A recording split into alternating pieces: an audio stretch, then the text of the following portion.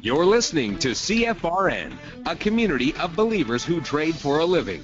To learn more about who we are, what we do, and how we do it, call toll-free 1-866-928-3310, and we'll send you out a no-obligation information kit absolutely free.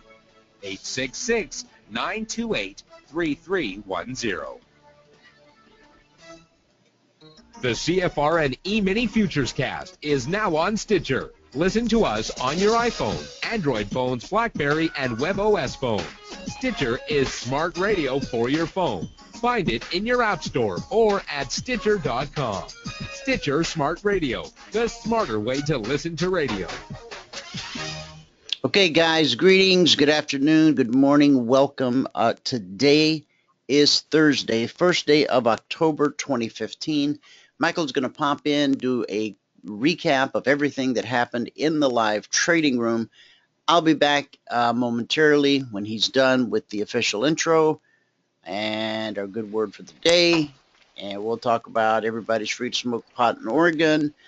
Well, they're not free to smoke pot. It's very expensive, but it's recreational. And book your tickets now. I'll be right back. Michael, all yours. Okay. All right. I will hit the record button then. There we go. All right. Good afternoon, everyone. Today is Thursday, the first day of October 2015. Happy October. All right. If you have not taken a free trial with us at CFRN.net, just go to the homepage, CFRN.net, in the right-hand column, put in your name, put in your email, click register for a free trial. Once you do that, you will be sent a confirmation link. Okay, the confirmation link is what lets us know that you took the free trial. So make sure you click on that confirmation link. Okay, and then you will have your free trial. Now, today in the live trading room, go here to get to our results. There and there. Today in the live trading room, all the way down to the bottom where we started a new month. There it is. All right. So we made 14 ticks on soybeans, 57 ticks on the Russell, 8 ticks on crude. We lost 8 on gold, and we lost 4 on the ES today. Okay. Today it took us 21 minutes and 5 trades to get to our goal for the day. When we closed out that trade, we were up $125 a contract. We took a total of 33 trades in the live trading room this morning. So on the morning, we were up $695 a contract. If you apply an $8 commission to all 33 trades, you would still be up $431 net. And if you applied a $5 commission to all 33 trades, you'd be up $530 net. Okay. Let's see over here. Our yearly total is now $48,627. That's over 183 trading days, averaging $265 per day. Averaging $265 per day. Okay. So that is that now. Why don't we get into the actual trades that we took? All right. I will start out with the ES. Okay, we had a whole bunch of break-even trades on the ES, and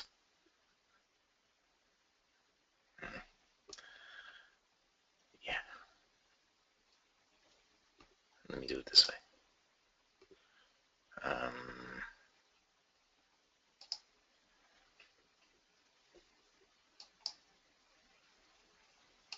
This is what I'm trying to do. All right.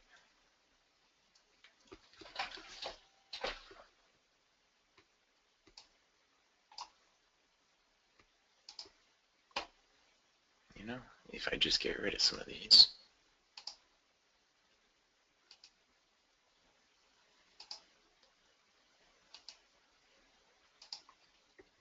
There. Okay, so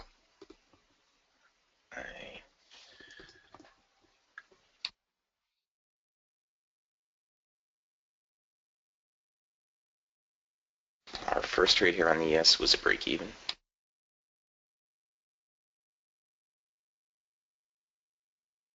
Our next trade on the ES, we stopped out, -8 ticks. I have a sneeze that's almost here.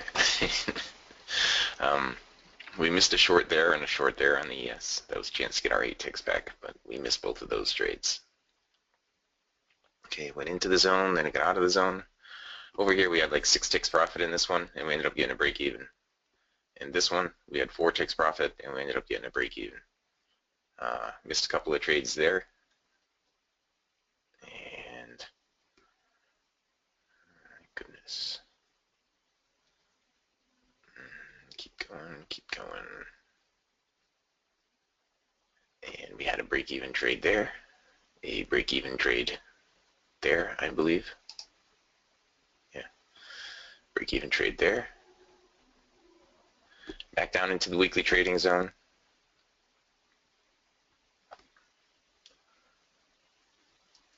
Then we got 4 ticks back on that move right there.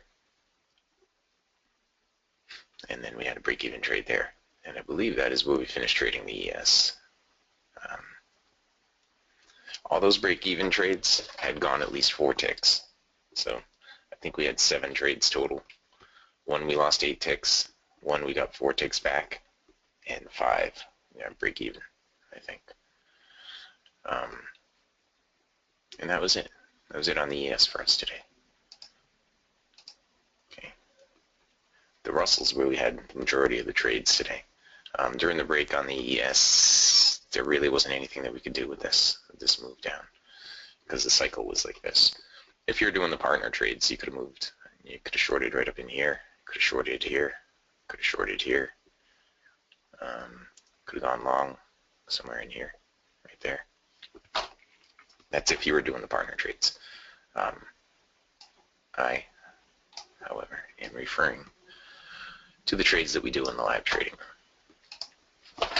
Okay, that was the ES. Now let's start out with gold over here. Okay, let's move to gold over here. On gold, we had just a couple of trades. We had this one right here where we stopped out, minus 8 ticks. We missed that one, and we took this one. This was a break even. Those were all the trades that we had today on gold. Well, all the trades that we took today on gold. All right, were the ones that we missed. So we were minus 8 ticks on gold. The Russell, we had a bunch of trades today on the Russell. There was just a lot of volatility on the Russell today. So we had just a bunch of trades. This should go from 90 to 91. It does, okay. See, we have a weekly trading zone there at 90, 91. Scrolling back.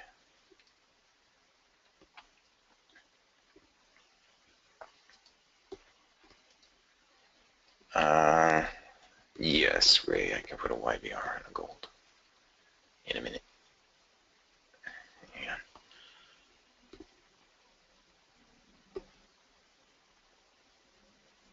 Okay, now I missed all the stuff that happened right here on the Russell because I had to restart DT Pro this morning. So I ended up missing all that. There was some nice opportunity in there, but I ended up missing it. My first trade on the Russell was right here. I made 8 ticks profit on that. Second one was right there. I made 5 ticks profit on that, putting us at plus 13. Then right here, I made 11 ticks profit on this, putting us at plus 24. 2 on this, putting us at 26. 8 over here. I missed this trade and this trade, but I made 8 over here, putting us at plus 34. Right here, I made 3 to get us to 37. And on this one, 13 to get us to 50. Right here, I had 2 more to get us to 52. And I had a break even. 5 ticks profit right there to get us to 57. Another break even. Now, right in here, you see we had bullish divergence, but this would have been a momentum trade going right into dynamic resistance, so I didn't take that. I missed this follow-up one right here. Then it whipped back and forth across the BBC a few times in there. There was a short trade there and there that I missed. And then it got into the weekly trading zone. Finally came out of it near the end of the live trading room. And that was it. We didn't take any more trades on the Russell today.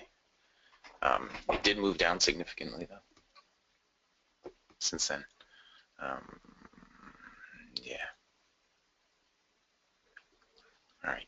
So over here was a long trade right in there. Okay, and that was it. And that was it. We ended with plus 57 ticks on the Russell today. 57. All right. Crude, we ended with plus 8. Crude has had some nice moves today as well. You can see opportunities in here to get short, or right in here to get long. Opportunities I missed. All these ellipses that you see in here, those are all trades that I ended up missing for whatever reason. My first trade on crude was right here. I stopped out, minus 8 ticks. My next trade was right there. I stopped out again, minus 8 ticks. So at this point I was minus 16. I got 10 ticks on this one right here, getting us back to minus 6. Break even there, a break even there. Missed a trade in there. And I missed a trade there. I got 10 ticks profit on this one, getting us to plus 4. Okay, missed a couple more trades there and there and there. And over here, I got 4 ticks profit on this, putting us at plus 8. Break even there, and a break even there. I believe that's where we ended trading on the crude.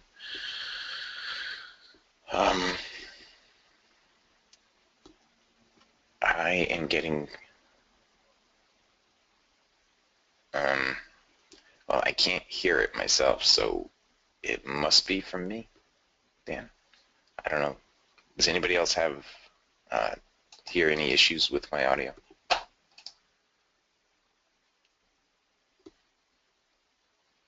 Okay. Everybody else is okay, Dan. Yeah, you sound crystal clear from here. Okay, good. Thank you. All right. So right in here, we had a short trade right there. That, we didn't actually take it. This was during the break. During the break, there was a short in there. I mean, if you were doing partner trades, you could have traded this thing all over the place in here. Just using the trades that we do in the live trading room, there was an opportunity there and there and there and there. Okay. And we ended crude at plus 8 today. Plus 8 on crude. All right. And the soybeans, we ended with 14 ticks. Our first trade on the beans is right here. We made 6 ticks profit on that one. Missed that one. We made 6 ticks profit on that, putting us at plus 12. 2 ticks here, putting us at 14. And then a break even right there. And that was it. So, get our spreadsheet back up here. On the day, we're plus 14 ticks on soybeans, we're plus 57 ticks on the Russell, we're plus 8 ticks on crude, we're minus 8 ticks on gold, minus 4 ticks on the ES. On the day, we're up gross profit of $695 a contract. On the year, after 183 trading days, we are up $48,627.50. That's an average daily profit of $265. Okay, average daily profit of $265. And that's that. All right, that is that. If you have not taken a free trial with us, then in order to take a free trial, you simply need to go to our homepage at CFRN.net. In the right-hand column where it says register for a free trial, put in your name, then put in your email, then click register for a free trial. When you do that, you'll be sent a confirmation link. Okay, click the confirmation link, and you will have everything that you need. All right, it'll all be sent to you. And with that, I'm going to shut off the recording, and we can head out to Phoenix. 33 trades, John. No, my friend. I wasn't really looking. Just keep rapping for a few minutes. Okay. You rap and I'll beatbox. Okay. I learned how to do that. Basic training. Bert, if you'll crump, we can take the show on the road. So, yeah, I'll be there in just a second. Okay. Yeah, Bert's been. I haven't seen Bert yet today.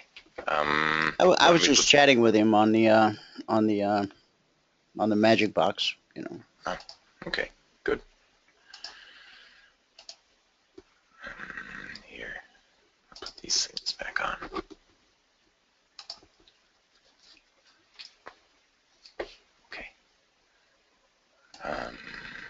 You got There some you of go, those Ray. white candles you can show them like we were working on last night? Sure. They might be fascinated by that. They are fascinating. No, I meant the audience. Yeah. Oh, and you said, well, yes, they are fascinating. Therefore, they might be fascinated. I got it. Okay, I'll be right back. All right. Yeah, even using the flow PB for the white bar instead of the CFTC, there still weren't a bunch of them today, Bart. Right in here, that was pre-market. Right here, there's one.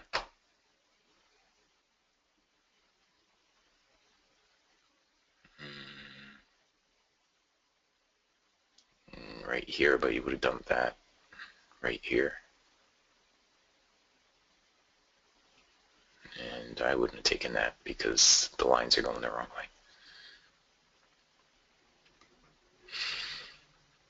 way. Right here. And right there. So not a lot of white bar trades. That was on the gold. Now let's look at the Russell, because the Russell had huge volatility today. I was referring to the albino trade. But that's okay. I'll do it when I come on. Okay, all right.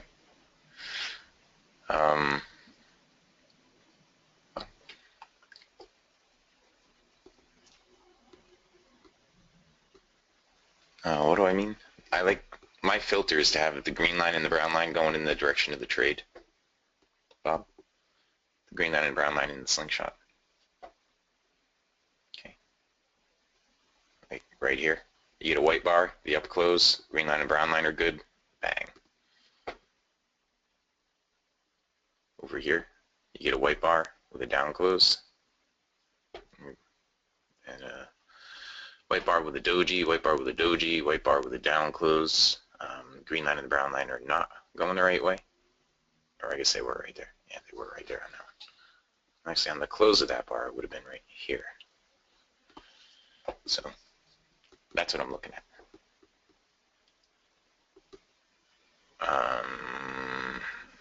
This one right here, yeah, you would have shorted there.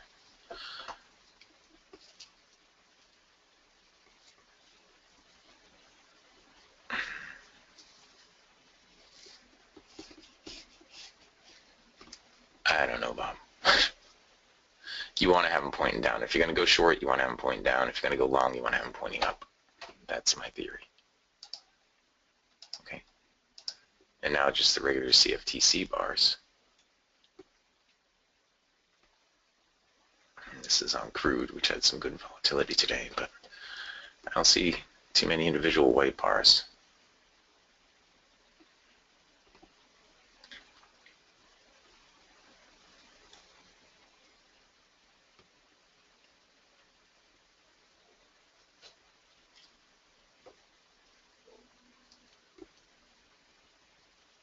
See, with all this volatility, you'd think there'd be more of them.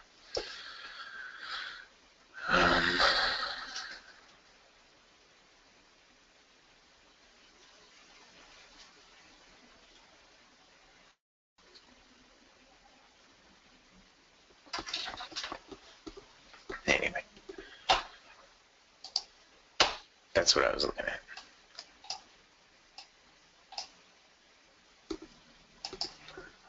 So right now,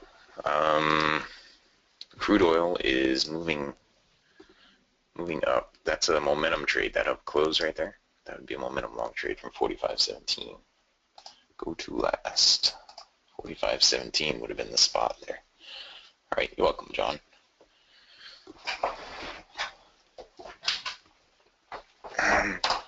Yeah, this up close right here, 45.17 would have been the spot to get long on that crude. Right there. All right. On soybeans, I would normally draw a trend line here and say look for a short, but you see how the cycle is flat and it's above the bias line. I don't like to take those trades. Right? I don't like to trade when the cycle's not with you.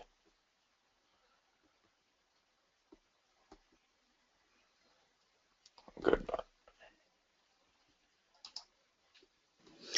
All right, buddy. I can take it over whenever you're ready. Okay. You All gotta right. just You can take it anytime. say the word. Word. There you go. Yeah. You can take them if you want. Word, is that like word up or Yeah. just Yeah. word? That's just word. But you got to do this thing with your hands. Let me grab the, I'll grab the charts. Any unanswered questions in the chat box? I don't think so. I think I got them all. Okay. And a recap of the recap. Today it took us 21 minutes and 5 trades to get to $125 a contract. 21 minutes, 5 trades. trades. Yep. What markets were you in? Well, we started out with the break even on the ES, then we stopped out on crude, then we made 8 ticks on the Russell, and then we made 6 ticks on soybeans. So that's how it started out. Okay, so so you ended up with more than $100. Yeah, because actually at that point when I closed out the bean trade, we were at plus. I had moved my stop up to +6, and it was ticking on +8. And I said, well, whenever that stops us, whenever that gets us out, then we'll be at our goal for the day. I had also had a 5-tick profit on the Russell to get me to +13 on the Russell. So I was +13 on the Russell. I was waiting to see, a minimum of 6 on the soybeans. I was -8 on crude, and I was break even on the ES at that point. Okay.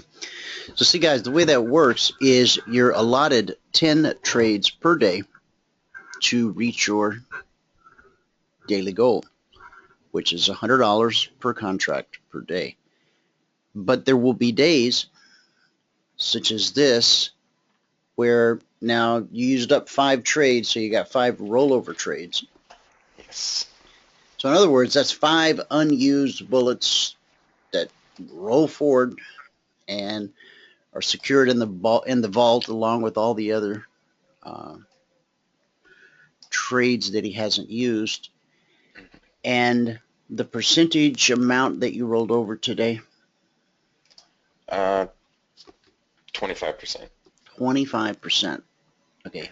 He rolled forward 25% of one day's production. Okay. That's a really good day.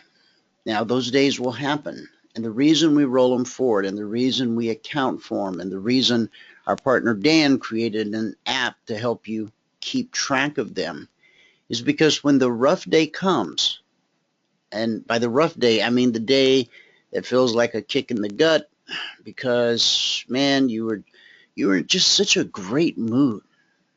New body wash, fragrance you never smelled before, and I mean, you're pumped. You're going to take on Wall Street. Giddy up. And then, bam, you get stopped out. All right, shake it off. No big deal. Bam. Wait a minute. Is this a conspiracy? What? It is so difficult to come out from behind that.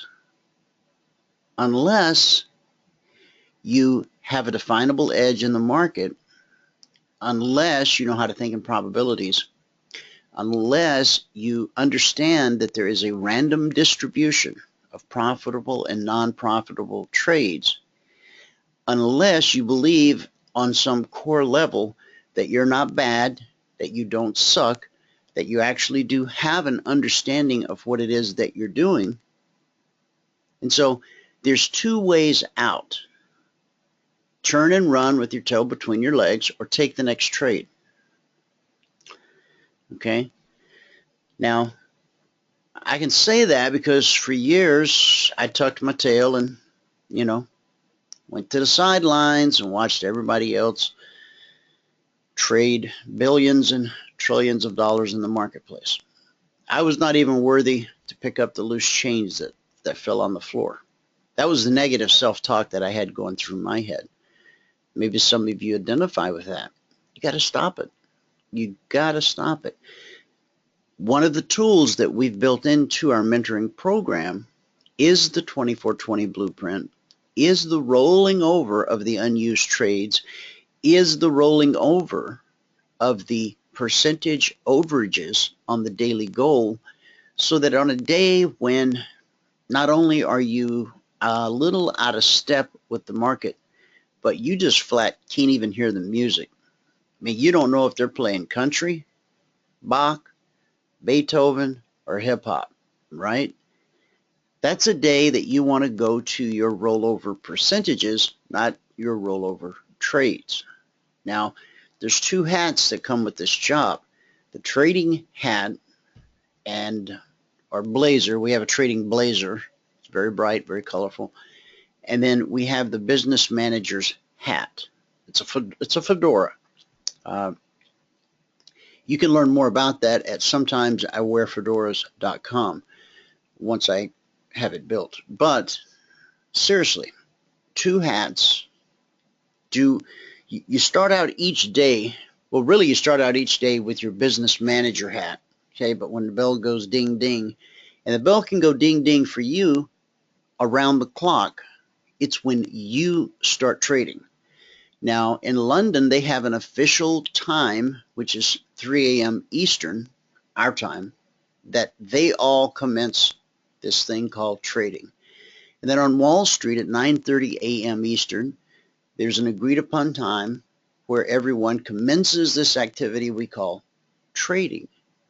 But you and I have access to the markets 24 hours a day. I want to dig up the Wall Street Journal article that was published here in the last couple of days. You'll get a kick out of it because many of us have had direct access to the markets since 2005, and many of you even before. You got to understand, 97% of the population that's even interested in the markets, they don't have direct access platforms the way we do. They have your Scottrade. Not knocking Scottrade, not knocking Ameritrade. Ameritrade actually has done the most to advance its platform capabilities. And you might see a familiar name there at some point in the future. I don't know. But here's my point. We have the tools, we have the knowledge, we have the methodology. The question is, do you want to submit yourself to a set of rules, which, by the way, we let you write your own business plan and your own trading plan?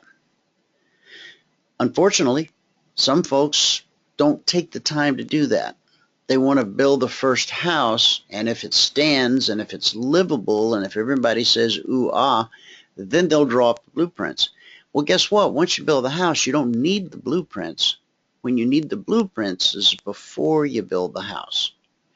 So let me say two things. One, if you're a partner and you've not completed your business plan and your trading plan, you should get busy because you're just kidding yourself, okay? Success without it is far-fetched, okay? Now, to those currently on the free trial, if you have not downloaded the DT Pro platform and had Bert enable your indicators, or you've not had us enable your indicators on the Ninja platform so that you can actually put on and take off trades, not with Michael in the live trading room, because, you know, shadowing him is not going to really teach you how to trade. I mean, you can shadow him the first day, just kind of get the feel of it. But the purpose of what we do in the live trading room is to teach you how to trade. Dan spoke eloquently about it in the last video that he and I did. He said it was the day that I took the headphones off and stopped listening to Michael, not because he was mad at Michael, but because he knew he had to prove to himself that he could do it on his own without the sound of Michael's voice. And he said that's where my learning experience really began, because that's when I started to understand what I didn't know. That's so important, to know what you don't know. Because once you know what you don't know, you can learn what you don't know. And once you learn what you don't know, then you know everything you need to know. I'll ring my bell on that. All right. So we're going to do things a little backwards in our upside down world today. I did not have a chance yet to give you the numbers or to play this lovely intro.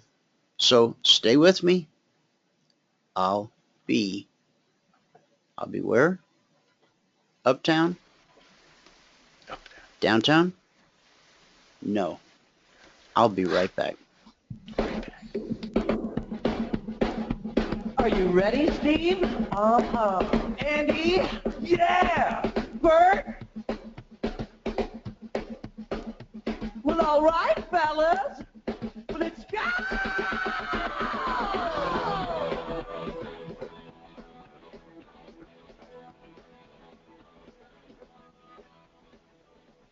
You're listening to CFRN, the Christian Financial Radio Network.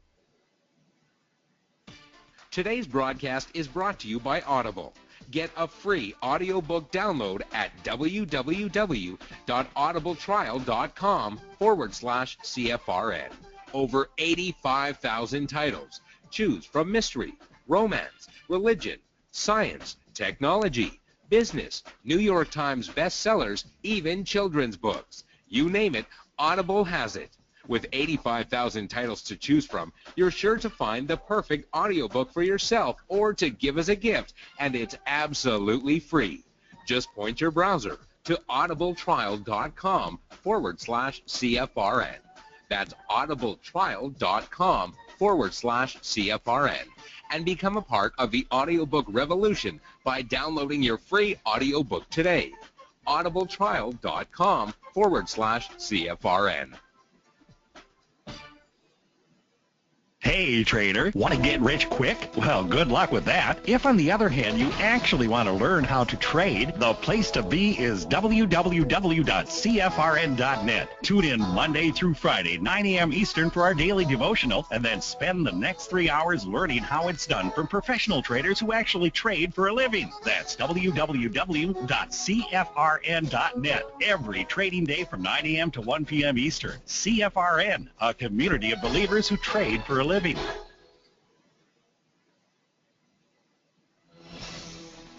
Good afternoon, traders, and welcome back to the CFRN Emini Futures Cast. This is the daily broadcast of Indeterminate Length, where we discuss all things E-mini, along with some really big ideas on the finer points of trading gold, bonds, crude, sugar, the euro, and even T-bills. Joining us today from our studios in Boston, Mr. Michael Borth. From our trading desk in Chicago, Mr. Burton Schlichter. And from our studios in Las Vegas, Nevada, Mr. David Williams. Now, to get things started, let's go to our host and founder in Studio A, overlooking South Mountain, America's largest city park. Here's Dwayne. Good afternoon. Welcome back. To those who have not yet figured it out, or maybe I said it before, today is Thursday, first day of October 2015. All right, let's take a look at these numbers. These are cash markets, and brace yourself. S&P 500 is down 13, we'll call it 14 points. The Dow Jones Industrials are down 162 points. That's just shy of 1%. Russell 2000 down 14 points. NASDAQ down 39 points. Now that number on the Russell, although it's only 14.5 points, it's down 1.3%. Okay. U.S. markets all red. Commodities, oil down 4 cents and gold down 80 cents. Let's go to Asia where it's all green. The Nikkei up 334 points. That's almost 2%. Shanghai is up 15 points. And the Hang Seng up 289, 1.5%. Mixed markets in Europe. The FTSE is up 10, while the DAX is down 151, and the CAC 40 is down 28. Okay, so there you have it. Those are the numbers. Pretty much a bearish scenario, US, Europe, but Asia coming back strong. So what's the story? What's moving the markets? Let's take a look. Bonds rise on positioning ahead of U.S. jobs report. U.S. Treasuries rose this morning after traders bought U.S. government debt on caution ahead of a key U.S. jobs report, while concerns weighed about the prospect of an interest rate increase by the Federal Reserve.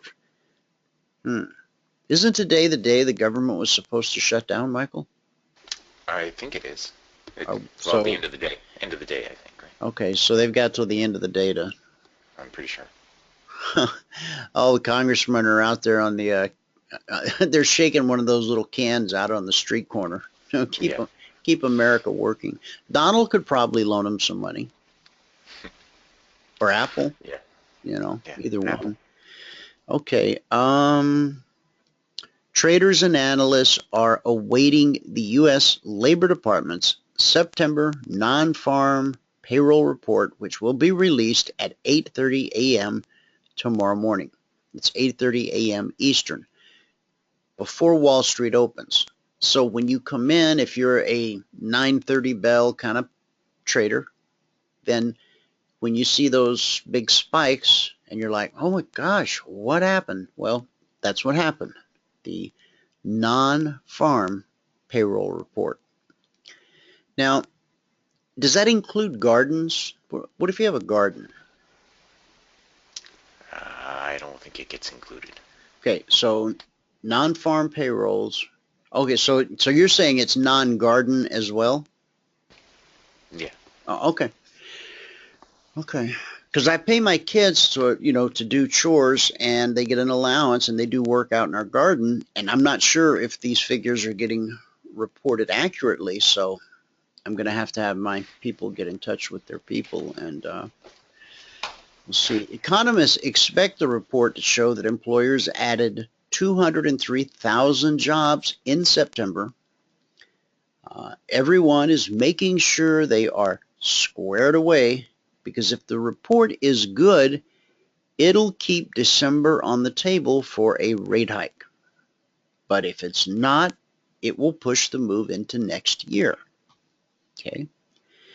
Yield on the benchmark 10-year Treasury note sat lower on Thursday at 2.018% after hitting a session low of 2%. Now, we've talked about this. Typically, when stocks do this, bonds do the opposing dance, which looks a little something like this. Let me go find it. Yeah, here it is. Okay. Stocks down, indices down, bonds fly high. Okay, last night, Concierge Trade Alert, true story, on the 30-year bonds. This is what we said, and I was a little late getting the alert out last night only because we have our partners workshop, and when we have the workshop, some nights I'm able to get it out before the workshop. Last night was not. I think I got it out during the workshop. But anyway, here's what I said. Consider being long above 158.09. Okay? Now, I was stretching it because I expected some volatility up in here, up in this area. So if we roll it up to 158.09, right there, okay, we end up with a swing high at 158.19. I remember last night talking to myself, as I do, I said, if we can pull 10 points out of the bonds tomorrow, that'll be good. And I'll be okay with that. And so that's, so far, that's all that's been offered up is 10 ticks.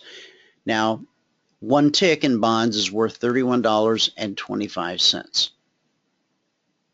So that's a $312 move if you got out right at the tippy top per contract. We see many, many $1,000 days of late in bonds. Yesterday was 21 ticks from the entry to the swing low. But if you're trading the 2420 blueprint, the thing I was just talking about a few minutes ago, how many ticks do you need if bonds are your chosen instrument? 4. And if you get 4 ticks, you exceed your daily goal by $25. 31.25 times 4 is $125 per contract. Okay, so let's how much time we got? Not much, but that's okay, because after we talk to David, we'll come back and we'll pick up all the markets that we do miss. I want to point out that on the S&P last night, our alert was to consider being long above 1920. I want to make sure we at least get that one covered. So at 1920 we trigger, and where do we anticipate going? Okay, based on everything you've ever learned listening to this radio program, if we have a long trade at 1920, then we would expect that price is going to attempt to go to the next highest weekly trading zone. And it did. Okay, so from 1920 to 1925, it's a nice 5-point move. We need 2 points in the S&P to call it a day. $50 per point times 2 points, $100 per contract per day. Here, you may have had some additional confidence. You may have done whatever it is you do to actually take 5 points out of the trade instead of 2. Now, we all know that one of 3 things happens when we hit a weekly trading zone. The most likely is consolidation. Second most likely is rejection.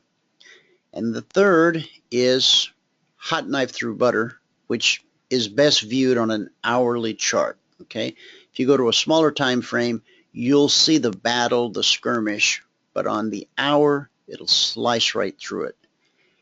Here's an example of rejection. Okay, price went from the zone at 85.86 up to the zone at 1901/02. So from 86 to 96 is 10, another 5. This is a 15-point move, okay? From zone to zone. 15 S&P points, $50 per point. Price then begins to consolidate at the weekly trading zone.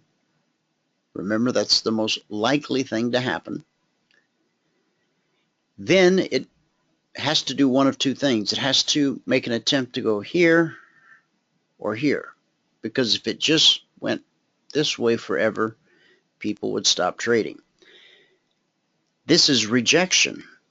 We got down to 1886.50. We came within 2 ticks of the zone, so that's a 14.5-point trip. We were rejected, and then we had a 14.5-point trip back up to the zone, where we did what? We consolidated for 1, 2, 3, 4, 5 hours.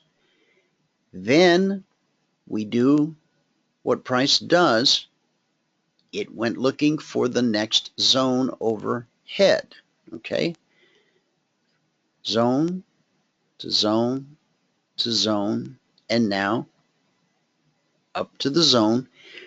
So from 1902 to 1925, that's a 23-point move at $50 per point per contract. We consolidated for 1, 2, 3, 4, 5, 6, 7 hours. And then we make a 23-point move back down to the zone below. Consolidation, and now we're attempting to move where? Back to the 85, 86. Over here, buyers showed up 2 ticks early. It appears they've showed up substantially early here, but this is a little premature. Let's let this hour close, and we will trade if the opportunity presents itself. We will trade the swing low here is 89. I'm sorry. The swing low here is 90 and a quarter. Okay. So we'll trade 89 to 87. Let me put this up for you. 89 to 87. 89 to 87 if. Okay. And the swing high so far is 98.50. So we'll look for 99 to 01 if the opportunity presents.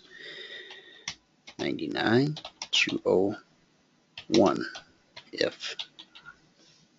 Now, see how I ran that algorithm in my head? You don't have to have a co-located server to learn how to read a chart. That's the most important thing you'll learn if you become a partner, hopefully, is you'll learn how to read a chart. I'll walk you through the zombie chart, or as someone called it last night, the albino chart, at the end of the show today to give you a little bit more of an idea as to exactly what I'm talking about when I use that terminology. You saw it yesterday when we went all white candle, and earlier in the week, and if you were in the partners workshop last night, there's just a wealth of information there. Okay, I'm not going to show you too very much, but I'm going to show you enough that it's going to make you say, oh man, I got to have that. Okay, and then we'll make sure that you get it. Okay. All right, let's do our good word for the day. Then we'll head to Vegas, talk to David, get his forecast from the edge. Today's Thursday, so our every other Thursday friend, Ed Couri, will be with us today. You and I trade contracts of oil. Ed used to trade shiploads, as in boats, shiploads of crude oil. Okay. He's also a resident Elliotician, so he'll give you wave counts on the S&P, gold, crude oil, whatever you want. He's got a little Elliott machine, and he just types in stuff, and it spits out the waves. So be prepared. That's coming up at 1:30 p.m. Eastern. Yesterday, I posed a question. I said, are you struggling financially?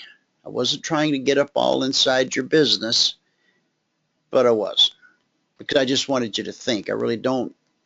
If you're struggling financially, you can tell me, and I will pray for you, absolutely. But that's not my point. There's someone out there who can actually help you. I mean, I can pray for you, and I believe prayer helps. But I'm talking about the guy that can stack the deck in your favor. Matthew 6:3. Seek ye first the kingdom of God and his righteousness, and all these things shall be added unto you. Last night, our opening prayer during the Partners Workshop included that scripture. God, we're here to seek you first, your righteousness, your kingdom.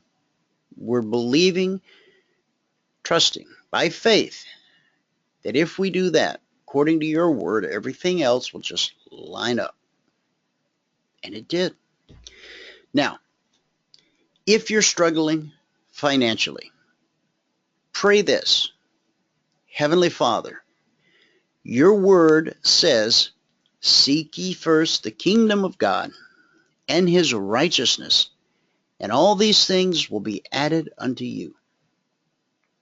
You are well able to take care of my financial situation. His arm's not too short. He not only owns the cattle on 1,000 hills, he created the hills as well.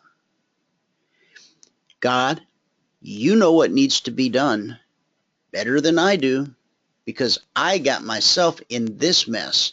So I'm turning to you again to try to help me get out. Proverbs 3:5. Trust in the Lord with all your heart and your wallet, and lean not on your own understanding. In all your ways acknowledge him, and he shall direct your paths. Help me to remember, God, that your resources are meant to flow freely from the place of abundance to the place of need. 2 Corinthians 8:14. But by an equality, that now at this time your abundance may supply their lack, that their abundance also may supply your lack, that there may be equality. Now, this was speaking to the church. This was not speaking to God saying, hey, God, if you're short a couple bucks, I'll front you something. No. This was Paul writing to the church in how they should interact with each other. And it's a model of how you and I, as believers, as brothers and sisters in Christ, should relate one to another. God, I believe you have a financial plan for my life. And when fear of the future threatens to overwhelm me, I will hope continually and praise you more and more. That's Psalm 71:14. As you walk me through this crisis and I stay focused on you, you have promised to keep me in perfect peace. Isaiah 26:3. You will keep him in perfect peace, whose mind is stayed on you because he trusts you. God, forgive me for worrying. I cast all my cares on you right now. Now, this is not an excuse to be slothful, okay? If the electric company hangs a note on your door that says tomorrow at noon we're going to turn your power off if you don't pay the bill, sitting on the end of your couch praying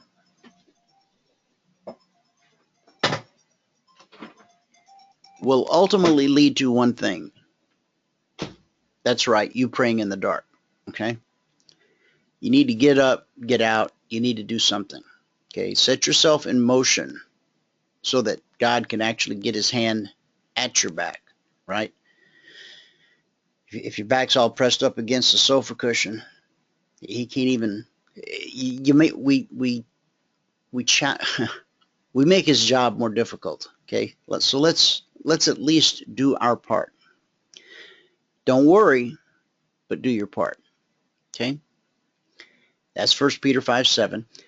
I don't have to bear these burdens on my own. I lay them down and receive your divine rest. Matthew 11:28. Come to me, all you who labor and are heavy laden, and I will give you rest. See, right there, he says, come to me, all you who labor, right? That means you're trying to do something about the situation, but you're trusting on him to provide the answer. But at least you're trying to do something. All you who labor. God, you promised to supply all my needs, Philippians 4:19, not wants, but needs. And my God shall supply all of my needs according to his riches in glory by Christ Jesus. Now, God, it's your good pleasure to give me blessings and benefits, the blessings and benefits of your kingdom.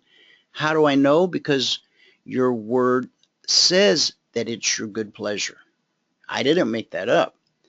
Luke 12:32, do not fear, little flock, for it is your Father's good pleasure to give you the kingdom.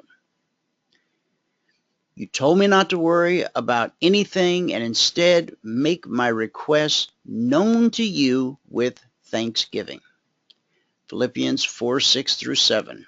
Be anxious for nothing, but in everything, by prayer and supplication, with thanksgiving, let your request be made known to God, and the peace of God, which surpasses all understanding, will guard your hearts and your minds through Christ. God, I know you'll take care of tomorrow because you're Jehovah Jireh, my provider. You know what I need and when I need it. You're the God of more than enough. Ephesians 3:20. Now to him who is able to do exceedingly abundantly above all that we ask or think, according to the power that works in us.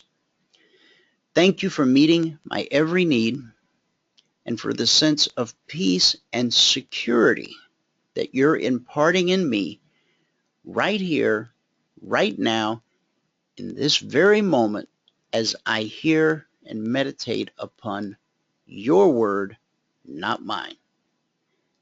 In Jesus' name, amen. And that's another really good word for the day. We'll be back tomorrow with part 3. Now we're going to go out to Vegas 5 minutes late and say, I'm sorry, man. And we are. We try to be punctual, but sometimes we're not. And so we regret that. You're listening to CFRN, a community of believers who trade for a living. To learn more about who we are, what we do, and how we do it, call toll-free 1-866-928-3310, and we'll send you out a no-obligation information kit absolutely free. 866-928-3310.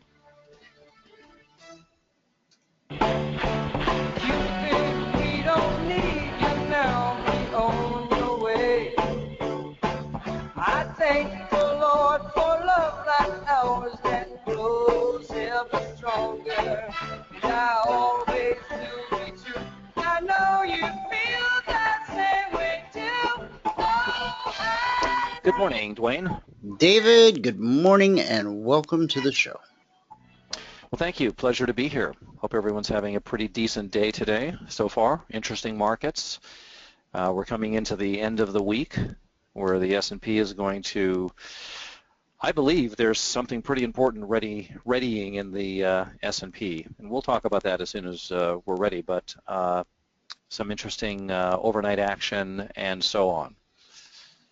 Yeah, now that overnight action, guys, that he's talking about, you can see it up on my screen because this is a Globex chart, so it shows you everything that happens around the clock. And you can see that little doji there as it sits atop that weekly zone at 25.26. And we will get into all of this here just momentarily. But to our audience in Oregon, I don't know whether to ring the bell for you or not. But it's a big day in the state of Oregon, not only for the individual heads, but for the heads of state, the tax collectors, because today, on this day in history, October the 1st, 2015, Oregon became the 3rd state to establish a legal recreational pot market. And those of you who invest heavily in equities, if you've not staked out a company yet, to take advantage of something that is going to 100 years from now be a household name like Budweiser or Anheuser-Busch, I would suggest that you speak to your licensed investment professional and find out what opportunities are there. Now, it may be that based upon your own personal values and convictions that you specifically do not trade in stocks like Philip Morris, tobacco, or any of the other alcoholic beverages, or certainly I would pray that no one here has any investments in any company that's involved with pornographic movies, which it's about 90% of all movies that are made today, but you get my point. So are there huge investment opportunities happening? Have they already happened? Or there's vending machines, my goodness. Everybody's trying to get a piece of this pie. Marijuana dispensaries in Oregon, as of today, now they passed the law 2 years ago, okay? But today you can actually walk into the store without any kind of a medical ID card. They've had the medical marijuana there for a long time, as we do have it here in Phoenix, Arizona. If you have the ID card, you can go on Craigslist and buy your stuff. The guy will come to your house, deliver it, and as long as you show him your card and then he writes down your state-issued number, ID number, it's a perfectly legal transaction, okay? I'm not advocating that you smoke pot. I'm talking about this from an economical, from a capitalistic perspective. And some would go, well, you shouldn't make money off that kind of thing. Well, okay, that's up to you. But let me just tell you, many of you are invested in mutual funds, and you probably have no clue what they do with your money. Some of you do, but some of us don't. And I would say that most Americans who live normal lives and don't sit in front of charts all day and don't listen to this radio show or other types of financial media probably don't really know where their 401k or IRA is invested, as it's broken up amongst different companies. Oregon's legal market for recreational marijuana kicked off today, less than a year after the state's voters passed a bill. I thought it was 2 years. Okay, it's a year after state voters passed a bill allowing Oregon to join the two states where it's already legal, Colorado and Washington, Alaska and Washington, D.C. Voters there have passed similar bills to legalize recreational pot. Oregon now becomes just the third state to actually establish a system for legal sales. Alaskan officials are still working out the details of their recreational pot market, while D.C.'s laws only legalized the possession of recreational pot, not sales. One of those tricky gray areas. It's okay to have it, you just can't legally buy it. Now that's in D.C. In the other states, there's no gotchas. It is what it is. What I found interesting about the Oregon law is you're restricted to the purchase of a half ounce a day. How they track that, I mean, because there are various dispensaries and you don't need a card and it's an OTC transaction. I don't know how they track that. Maybe it's just a guideline that they're hoping people will follow. But today's marijuana is much different than the marijuana that was smuggled across the border by the CIA back in the 70s, right? That dirt brown stuff, dirt weed it was called, had a very low THC content. This stuff is grown today in a very sophisticated manner with hydroponics and nutrients, and there's strains for backaches, arthritis, headache, you name it. They got a strain that was quote unquote cultivated over a period of time specifically to address that issue. And the THC content is like 100 times what the stuff was coming across the border. And so to think of someone actually consuming a half ounce, or is it a quarter ounce? Yeah, it's a quarter ounce. To think of one person actually consuming a quarter ounce of the type of marijuana that's available today coming out of these hydroponic growing farms. Yeah, you'd just be stupid forever. you won't come out of that coma for a while. So anyway, that's our new economic news. And no, I've not had anything to smoke today. So it's been a long time. Been a long time. Been a long time. How long's it been since you lit up a fat one there, Dave? Well, let's see. I moved out here in '79. I probably last was around pot in 1977. Okay. So about 38 years, perhaps. You, Mork, Mindy. Okay. Because you guys all lived in Boulder, right? No, we lived in Los Angeles. Oh, Los Angeles. I'm sorry. I thought you said Colorado. Or no. Oh, you live in, wait a minute, there's two Boulders. Yeah, there's Boulder City, Nevada. There we go. But Mork and Mindy lived in Colorado, correct? Yeah. Yeah, there we go. So, I swear, I haven't smoked anything today or in a long time. All right, so any topics you want to talk about? You want to dive straight into the markets here?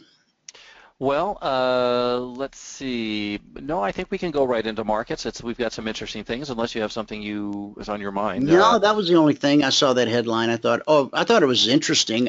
Well, the other things that are interesting are what's happening with Russia and Syria. I mean, that's certainly a big headline yet again today. And the administration of our United States, these people just are hiding. They're like deer in headlights. They just don't know what to do under these real world situations. Their ideology blinds them to being able to deal with these kinds of realities that are happening. The president drew a line in the sand with Syria, and the Syrians used the chemical weapons. They did everything that they were not supposed to do, and the president did nothing. And so bad players, bad actors come out, and Putin recognized early on what the weakness and the feckless kind of behavior that our administration was going to show, and are still showing to this day with no answer as to why they didn't do anything about Syria when they said they were going to, and so many other situations. It's just left big vacuums opened for power vacuums for people, bad players, to come in. And that's what Putin's doing. He's coming in and taking over, and he really wants, I think, command of Syria.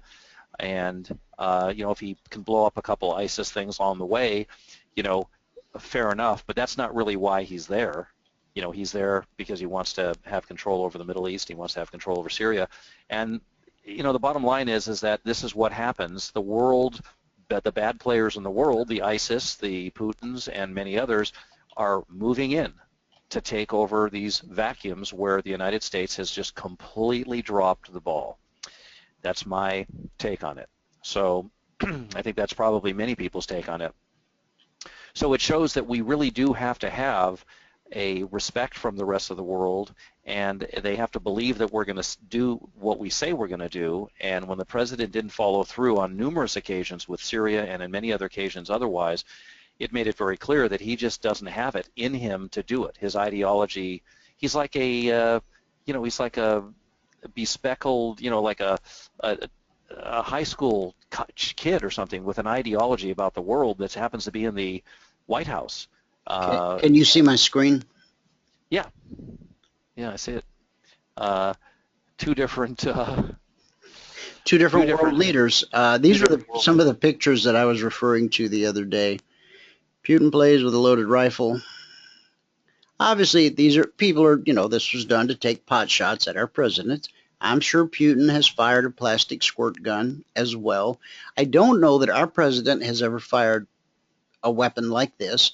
And one would say, I don't need to. I have an army to do that for me. So, okay. Well, we have less of an army now than we did before, and we certainly don't have an army in areas where a place like Iraq, where had we had an army, we wouldn't have an ISIS. Pinky extended, eyes shut. Okay. Well, I'm probably guilty of that. I race cars. It just goes on and on. It's, Putin is a very sophisticated. One of him on horseback. I mean, this is a guy that could step out of I don't know what they call the Oval Office over there, but I'm sure it has some name. But he could go out and get on a horse and go fight with his soldiers. You know what I'm saying? Sure. Physically fit, probably. He could probably whoop you, David. You know? Well, I know he could would whoop have me. to see. I would have to actually see that to believe it at this point, you know. I mean, I know he could whoop me, but I mean, he might even be able to take you, sir. He does judo, you know? Yeah. He winces at judo.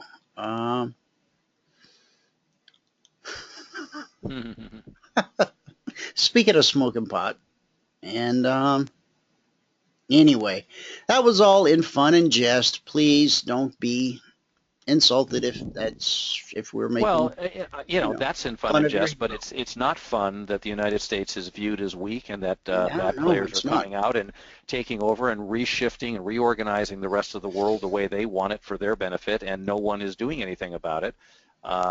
That's not fun and games. Mm-mm. And so we can't. It is not. Can't be too good enough.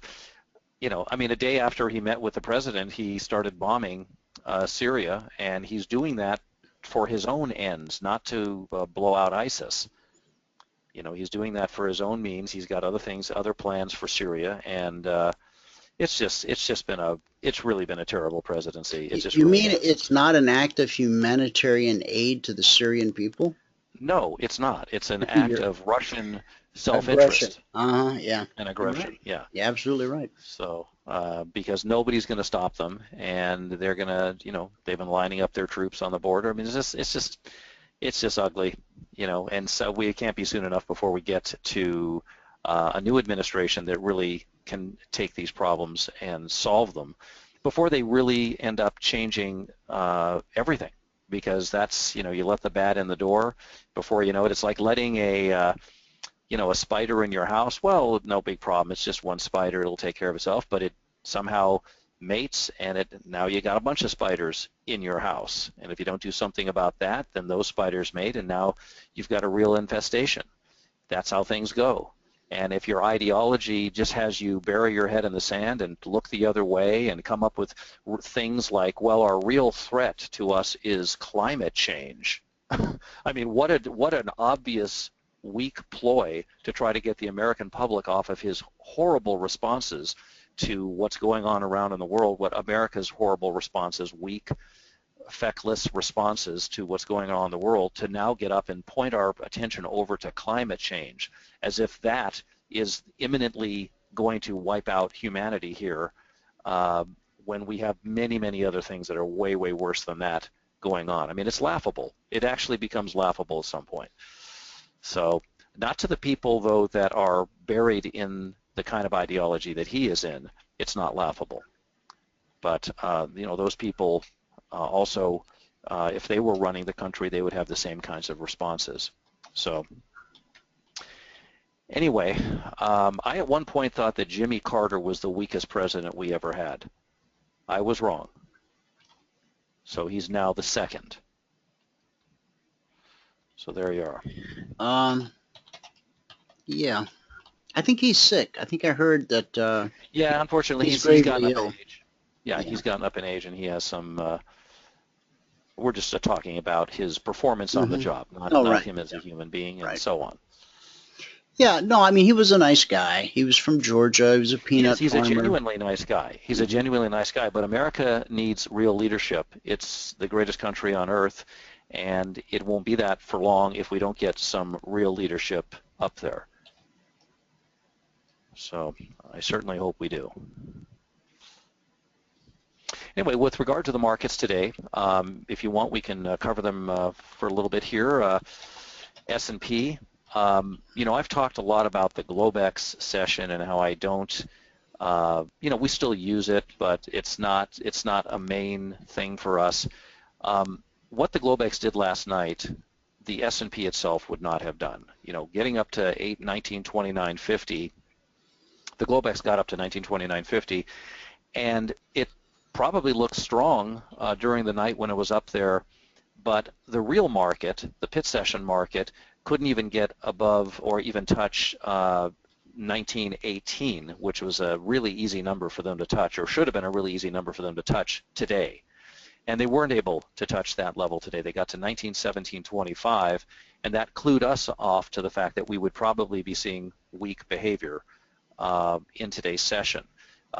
We're not able to get to 18 and so on. We pulled back and completed some initial targets on the downside, but then we put out that if they broke, additionally, if they broke, the first thing was that we felt the market was going to test 1901 to 1902, and that would be an important juncture in the market. And the market did test 1901, 1902, but they were sitting heavy on that number. And so we then put out that if they break 1901, the market would get down to 1894, 93, and they did break 1901, and they did get down to 1894, 93. We got down to 1890 even. So we're trading right now at 1893.50. So this is all of this reflects weakness in the market, which is very interesting at this juncture. And the way that I'm viewing the market right now is it's getting ready for a larger, more important directional move, and it's testing a bunch of levels before it does that. So our interest, although we want to trade these smaller moves and so on as well, but the real interest is to trade the bigger move that the market is setting up for, that takes us probably into Monday-ish or so. In other words, it's pretty imminent that the market is getting ready for a larger directional move here. So we'll see how they handle all of this, and we'll continue to go. If people want to check out what we're doing on get it in real time, they can come to pagetrader.com and get into a trial and check out what we're doing here. Now, I do want to say we have, as I mentioned before, we do have a seminar coming up, and next week is probably going to be slower in our output or less number of trades and indications because of preparation for it. It's a big deal and so on. So, if you do want to take a trial, it might be better to start it the week after because even though you will see trades between Monday through Friday, it's going to be less than normal. It's just the nature of it with the seminar coming up and so on. So those of you that are coming, we're of course looking excitedly towards having you there. You will learn in its entirety the square principle exactly as I use it. It utilizes no indicators or overlays of anything that you can think of that you have to put on your chart. As does our roadmap principle, doesn't require anything on the chart. But the square principle in particular is so easy to use, partly because it doesn't require you to follow any kind of indication or indicator and so on. So you'll see when you get out what that is and how we utilize it to do a number of different things in the market. And I've said this before about your own techniques and everyone else's methodologies and so on. I think you'll find that you may, in your own mind, have not fully investigated what you already know. I had a lot of breakthroughs for myself by studying what it is that I already thought I knew. We're so quick to say I know something. People are so quick to say, oh, I got that. Yeah, I understand that. But they don't really spend any time deeply or deeper investigation of what they already, quote unquote, know. If you'll do that, you'll often find, and really think about what it is you know, you'll find that there are other uses, other things you could do with that little gem, whatever it is that you have. And we really have to do that because the market is obviously a really big thing. It's complicated. It has a lot of stuff going on in it. And whatever leverage, whatever thing you've discovered or whatever your edge is, you have to exploit that to the best of your ability. Like a person going to the store and trying to get the most product for the least amount of money, that kind of thing. Let's see. Yeah, I think I can. That is what they're trying to do, and they do everything they can to leverage what they've got. They've got coupons, they've got whatever it is, specials, and so on. Well, we have to do that with our methodologies as well, and really study them. And I do that routinely. I'll go back over things that I already know to dig in and see if there's some other thing about that I'm overlooking and just not thinking about. It's really easy to be lazy People are so quick to jump up and say, hey, I got something, and maybe you've discovered an edge, but to really do it right, you have to study what it is that you already know. And so keep that in mind. I think that's a good, at the very least, it'll remind you of certain things that you may have forgotten. You may have gotten sloppy with certain things. Certainly with more complex strategies, it's easy to forget little bits and pieces and to, get sloppier with it over time. And I try to not do that as best as I can. And it's work, it takes practice to keep up with the movements in the markets and keep up with your trades and get it all done. I mean, we're doing all this to be able to get in the market and be able to trade successfully, invest successfully. And so that's the name of the game. So back to the S&P just briefly, though, this is really interesting where we are. We're at a critical juncture, and I think we have to take this hour by hour from now on, leading into both Friday and Monday, which I think we're close to the culmination, so to speak, of some important stuff here happening in the market, and the S&P in particular. So there's the S&P, Dwayne. All right, let me see what we got in the chat box here, question-wise. Okay.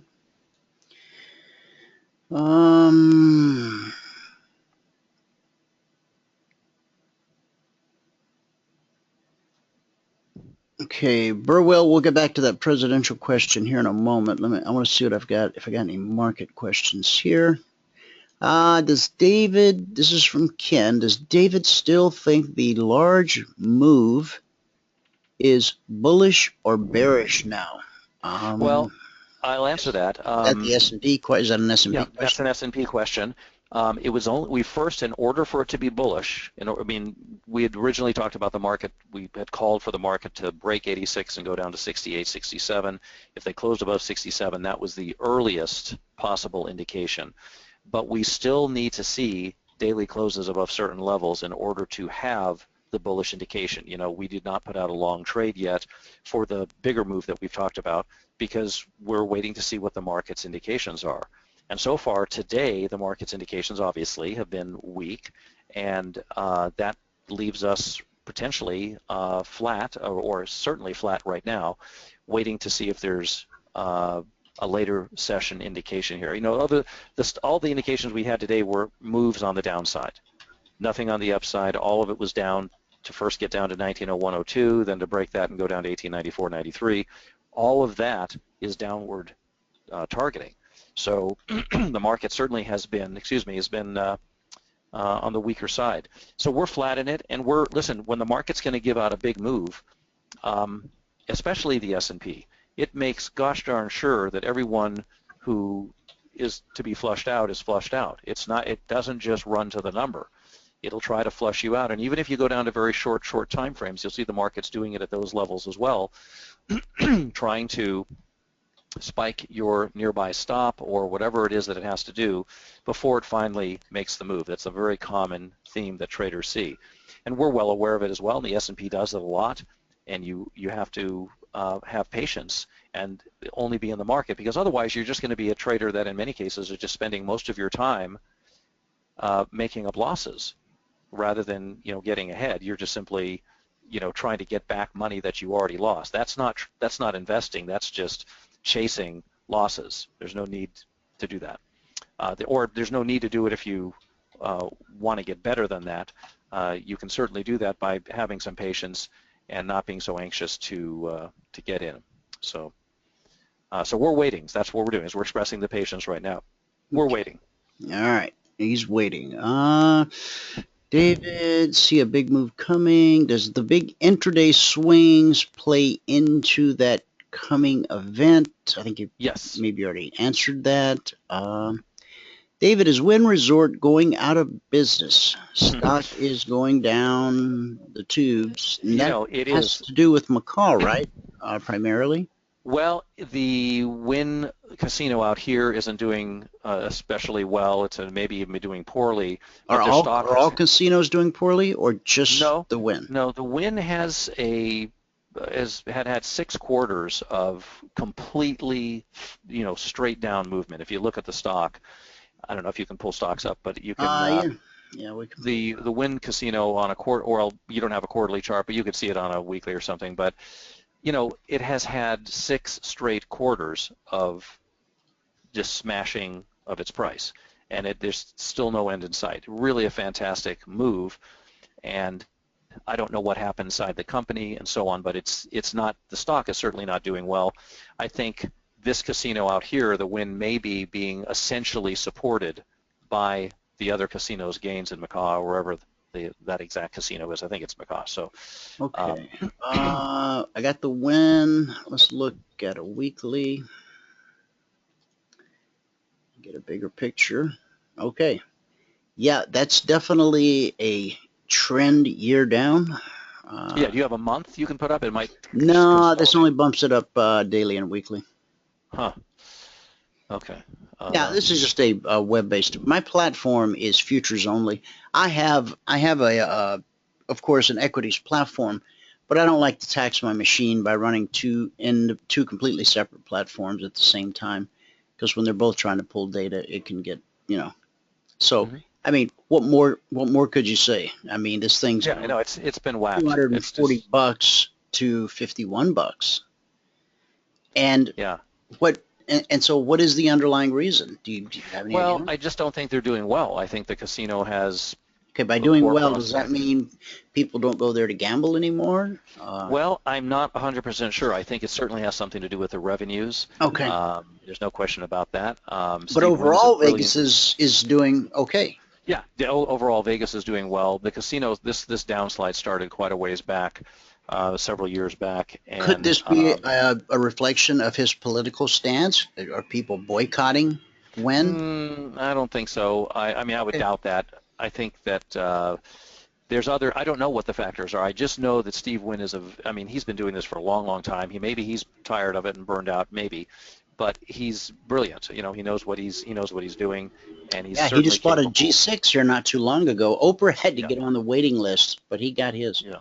So. Yeah. So he certainly knows the business well, and you know, he may just have to tolerate this and wait this out. Now, Dwayne, for me today, unfortunately, I have to go about 10 minutes early because of something that's come up here, even just something that just came up now that I have to take care of. So unfortunately, I'm going to have to go. All right, buddy. I'll be back tomorrow though with our full time with you, whatever that is, up to 10:45, and we'll go for there. Thanks. Same time every day. For that. I'll see you guys here tomorrow. All right, buddy. Okay. Thanks again. All right. All right, Ed, let me go look out in the audience and see if I see you hanging out. Ed. I don't see you. Okay, so we'll go ahead and we will wander through some of the Concierge Trade Alerts from last night, and we'll see if you're going to show up. I haven't heard from you or seen from you. Maybe you're logged in and I'm missing you somewhere.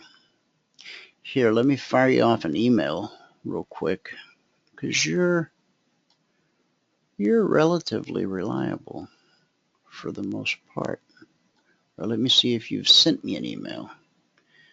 All right. He's a busy guy. He's a grandfather, etc., and so on. All right.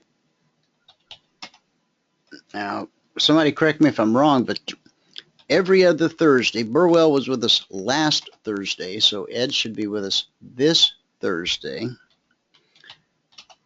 So let me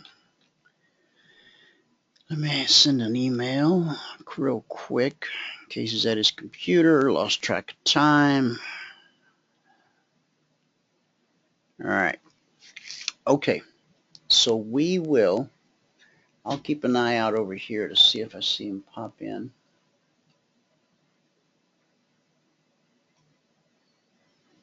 I got an Ed A, I got an Ed W. I gotta wait for the Ed C. All right. Yeah, he always emails me when he can't make it, so he's probably just running a couple minutes late because he knows we tend to run a couple minutes over. So if you're having computer difficulties, Ed, and you can hear us, shoot me a text message or ring my bell. Oh, you know what? I just got a phone call from an unmarked number. Let me check this out.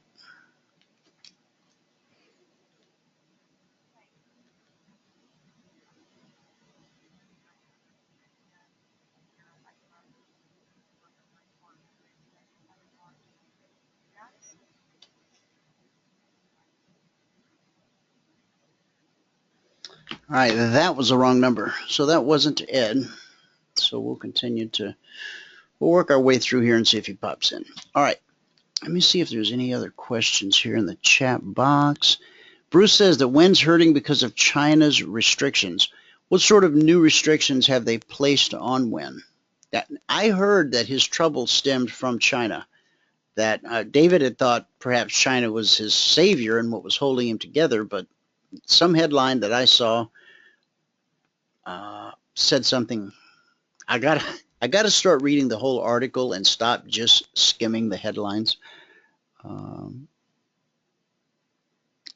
Any confirmation to take longs in gold yet? Okay, well, we can look at a gold chart. I think everybody's asking about the big move. Okay. Well, the S&P's a larger directional move. Okay. All right. Well, we all know that eventually price will take a larger directional move. There's no doubt. I mean, we had a very nice directional move here. Just in this week, we've gone from a low. Oh, and we should talk about this, I suppose, at some point here, because we've spent some time putting this together, and I encourage you to go back and look at it. So our low for the week, the 29th, yeah. Our low of the week, 1861, up to 1929. So what is that, 70 points? Off the top of my head without really thinking about it. I mean, one might look back a day after the fact and go, well, we already had our big directional move. Now, if it's a directional move larger than that, that will be very exciting, and we will certainly, look forward to taking advantage of that. Zone to zone to zone, consolidation, consolidation, rejection, okay? To the zone, back to the zone, hanging out, all right? Now remember, 99 to 01 is 2 points for the day. 89 to 87, 2 points for the day. Okay? Keep those in mind. We'll take a look at the other Concierge Trade Alerts for the day. And still waiting on Ed. Okay.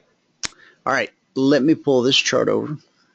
Now, last night we spent a good deal of time, or some time, going over the chart that I was working with you on yesterday, which was this guy. I'm going to give you an opportunity to tell your story here in just a bit. Okay, we're going to look at some charts, and we're going to go all hard right edge, and I want you to see if you can't begin to teach yourself how this is done. Okay. Now, as a partner, you'll get 90 days of one-on-one mentoring and group mentoring to get you to the point that you need to be, or where you want to be. We'll at least get you on that path, okay? And you can stay connected to the hip. After the 90-day mentoring program, we have a small monthly maintenance fee that allows you to continue to receive each and every week the weekly trading zones, so that you don't ever have to be trading in the dark. These really can be quite helpful. And the live trading room and the workshops and the video library, which has well in excess of 1,000 hours of live training and live trading videos. We record the live trading room every day, all 2 hours. Every word spoken, every trade taken, okay? So when we post our spreadsheet that says this is how we did today, we have the actual video to back that up and to show you And we work very hard to be so transparent. We drag the DOM out. We show you the entry. We show you the stop. When we get stopped out, we don't try to hide the fact. We don't make excuses. We don't say stuff like, well, you know, you guys saw that coming, so I hope you got out. Nah, come on. We've all been in those rooms. We've all heard that rhetoric, and that dog won't hunt. Not here, okay? So when you come into our live trading room, the first day is confusion because you have no idea what's going on, and this guy's trading 6 markets, and oh my God, I can never learn how to do that. Well, we're not going to try and teach you to trade 6 markets at once. Michael's simply showing you all of the opportunities that exist using the same time frame, same indicators, and same trade setup across a multitude of markets. That's the reason we show 6 markets in the live trading room. Okay? You only need to pick 1 or 2. That's all you need to be able to go out and get your points for the day. That's all it takes. Okay? You don't need 6 markets. All right. Now, Concierge Trade Alerts. Let's go back to those. S&P 500. The alert said to consider being long above 1920. Okay. Now, in the first hour that we triggered, we put in a swing high of 23.75. So that's 3 3/4 points in this hour. Okay. We only need 2 if you're just trading the 2420 blueprint.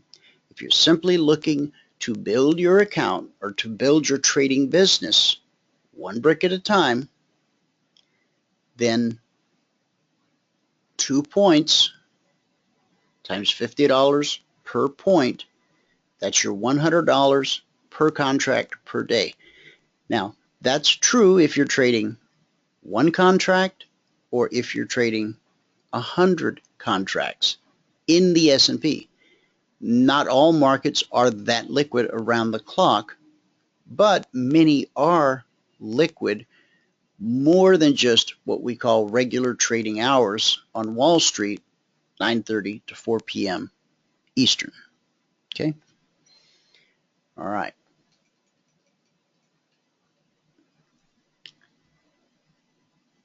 In the first hour, you're able to get your points for the day and be done for the day. And you were able to do it on the back of 28,000. Okay, now this was at 2,200 hours last night, 10 p.m. Eastern, 2,200 hours. Okay, 28,000 contracts exchanged hands. That's a lot. Put in a swing high at 29.50. Okay, now if you're able to ride this thing to the last tick, then the market made 9.5 points available. That's a week's work. 2 points a day times a 5-day work week, it's 10 points. So again, we can teach you how to trail a stop. We can't teach you how to get out at the highest or lowest tick of the day. This is the highest tick of the day, and apparently it's going to remain the highest tick of this session. The market would have to pull pretty stunning recovery at this point to take that out. Now, on the short side, the alert said to consider being short below 1885, right? So we've got a ways to go. Is that a possibility? Yes, it's a greater possibility that we will challenge the short entry as opposed to taking out the high of the day. Okay, you should be, I'm sure you can just see that looking at the chart. If you can, that's good. You're starting to learn how to read the charts, and that's very important. And that's why we went with those white candles over the last couple sessions and workshops, because when you're trading in a smaller time frame, the 4-tick range, this red, green, red, green, red, green.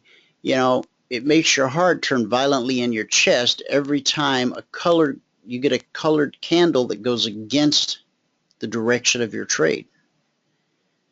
If you're long and you get a red candle, man, the sweat breaks out and you pull a little more hair out. And so, got to get away from that. And if it requires just sucking the color right out of the candle, well, that's fine.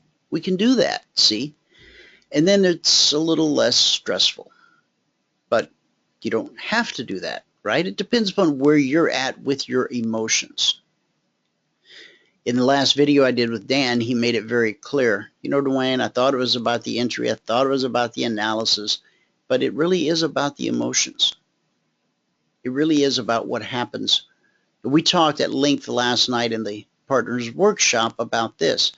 My co-host Jim, who's with us every Wednesday, he's a certified CFRN partner, and he developed the little white bar, the single white bar trade that he uses, keeping all things CFRN in mind. As he pointed out yesterday, it was a tool in our toolbox that he found of interest.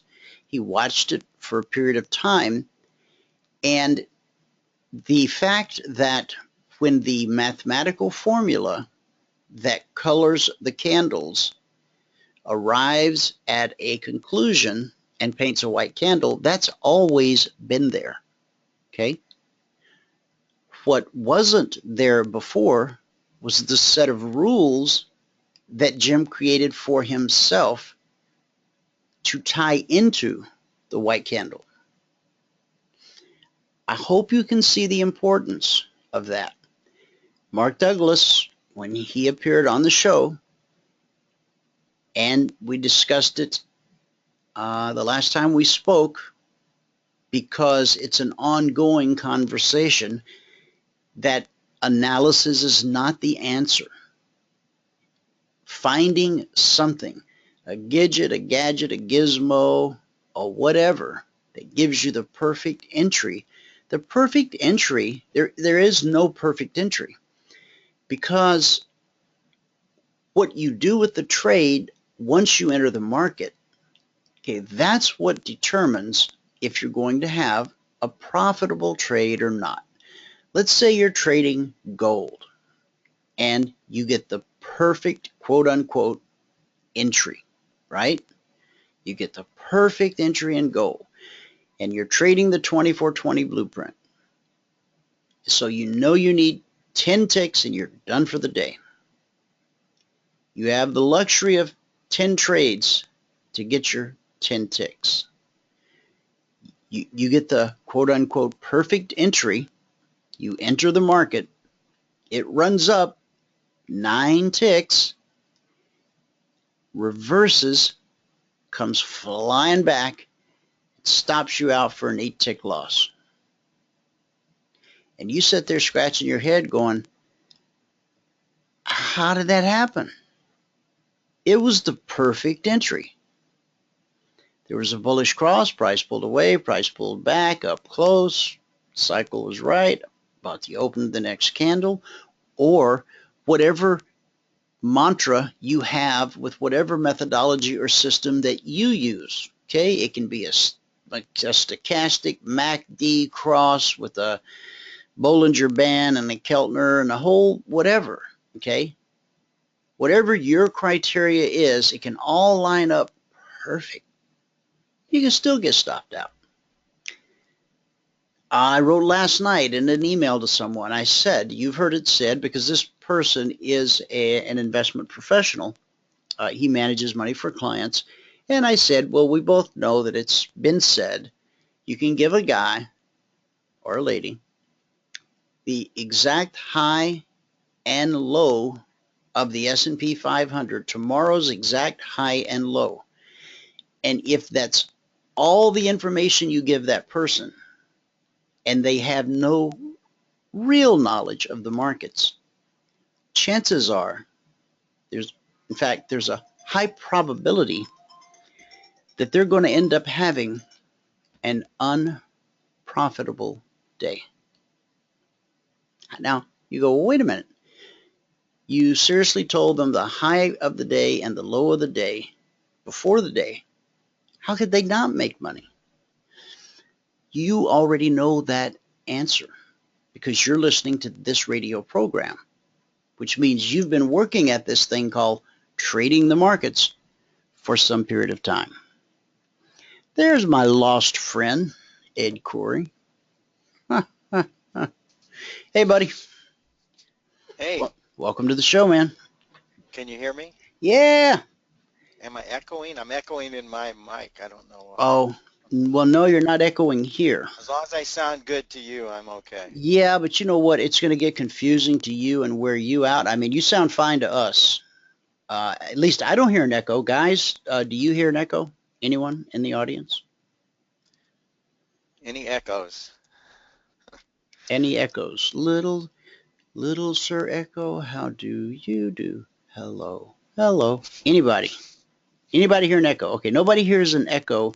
Okay. But I if can live with if it's bugging you, probably just logging out and logging back in will fix it. Well, you're assuming that everything's normal here. It never is. All right. So. Okay. All right. Well, if you're okay I'll with just live it. with it till I go crazy, and then if I go crazy, I'll talk about it. All right. Okay. So we just covered the S&P, guys. The bonds. Well, the bonds gave us the 10 ticks that we were looking for. We need 4. It gave us 10.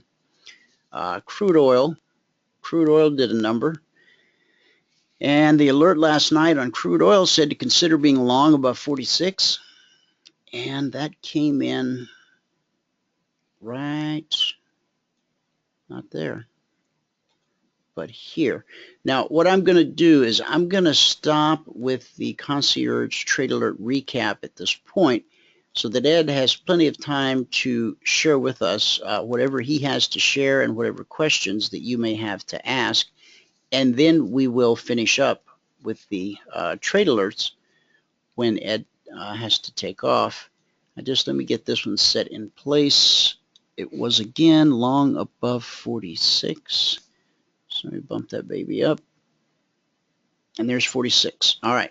So in the first hour that we triggered, we got up to 46.32. That's $320 per contract if you got out right at the last tick of that hour, or the high tick. Our goal is 10 ticks a day. Okay. Now the swing high of the session is 47.10.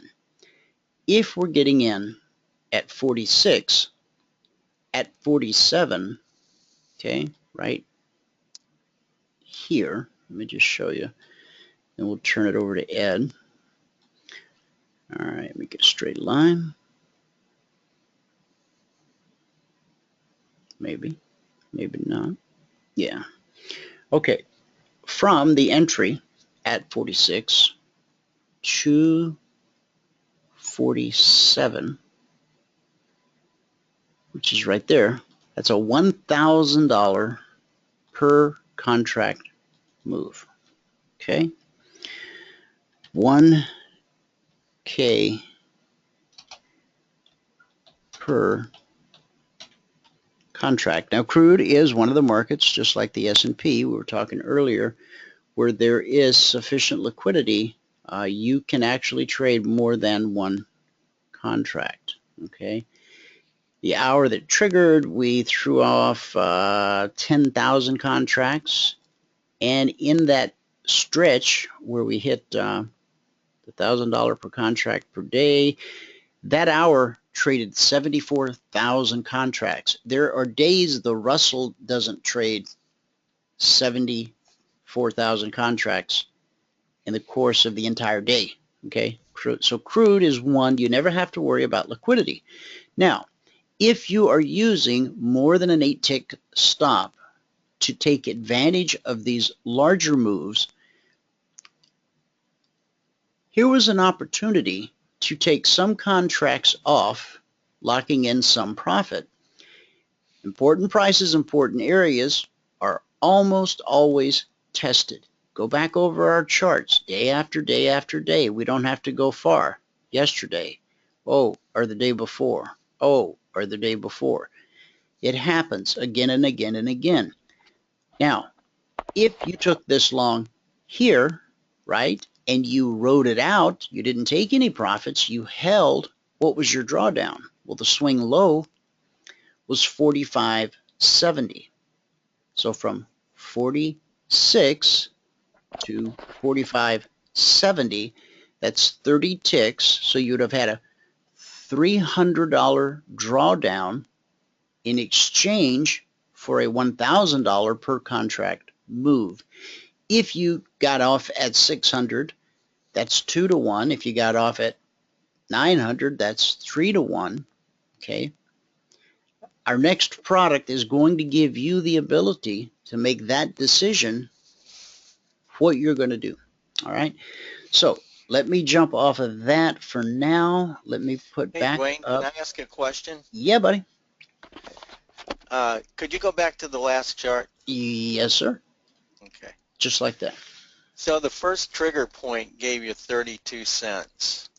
And the point I would make is this. If you had your pig nose on that one, you would probably have missed the second trade because you would have ended up getting stopped out. Yeah, hanging on too long. Okay. If you got 32 cents in it, I just want to make the point there's no need to ever lose money on that trade. Oh, yes. Thank you. You know, and if you do, here's what happens.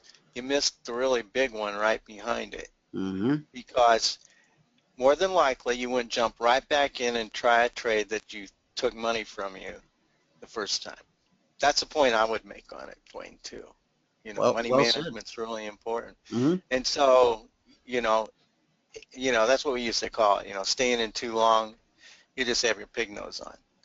And it depends on what your time frame you're trading and the methods that you're using, but in this instance, the real point I'm trying to make is if you're not careful on your money management opportunities and profitunities, say, it'll end up costing you the next trade and the next trade. Did you say profittunity?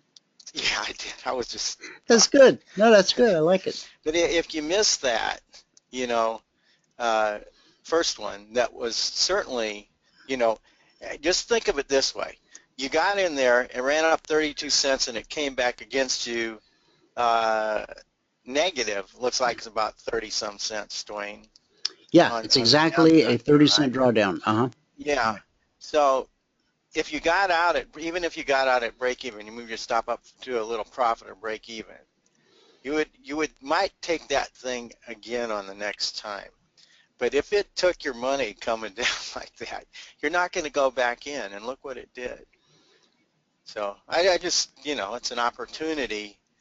But when I first started trading, this guy sent me a pig nose mask thing that he just put over my nose. And he got fed up with me, one of the brokers. Well, how does the saying go? Something, something, but pigs get slaughtered. How does that saying go? Yeah.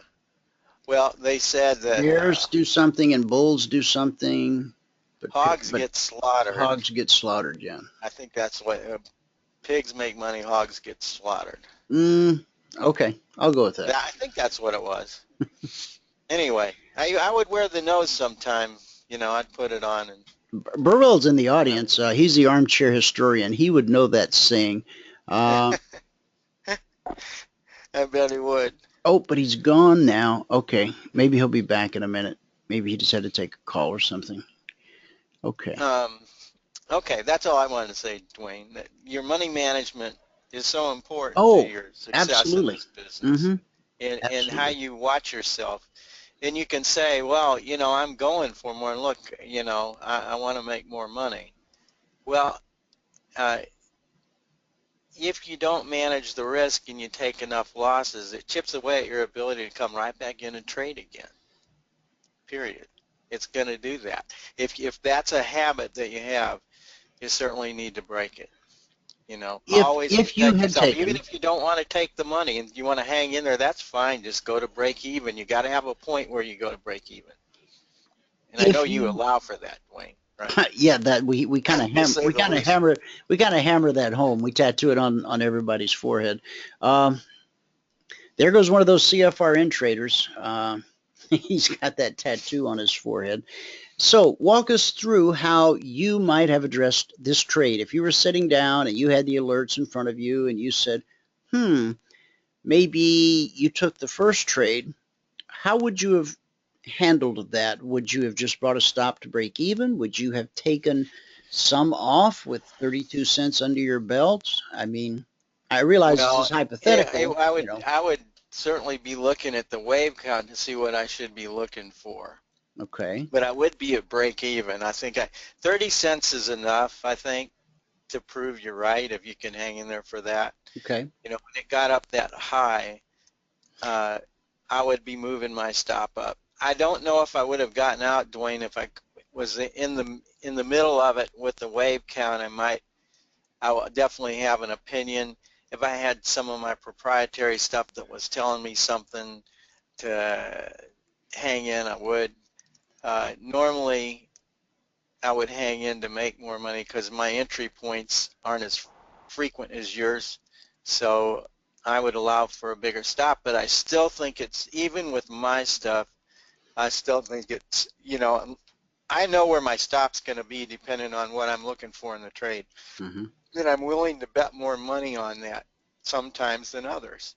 And on this one, after this candle, it sat around for a couple bars there. 2 hours. It wasn't performing, so I would have at least been at break even on this trade. Once this candle completed, Ed, with the tail extended below it, and this black line, that is the alert line right there. Okay. Right. Would this have intrigued you to trade this long?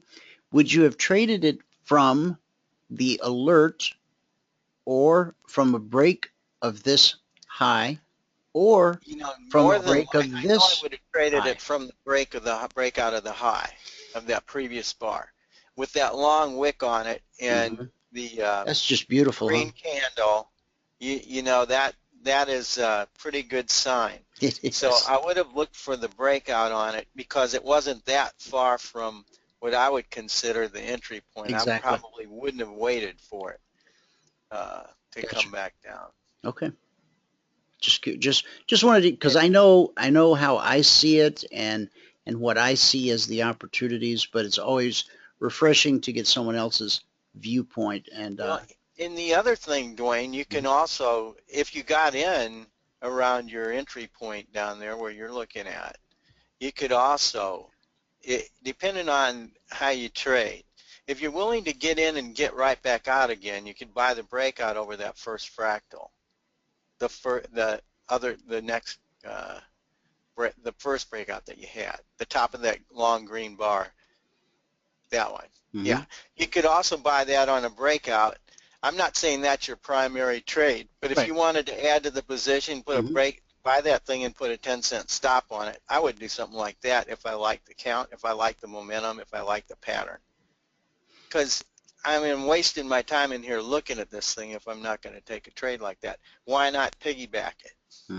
It depends on the outlook, but I look for things like that. Why not? I'm already in the trade. It's got my attention.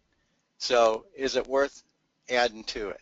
And that's a logical addition point, and I don't need to take a lot of risk. That's the kind of trade, depending on the momentum conditions under the whole thing, that I would be looking to do that normally, unless I had something that would tell me I wouldn't expect it to run at least to 46.50 or something like that. Now, in what he's just said, guys, please understand there's a world of difference between adding to a profitable position versus adding to an unprofitable position. Amen to that. The whole averaging down business, we don't teach or preach that. I'm sure there are traders who do it and do it successfully, and God bless them. We just don't, because I've tried it years ago, and it didn't end well for me when I tried it, and so I just stopped trying it. It's kind of like the guy that goes to the doctor, and the doctor says, "What's wrong?" And the guy says, "Well, I broke my arm in 3 places." And the doc says, "Well, I'd stay out of those places." So, yeah, it didn't work well for me to average down, and so I stopped averaging down. So, anyway. Well, I don't think that was isolated to your experience, Dwayne. I can vouch for that too. That is a losing proposition. Unless you've got a different thing you're doing. If you're hedging, it's a different thing. When I worked for oil companies and advised some oil companies and did the trading for some, we would have, you know, a few million barrels of inventory sitting out there in the tanks day in and day out. It was our working inventory. We had that position. It was long in the physical market. So that made it, that was the only thing I found that was amenable to hunkering down and saying, okay, we got this inventory here. It's not hedged, meaning we're long in the physical barrels. Where am I going to sell it at? So, you know, this was always the strategic decision that we would make, and I would take it into the, I did it in a way so that I didn't have to go in and get emotional with, you know, the CEO and the executive vice president when I wanted to make a big move. And I got them to sign off on a monthly basis that if I could get X dollars of profit for this inventory hedging it, that I would. And what we would do is I would set a range for the, I would try and predict the range, but what I really did have control over was if it got up to these levels, we were going to start hedging in our inventory because we knew that we had good profit there. But at what point do you go all the way and hedge 100%? Never. But we would hedge up to 80% of our inventory. So we'd hedge millions of barrels in the futures market.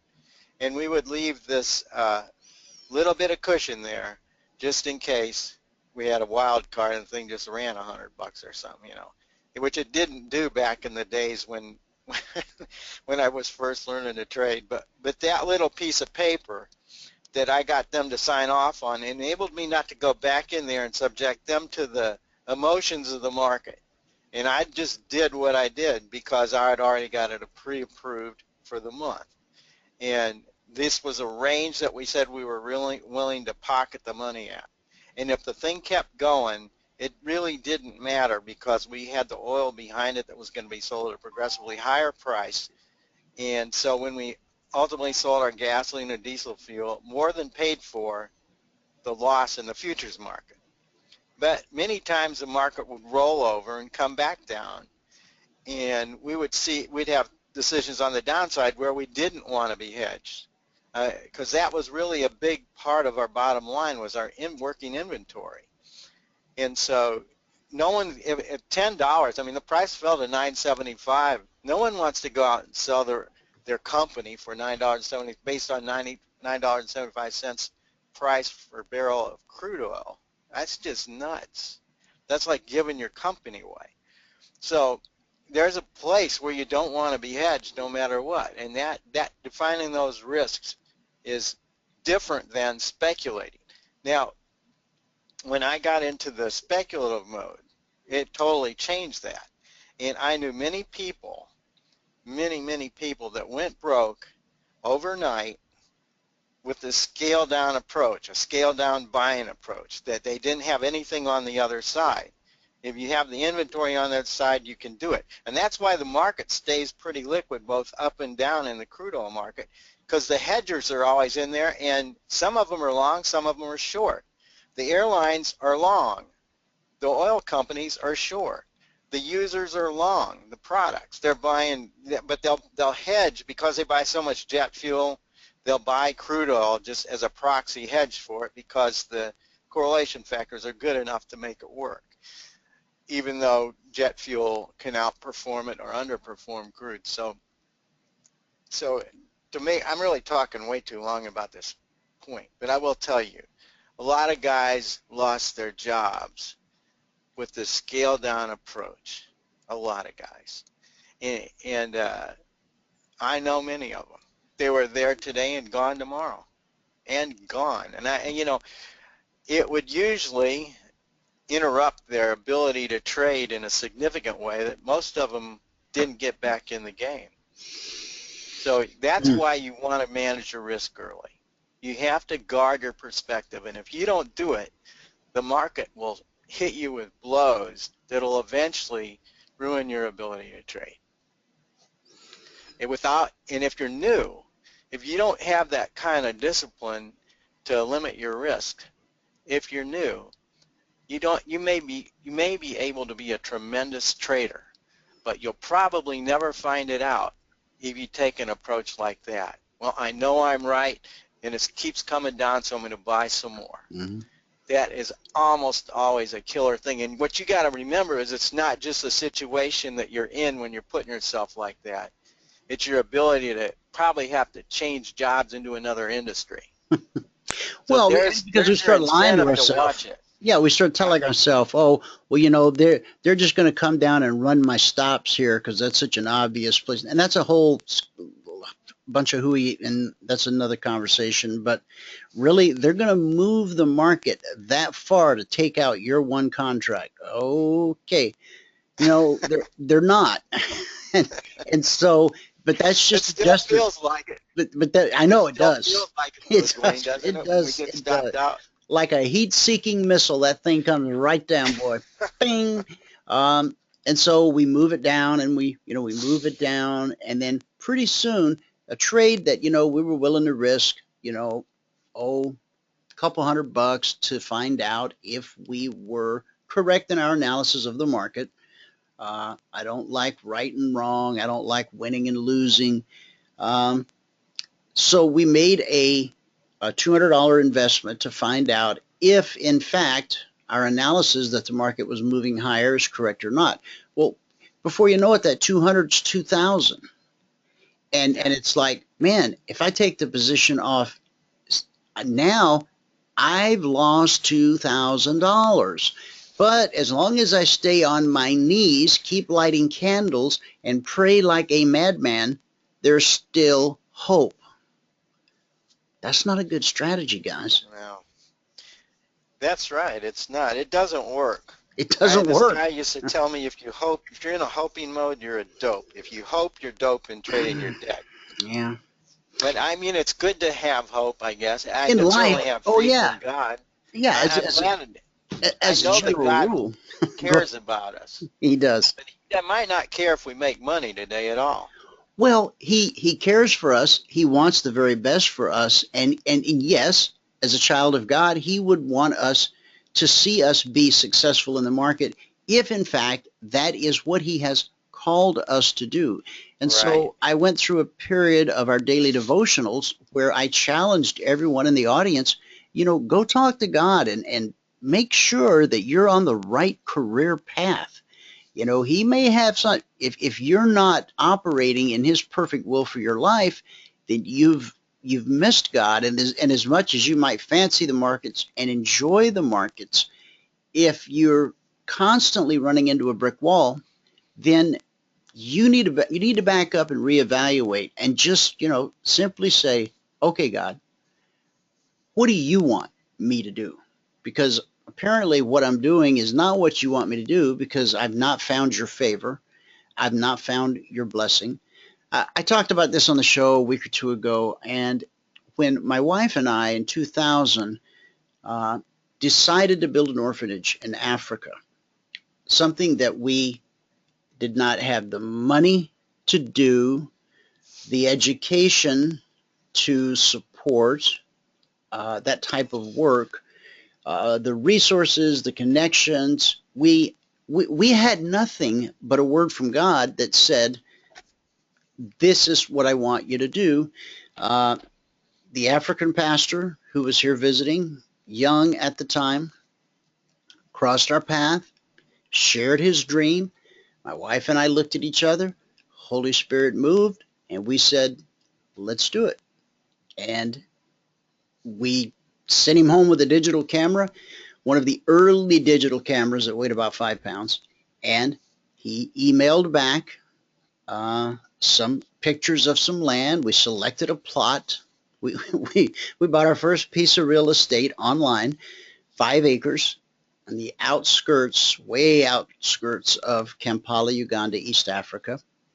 But from the day we made the decision to the day I signed the first check, it was evident that we were absolutely, positively, perfectly in the will of God for our life at that point in time, because doors began to just fly open. Doors we didn't even know existed. People were drawn into our life. People I would have never met were it was like a magnet. They were drawn to me. They came to see me, to meet me, to talk to me, to question me, to put money into my hand, to put into this work that was going on, you know, halfway around the world. And so now, traders, think about where you're at with what I just described and your trading.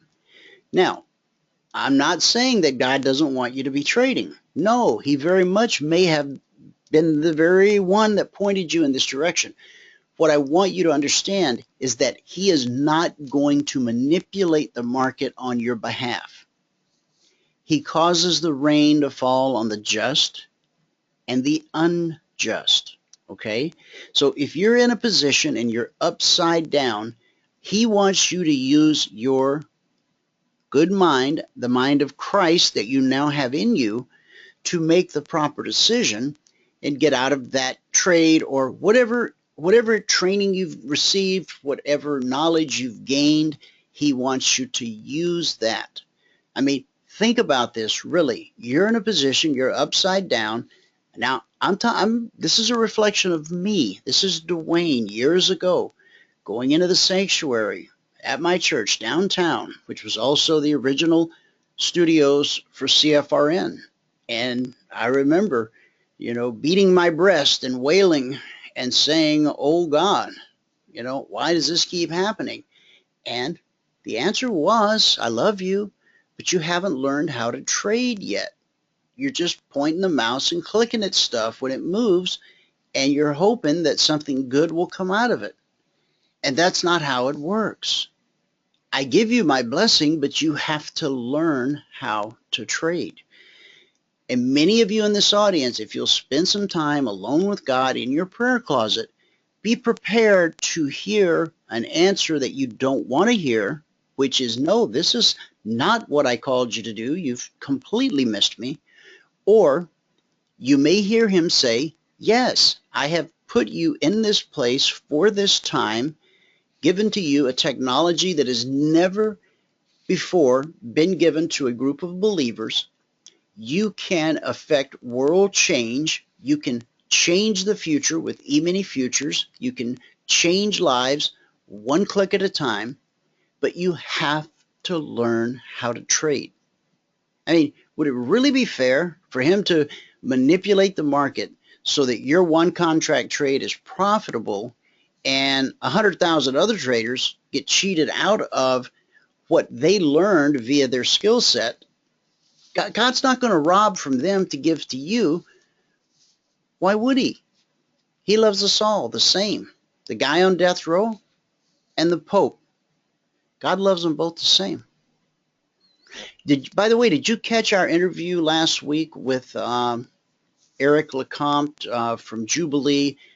Their papal, they advised the Pope and the UN on debt poverty, debt relief, all of that. Did you catch that? No, I didn't, Dwayne. Okay, if you go to the YouTube or the iTunes or the Google Plus, the interview with Eric is archived and you can listen to it. And I talked to him about, he said, you know, so many people think that this Pope is a socialist Pope, and he's not. They think he's a liberal Pope. He goes, but he's not. This guy follows the Pope everywhere he goes and reports on it, and they act in an advisory capacity on what Vatican policy should be. And he said this guy very much believes in business, in capitalism, in people working for a living. And so there's an article, I wrote 2 articles. One is called The Pope, Poverty, and Emini Futures. And the other one is called Beyond Wall Street, Emini Futures, an instrument for global change. Both articles are, I think, worth reading. Maybe I'm wrong. But the second article contains the podcast with Eric. So you might find it interesting what he has to say. So yeah, he has said a lot of things, and somebody tried to do an objective review on him, and they one of the 18 points he made before Congress, and he said, this guy who wrote it said that he gave 9 points to the liberal end of the spectrum and 9 points to the conservatives. So well, he sounds like he knows his politics. I did not follow it specifically, but I know that he said some things that I think were right, and I think his heart's in the right place. I'm just not sure. This is a guy. I have a hard time believing his science. This is a pope who rode the bus to work before he became the pope. He could have had a chauffeured limousine, but he chose. I call him the working man's pope. And one of the articles, press release that was put out by Jubilee USA, which is the organization that Eric is the executive director of, said that we are somewhat surprised at how toned down the anti-capitalistic rhetoric of the Pope is during his visit to the U.S. He's working very hard not to offend and to help America, Congress, the President, understand that he, as the leader of 2 billion people worldwide, he believes in business. He believes in a man having a job and earning a paycheck and being a provider for his family. He's not just about, debt relief and allowing countries to go bankrupt and entitlements. It was a good week for me. I learned a lot, and I really enjoyed the conversation I had with Eric. Yeah, I'll try and listen to that. Yeah, let me give you the charts, okay, so you can do your dance. What was apparent when he was here is, of all those points that he made to Congress, the climate change, and there was... Hey, I gave you the charts, and I completely lost you. There you are. Can you hear me? Yeah, you're back.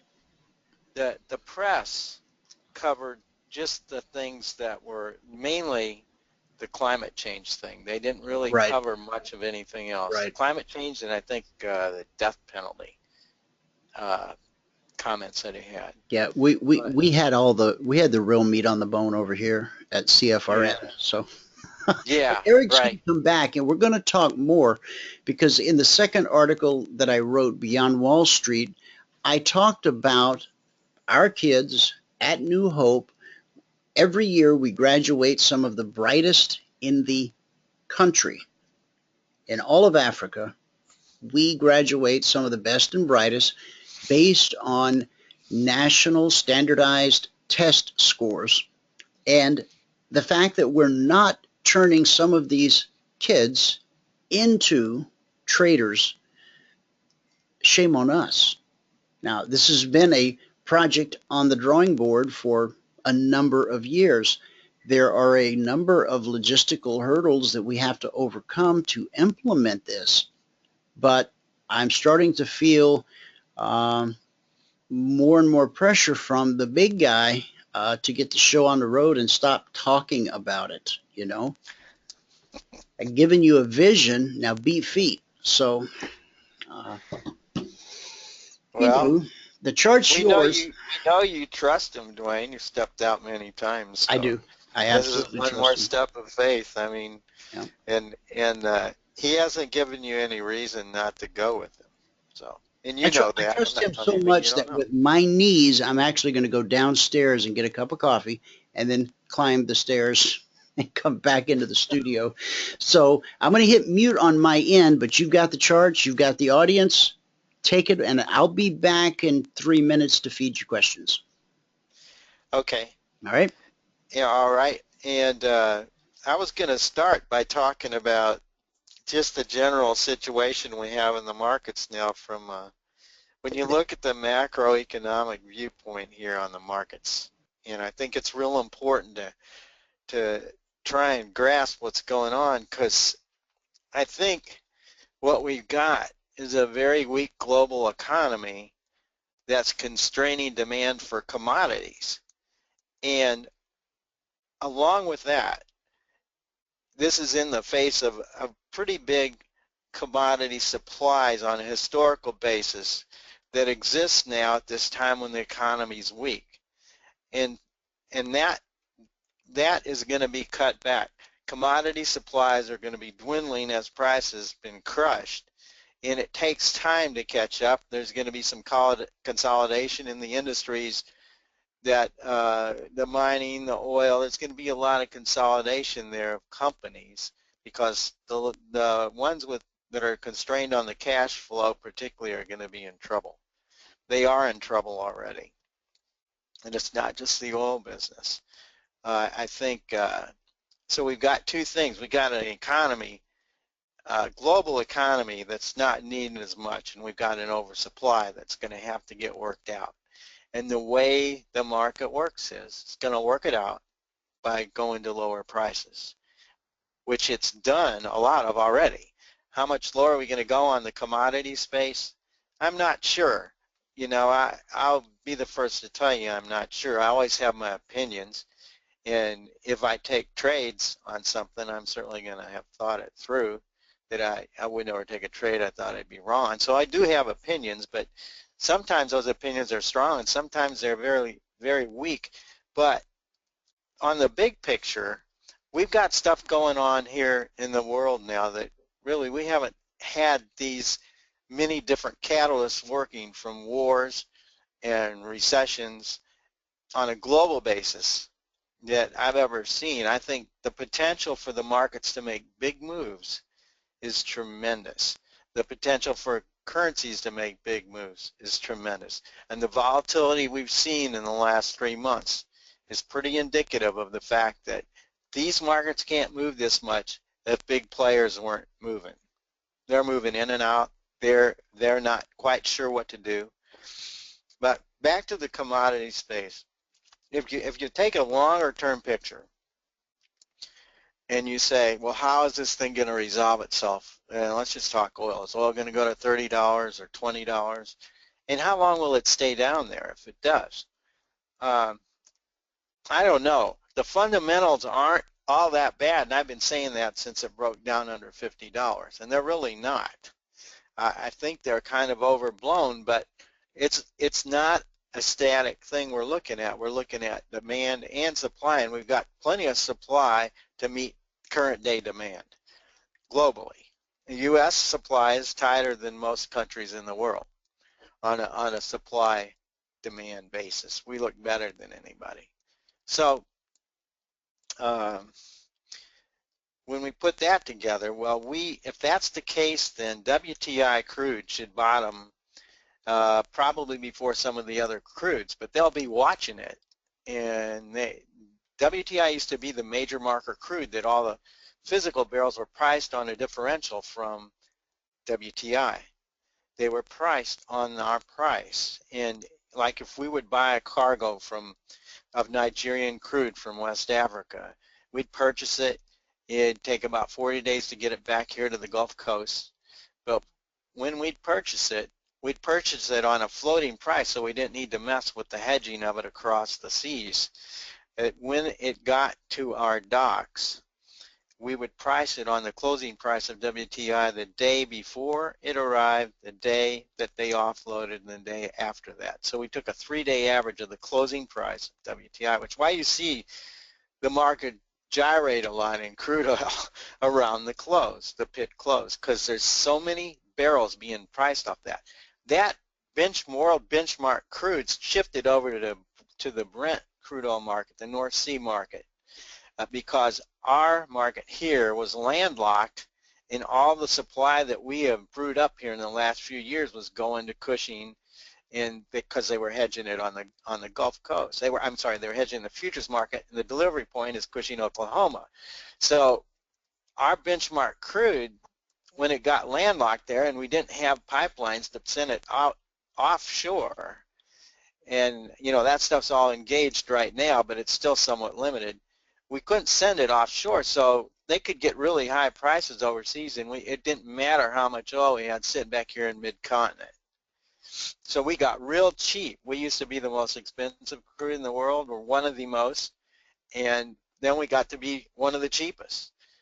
Well, right now that's been changing, and you can see the Brent spread to WTI has closed up pretty good, and it right now is $3.05 a barrel. WTI is under Brent. It was under it by $20 a barrel. So you can see that we're tightening up, and when the thing does bottom, I think WTI crude is going to take back the limelight and lead this thing up. I'm not saying that's going to happen yet, but just this commodity overgrowth, let's call it, combined with the lack of demand, is a problem for the markets, and it's a really good indicator of the economy. The global economy, one of the best indicators on how a country's doing is its demand and imports of oil. So we could see this thing weakening, a year ago. You could see that it was going to happen because the global demand was dropping country by country by country. So the question is, no one knew that it would come this slow. I mean, you never really know, and part of being a good trader is knowing that you don't really know for sure. You just want to know what to do when certain things happen. And to make a good decision, it's good to have some type of objective system to trade by. And the technicals work better than any of them, but I still think it helps to take a look at how this thing works. And so if you talk about returns over the next 5 to 6 years, now I know that's a time frame we don't talk about, but personally I believe the commodities have taken most of the hit by now, and I think whatever you buy, if you can hold on to it, that's the big gift.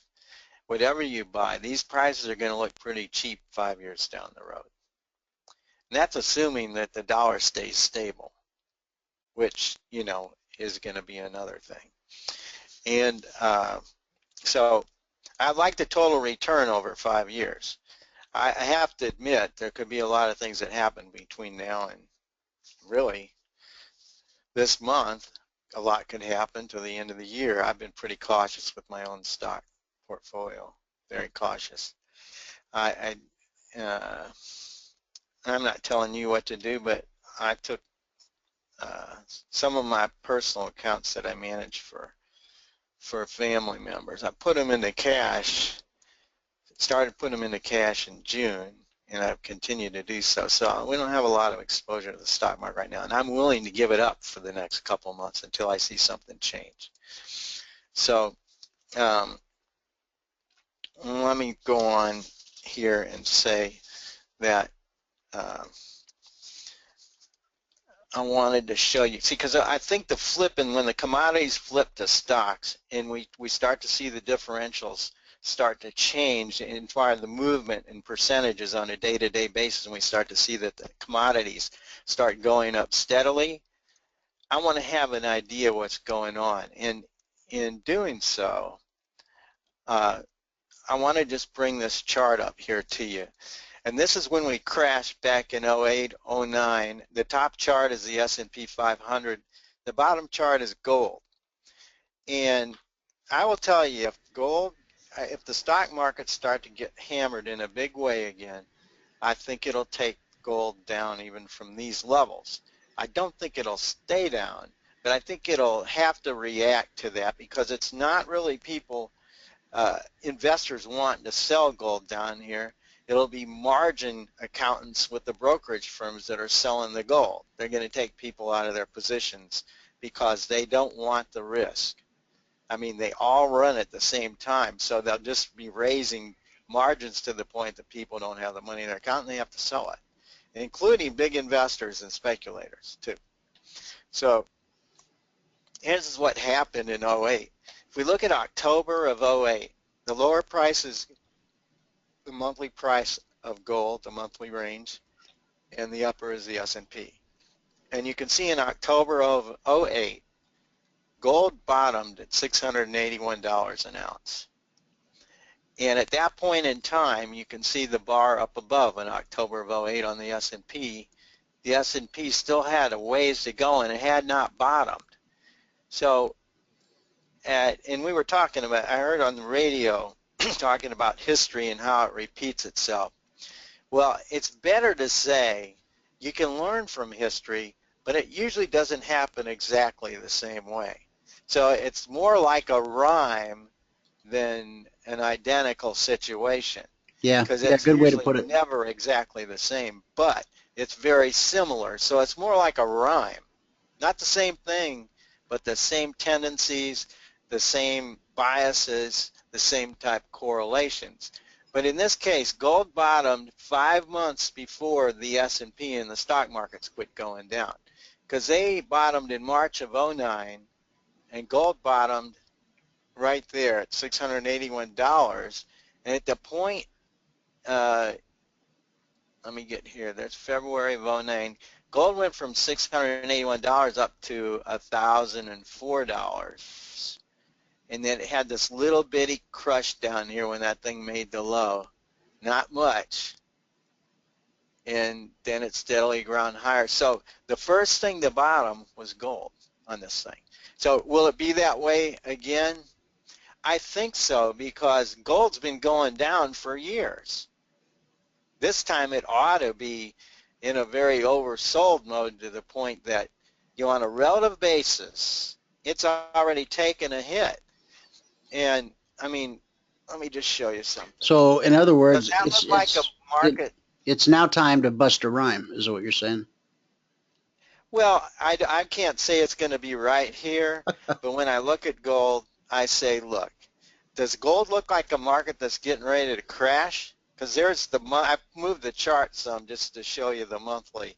It's flattening out down here for sure. So, and let's just take a look at this. Let's just take a look at the top on the upper chart, okay?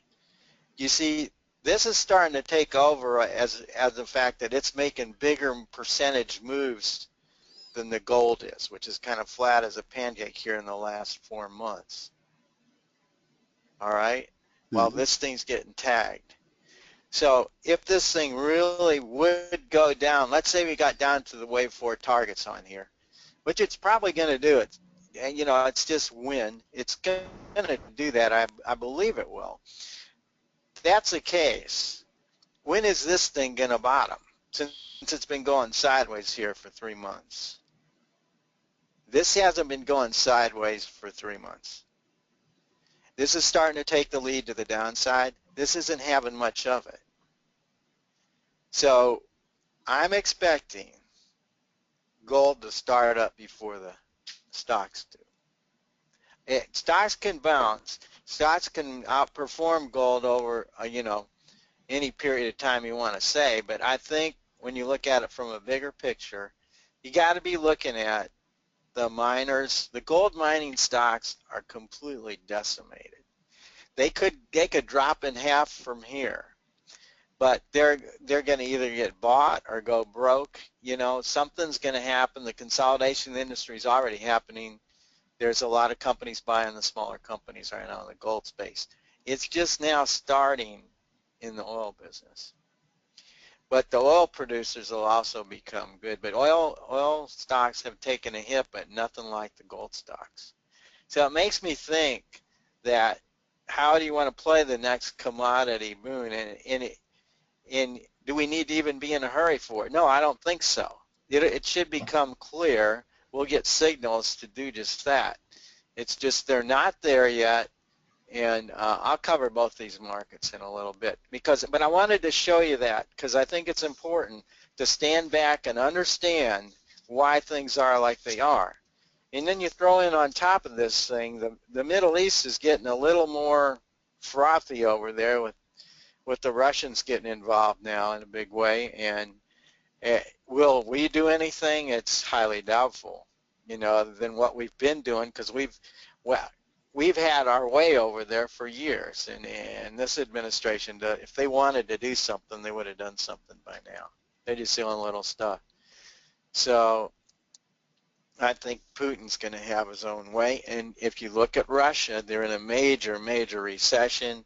Their currency has dropped over 60% in the last year against the dollar. What would we do if we lost 60% of our purchasing power in a year? What would our country look like? That's what they're going through. The president, Putin, his way out is to get the oil prices higher, and that's about it, because that's their major export. That's where their revenues come from. And these lower prices are really hurting them and a lot of the oil-producing countries too. But but Putin doesn't have any reason to calm down the Middle East. He has a lot of incentive to stir it up and possibly, take some countries, force them, into slowing down on their production or restricting their pathways to getting oil out of their country through pipelines and docks and whatever. So I think he's making that play, and I think this is the reason why. This is his main source of revenue, is oil. So I'll get to the charts, Dwayne. I just think it's important to stand back and look at this thing. And I know there's some guys in the audience that know a lot more about cycles than myself, because just personally, I've never really been able to make use of them, nor have I really tried. And I've worked another angle towards the markets. But there's so many cycles that, according to people, that are coming together. There's a confluence of cycles. Mm-hmm. The Condradiev cycle is a long-term 30-year cycle that's coming due. The jugular cycle is due to bottom in 2022, and it's coming in strong in October. That's a business inventory cycle. It's a 7 to 11-year business inventory cycle. There's a Kuznets cycle that is a real estate cycle that's an 18-year cycle that's coming in to its strong point here in October. And it also is a measure of income inequality. I didn't know they had any cycles on that, but that's apparently the worst. We're probably going to be the worst we've been in several years, and that's down till 2020. So a lot of these cycles are down to, going out years. And then there's this convergence of these cycles also includes, from what I'm reading, a 20-year and 60-year economic cycles combining to become strong here in October. Now, I don't know. I'm just telling you some of the things I've read. But in any time I see someone cite a particular date or month, I immediately discard it because I have never made money off of it. But some of these guys can get pretty close with this stuff, and can it help you when you see things come together and actually confirm that they're going to do something? I believe so. And it might help you as far as how much you're willing to risk on the trade.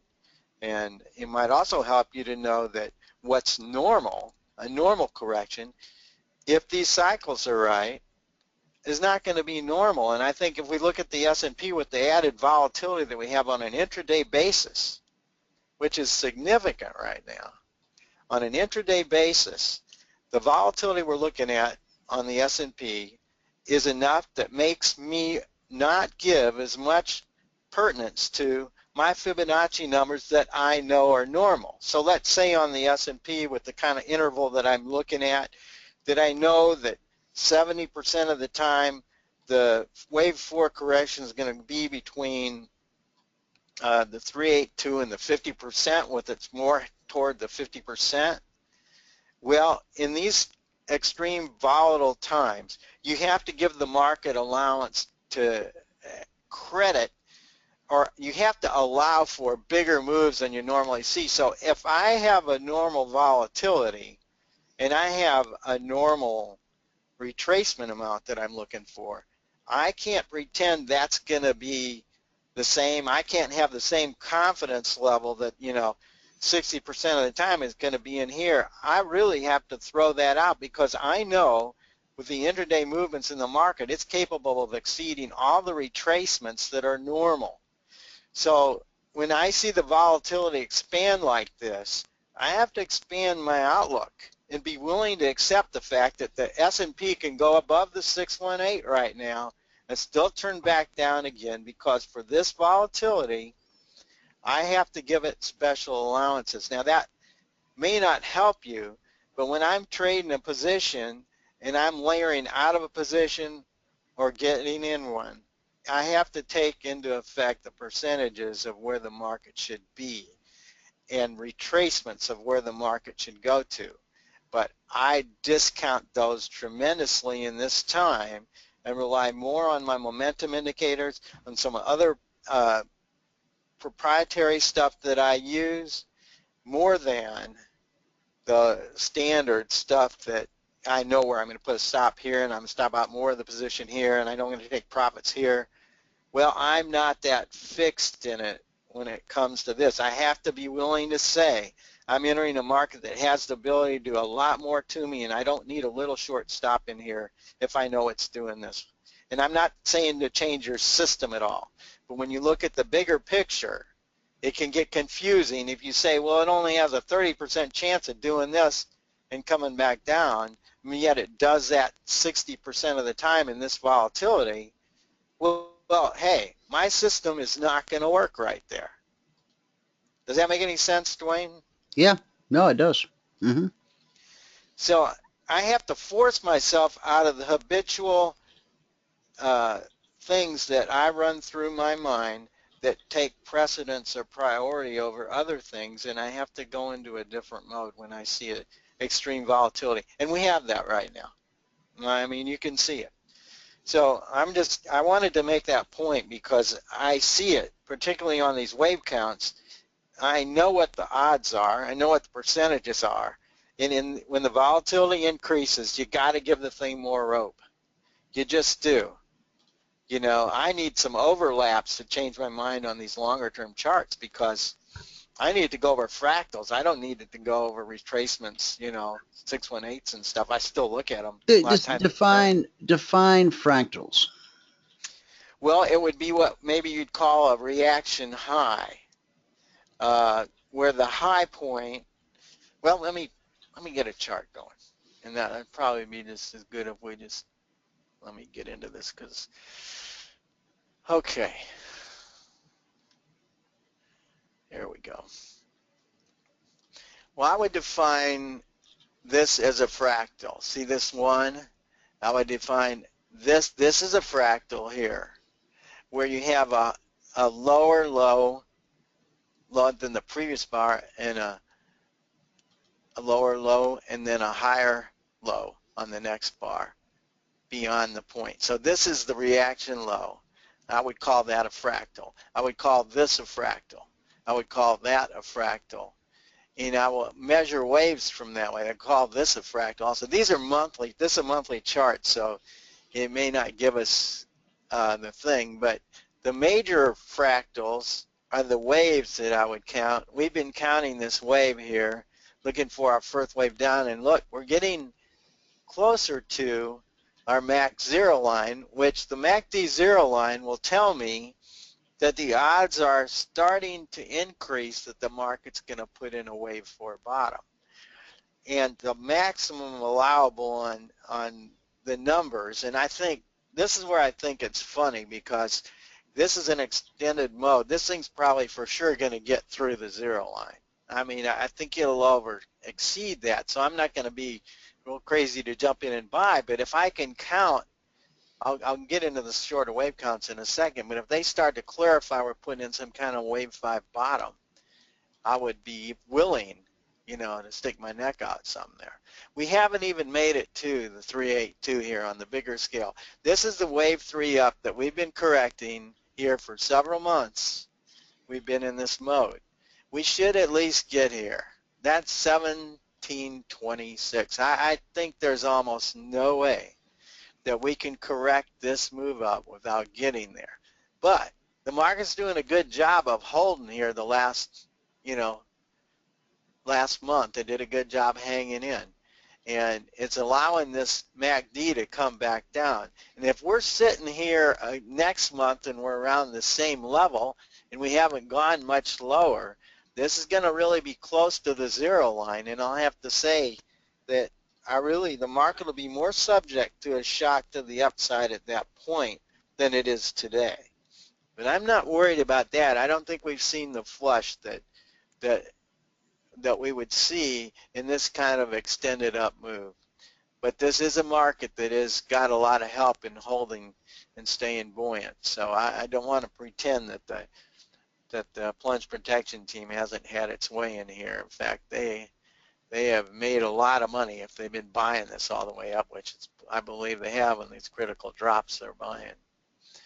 And so, but we can also say since this point in time back in 2011, you know, we haven't been able to really penetrate or close under this mid-Keltner channel until now. So we did that last month. That's usually a sign that you'll want to sell the retracements on the next rally. I would say there's going to be plenty of resistance up here at the 2050 level, a lot. The lows of these bars right here, you know, I think there'll be plenty of resistance because I think a lot of people got short on this break of these two bars right here. And it's pretty obvious they did because this took more than a short to do this. It's more than shorts. There's people that went net short here. And they'll be defending this position if it ever gets up there again. You know, they'll be defending that. And that level's like 2046. I've said, let me just pull this up for a second. My report last weekend, the S&P 500 index continued its volatility and wave forward down on its monthly wave count, shown on the upper chart on page 3. Well, we're looking at the monthly wave count. The lower chart of the 1400-minute wave count, and I'm going to show you that next, displays the current wave 4 bounce with the expected entry into wave 5 down, showing near-term wave 5 projections now in the 1773 area. The first leg down of the monthly wave 4 correction may be completed soon if there is not much follow-through under the 1831 level during the next 2 weeks. So I'm giving the market a couple weeks here, this week and next, to see if they can break that 1831. That would be normal. The larger targets remain for this fourth wave in the 1601 to 1726 range, as previously mentioned. And I said initial resistance is in the 1935-1950 area, with key resistance in 1973 to 1996 range this week, and you see we're over the 1996. In order to go to a neutral near-term posture price, we need to close over 2050. Initial support is in the 1885 to 1908 area. Fears of a deepening global recession continue to hamper stocks. Keep an eye on the weekly signal, which we had a weekly sell signal at 1896, and that went for a pretty good amount here this week. We got down to, this is monthly. Now we split the week. So that was last month. Let me go to the next chart. I can't explain that. We're going to talk coffee here in a minute because there was a question earlier about coffee. But let me pull up these other questions and see what we got. But go ahead with what you're saying now. Okay, so on the S&P weekly chart, we did go ahead and break that sell signal, and the market dropped from 96 down to 61. So we got 35 points of the move so far. Will it continue? Well, it kind of depends on how it goes in here as we work down through the wave count here. I am looking at this chart right here, and this is the 1400-minute continuation chart, looking for the fifth wave down. And we've been looking for this here, and it did get up on this point at 2021.50, and that's the top of the wave 4. This is certainly the wave 5 down in this. Now, what's significant about 1400 minutes? I know I've asked you before. Well, 1400 minutes is the measurement of where this fractal started here. Okay. And trying to find the fifth wave, and this is the C leg down. Let me see. Because, you know, in my DT Pro platform, I have a little thing called fractals in the indicator store. But when I click it, it doesn't appear to do anything. The fractals? Yeah, maybe maybe it's a block of code that's inserted into a strategy. Maybe that's what it is. When I take the charts back later, I'll show you what it looks like. Okay. What does yours mark it as a reaction high or reaction low? Does it look like that? You know what? Hang on. I don't think it does anything. Okay. Let me, all right. I'm gonna. Well, what I wanted to do is I'm gonna grab my chart and I'm not gonna switch charts. I'm just gonna grab my chart and pull it over to the other screen so people can continue to see your chart while I take a peek at my own chart. Let's see, insert indicators, and where did I see that? I think I might have saw it under, no.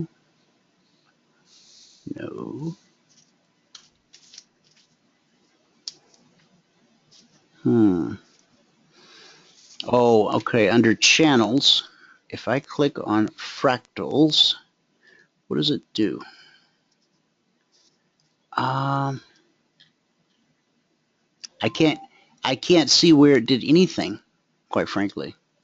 Now it gives me. Do you have to define the parameters? Well, it does give the opportunity. If I go to, let's see, all open indicators, all active indicators, fractals, properties. What properties are available? Point, blue.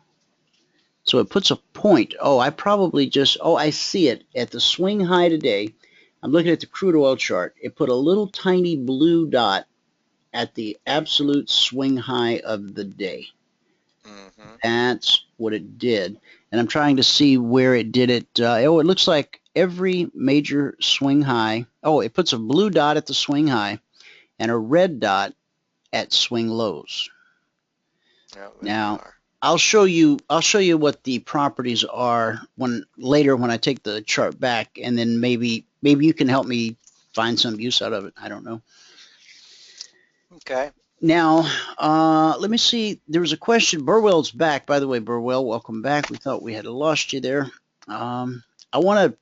Your presidential comment I want to speak about, but I want to go to the question you had just put in about, let's see. Hi, Ed. Can you provide your current Elliott wave count and analysis on the monthly Russell 2000? Now, since you have the S&P chart up, let me just go to this question from Burwell. There's a lot of talk in the financial media comparing the present situation, S&P 500, with that of 2011. Based on your Elliott wave assessment of the two periods, do you think the comparison is valid? Okay. Is this market the 2011 market? Well, the 2011 market peaked and it pulled off for a wave 2. And it looks like it was a single one-leg correction down for wave 2.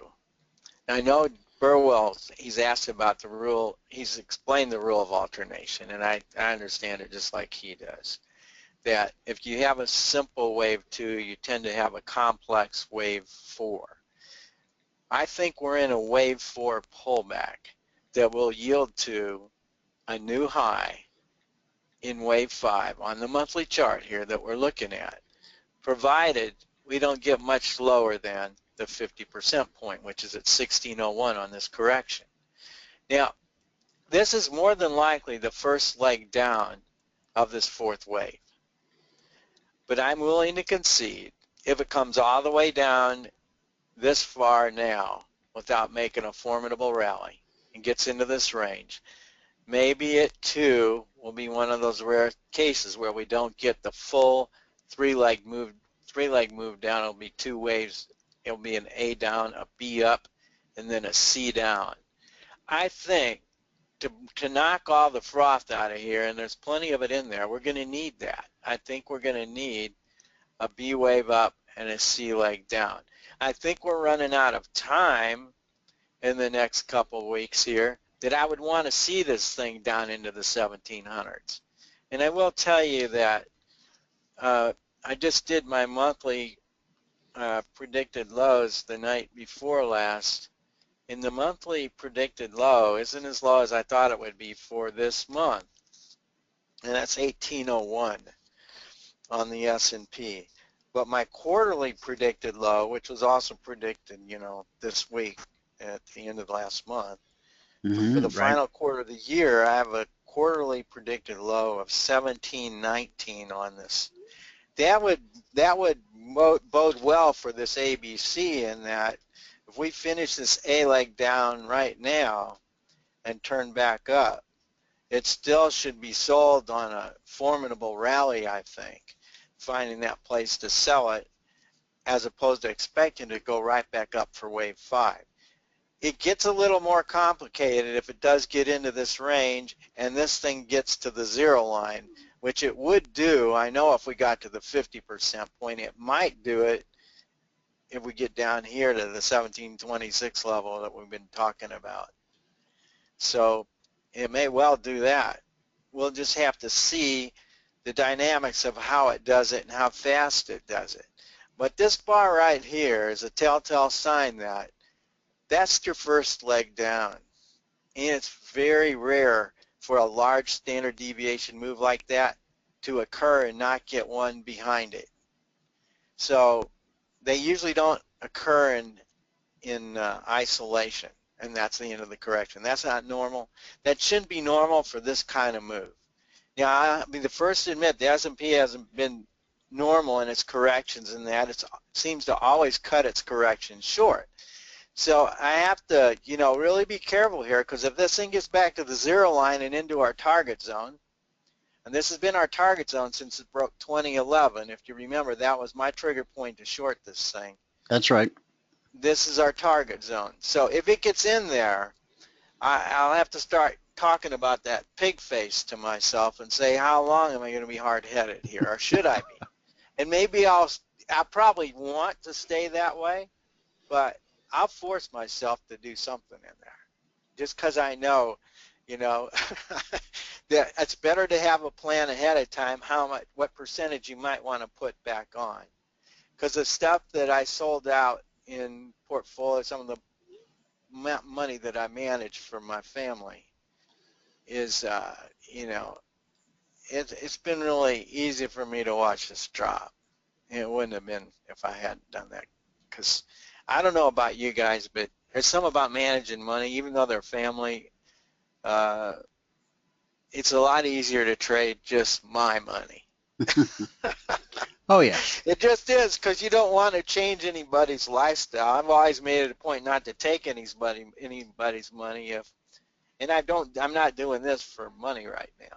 I've had money under management for many years, but I don't have any now. Just my very close friends and my 96-year-old aunt who's got a much better memory than I do, so she's amazing. We've done some real good stuff with her. And I have to say, she's steady. She doesn't like to panic. That's good. That's a great quality. It's amazing for her age that she can You inherited that. Oh, no. Yeah, I'm saying it's amazing I can not get scared in the middle of it and just let it run over me sometimes, too, yeah.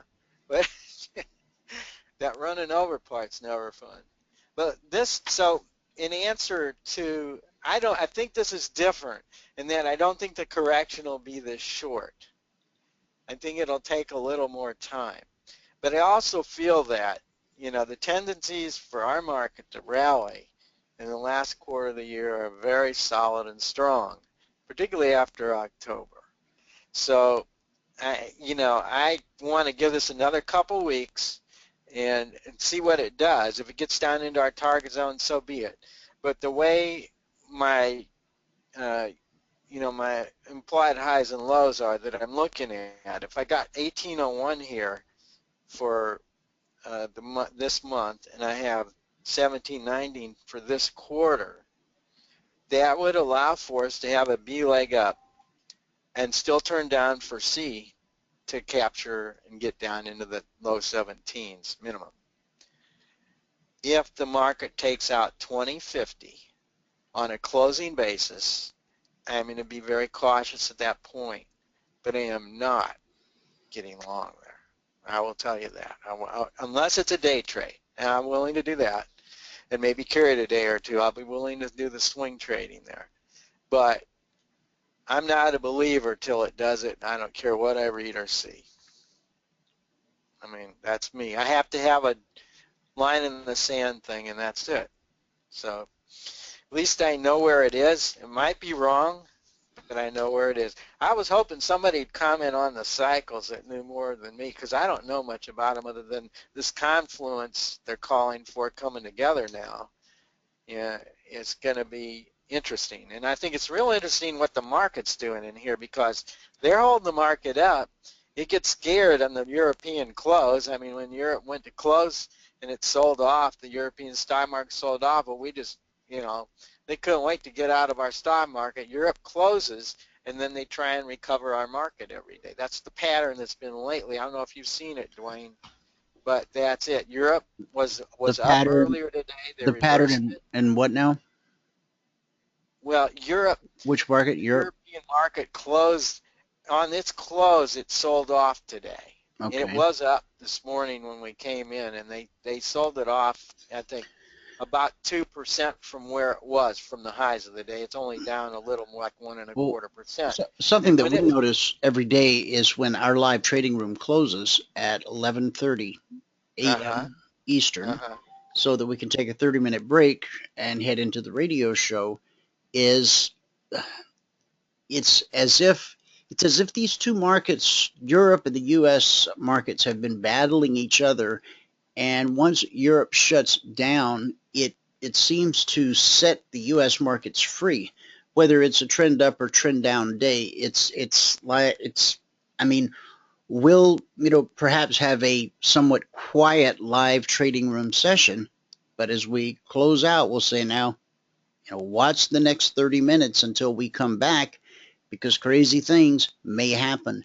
And I think more days than not, when we come back, that time period between 11:30 p.m. or a.m. Eastern and 12 noon Eastern, some wild things do happen compared to what may have been basically the quiet nature of the market during the 2 hours that we have the live trading room open from 9:30 a.m. to 11:30 a.m. So guys, watch that. Just like I tell you to watch the London Open for incredible opportunities, watch that 30-minute slot from 11:30 a.m. London closes up to 12 noon when Wall Street goes to lunch, quote unquote. Yeah. And see if you can't spot some great opportunities, not just in the euro, not just in the S&P, but in a multitude of markets, even soybeans. Yeah, it's pretty interesting, isn't it? It really is.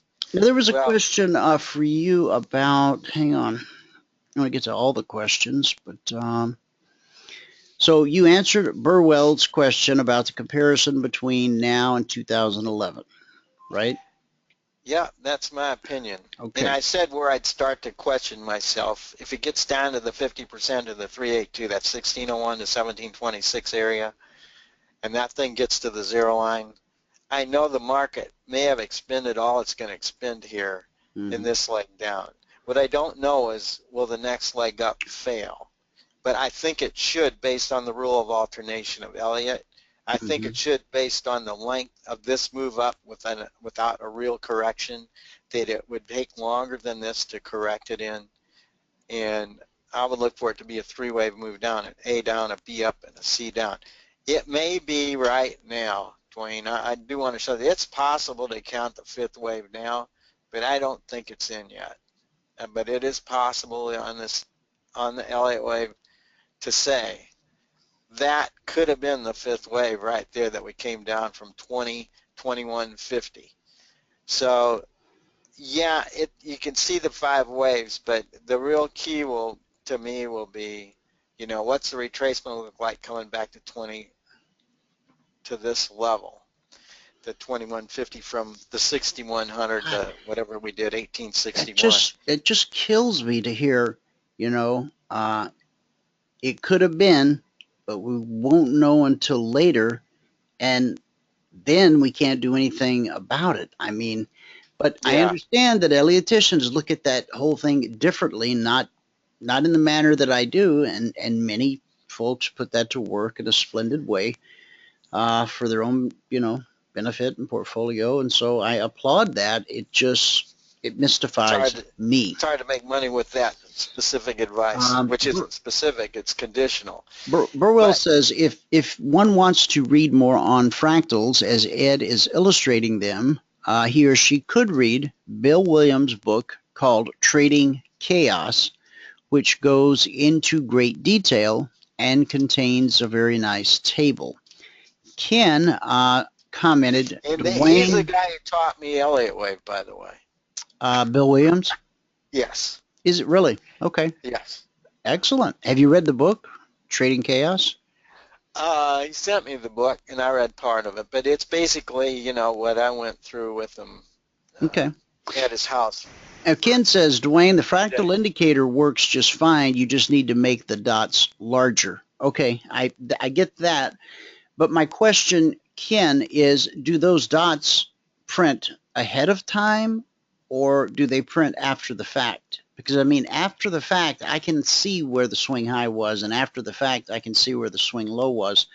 So I'm hoping that you're going to type in, oh, no, they print ahead of time, because if they print ahead of time, then I will be very interested in that, because that would then be similar to our dynamic support and resistance, which prints ahead of time. So I would be shocked if they print ahead of time, Dwayne. Well, you know, that's the way I would define a fractal. You have to know. You might have a potential fractal. Maybe it lights it up when it's got a lower high or a Ken says it is after. It's just more of a visual aid to help you see where the swing high and the swing low was. Okay. Our dynamic support and resistance, they print, they're calculating in real time. We have fixed support and resistance. That's our weekly trading zones. And then we have our dynamic support and resistance, which is constantly calculating with each check of the market. And our dots print before price gets there. So we know where resistance will potentially be several candles before price actually gets to that point. And I'll show that when I bring the charts back up. Let's see. Tim says we already bounced off the 61.8% off sell-off. We already bounced 61.8% off sell-off. Does Ed believe we need to go to 2050, a 76% retracement? I'm assuming he's talking about the S&P. See, I don't have those same numbers. I must be using different fractal because. Tim, are you talking? At what time frame are you looking at, Tim? Because you know, on a 5-minute chart, an hourly chart. I mean, when we talk high and low of the day, then the Fibonacci retracement will be the same no matter what time frame you're on. But if you're looking at something intraday and you're looking at peaks and troughs and all of that, then it does matter what time frame that you're looking at. I had an ongoing discussion, I don't want to call it an argument, with a friend of mine for some time over that issue in the early days of CFRN. And so here's what he's talking about, Dwayne. Okay. And on this chart that I just put up, it did go above the 618 here. Okay. It didn't close over. It was kind of a spike, and you can see now how what time frame are you on right now? You're on that 1400 minute chart. Okay. Looking for the 5th wave down in the first leg. I believe this is the first leg. If this is it, and I said it's possible that we got it here, this is what he's talking about. see it pierced the 618 here quite handily, but it didn't stay up over it too long. It came back down and we closed below it. Yeah. Okay. You see, it never did close above it, but it went above it enough that would say, hey, it shouldn't have been able to go that far. So Tim's right. But what I was saying earlier today was that I give the market more rope when the volatility is as high as it's been lately, because it can do this and still flip around and be wrong. So I'm willing to give it more rope before I'm going to say anything. This 7 here says we probably won't make new lows in wave 5 down on this wave count, and we didn't so far. And then if I take this part from here, this 2150 here, which is the next chart I have on here, and I was just saying it is possible that we have, let me see, it's not going to let me do that until I get rid of this thing. Okay. On this 140-minute chart, and this is a 2150, this is the beginning of the 5th wave down from that 1400-minute chart. You can see we can count this as a 5-wave move down. It's questionable because we did make lower lows. The lowest low is made in what is counted wave 5, which usually is a very rare thing to happen. The rules of this mechanical system do allow for that to happen if the angle's not too steep. This angle was steeper than the 3rd wave, which is rare and weird. So I'm questioning it a bit that, there's enough question marks in this wave count that I can still argue it's not done. If it's done, then I've got to take this 1831, which is on the next bigger scale. Let me just go to a daily chart here. I've got to go to this, from this 1831 all the way back to this. I was measuring it to here. I have to redo these numbers here to see where I've got to go. And let me just take these off. Sorry, guys. Just let me do this because this is really the crux of the question. No, go ahead. Take your time. Let's see what else we got in the chat box here. Tim says he was referring from the S&P all-time highs to the 1820 sell-off. So he was looking at a bigger, time frame. Okay. Let me scroll up and see who is calling me from West Palm Beach, Florida. That must be my whale. Okay. Scrolling up. Hopefully, Ed will have enough time to review the markets. Well, how about that, Bruce? He did. The S&P, natural gas, crude, and gold. So, Bruce, I think we're going to get them all today. I don't know. How much time you got left? Yeah, I'll have to go a lot quicker than I've been going. So here's this level here that we've been looking at on the daily chart. This can be over with because this first leg down can be an ABC 3-wave move. That could be the completion of the A-wave down right there. But and I think it's just the A-wave until we come back on the monthly chart and hit that 0 line, period. If we hit the 0 line, it increases the odds and we might put the whole thing in now. But we haven't hit it yet. And as long as we don't in this leg down, I want to see lower numbers. I'm going to expect lower numbers, but that doesn't mean we can't rally into here. I'm going to get concerned over 2050. I'm giving it that much length.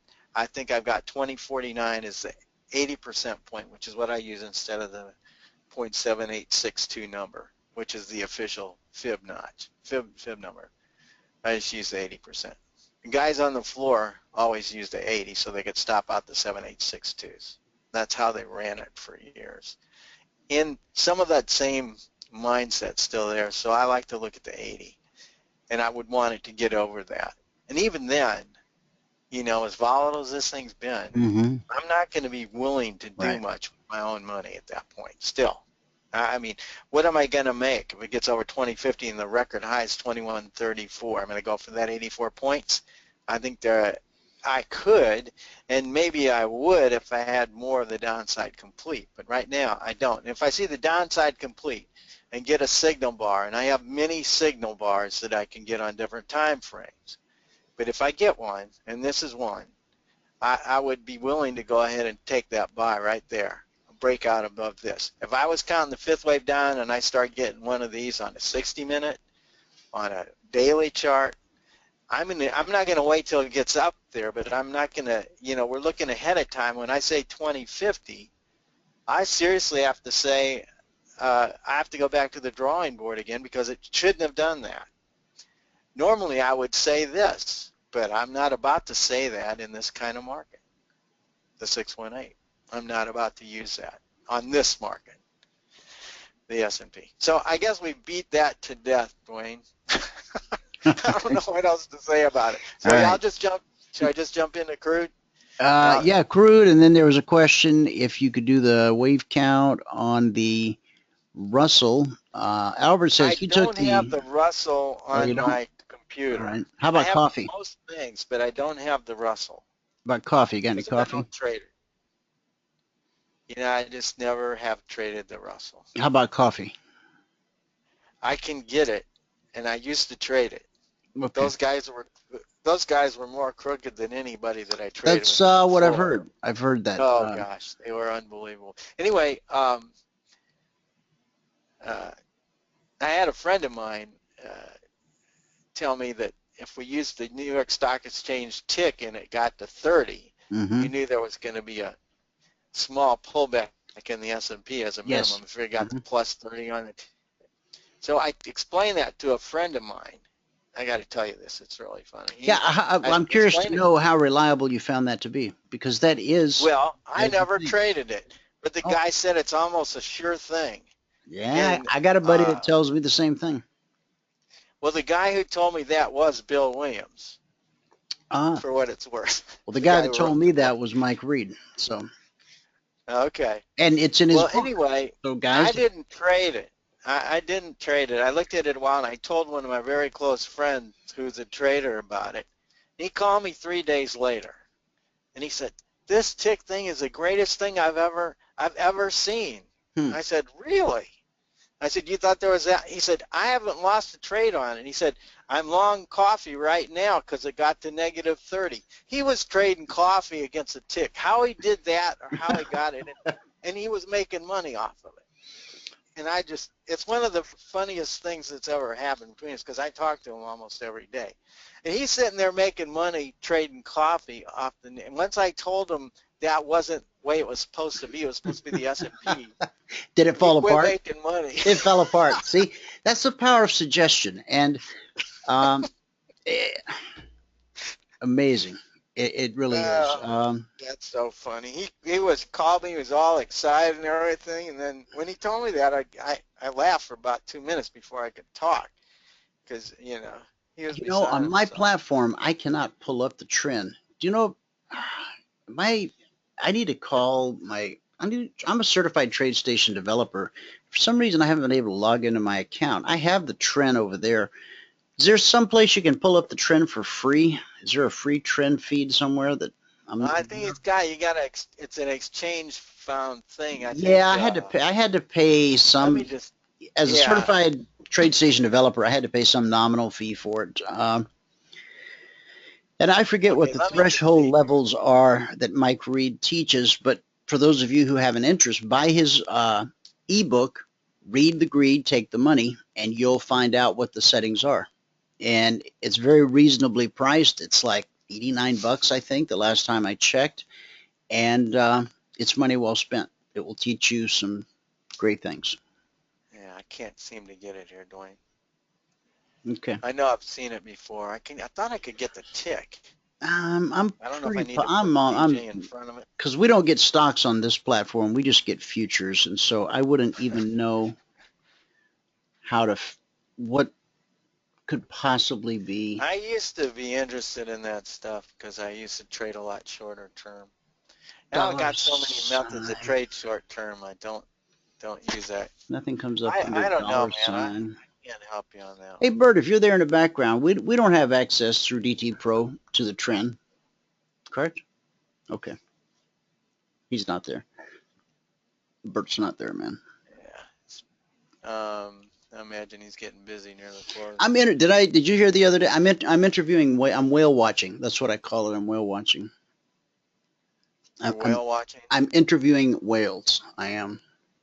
You are? I am. How do you classify a whale? Well, $100 million. That's how I classify. And up, right.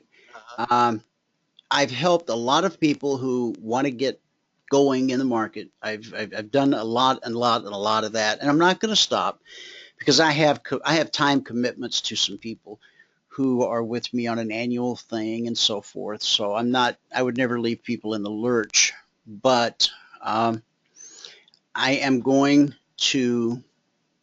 I've helped hundreds, perhaps thousands of people get their feet wet and get on the path to learning how to trade the markets. But I had an epiphany the other day, and so I'm going to do a different thing. I'm going to interview a series of whales, and I'm going to take one incredibly wealthy man and make him even, or woman. I'm not prejudiced or sexist here at all. I'm going to take one very wealthy man, and I'm going to make him even wealthier. I want to have at my disposal it will be a whole different, it's a whole different thing. See, when you have 10, 20, 30, 40, $50,000 in an account, you can find plenty of places to put that, right? Right. But as the larger the sum of money gets, the more difficult it becomes to find places to put that money. Even the S&P bonds, they will cap you at a certain number of contracts, or you have to serve notice that I think bonds you have to file a report if you buy more than 25, 30-year Treasury contracts. Is that number right? Does that sound correct to you? Well, it depends on if you're a commercial hedger or not. They have different limits for the guys that are actually in the business. And well, I'm going to be under the radar. So. And you're talking about treasuries? I'm talking about treasuries. I'm talking about gold. The number's really high in treasuries. It's really high. I saw a 20. How high do you think it is?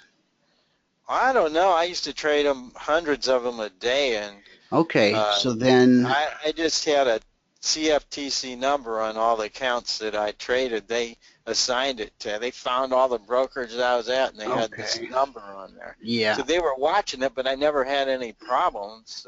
I'm gonna go. While you're talking, I'm gonna go to the page right now that tells me what that number is. Contract specs. Here's your trend, Dwayne. Okay, you found it. DJTRN. Yeah, I don't have access to that on this platform. Yeah. Okay, well, that's so what it looks like here. Go.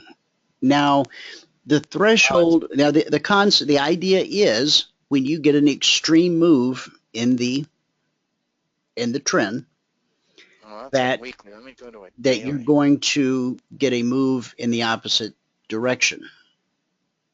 So there's the trend on August 24th. I think that's the day we crashed, right? That had to be it. You know, the big down day we opened down like crazy. Yeah. There it is. I think that was it. That stands out a little bit, I think. Stands out a lot. That really stands out. I'm curious what the tick thing. It must be DJ. Oh, that's the trend. Yeah, we want the we want the tick. We want the tick, and not like a 89 tick chart. That's a different kind of tick. Yeah, as it maxes out at plus or minus 30. The Dow 30 stocks. If they're all up in one direction on the last trade, that's plus 30. Okay, if 25 of them are up on the last trade, that's plus 25. But let me see if I can find this thing. All or none minimums. Let's see. Is this what I'm looking for? Okay. Treasuries, where are you? I may have been looking at something different. 1 month, euro dollars. I don't know why I can't find the tick.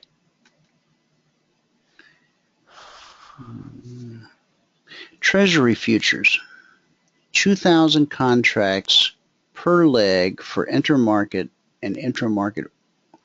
Where did I see that? 20? You know, it may have said 25 and they meant 2,500, which is good. I'm glad to hear that. Okay, so that's Yeah, that sounds more like it. yeah. It's because the bonds are such a big market. What I was thinking is that because they extend the intraday margin, there's some firms you can trade the 30-year Treasury intraday for as little as $500 margin. And it might have been on that site that they were saying, you know, at this reduced rate, we'll only let you hold 25 contracts. If you want more than 25, then you're going to have to put up full margin. And I can understand their reasoning on that. So, well, you can bet they don't make the big guys put up the full margin. If you're trading big money, this is true. You know.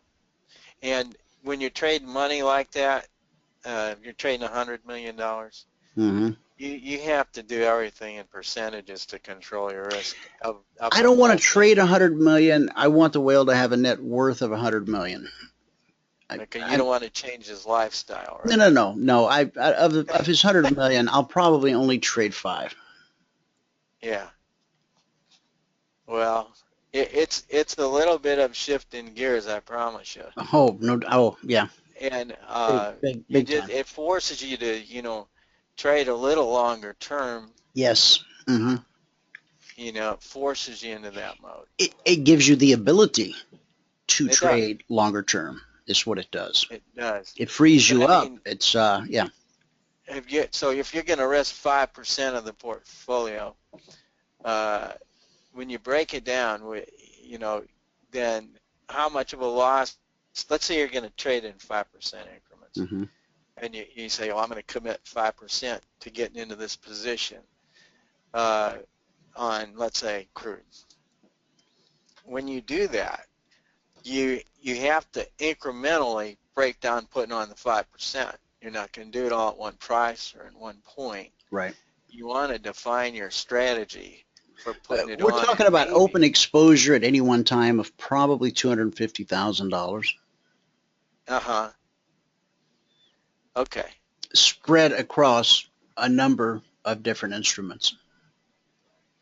Right. Well, when I first took big money to trade, and I quit my job, actually, I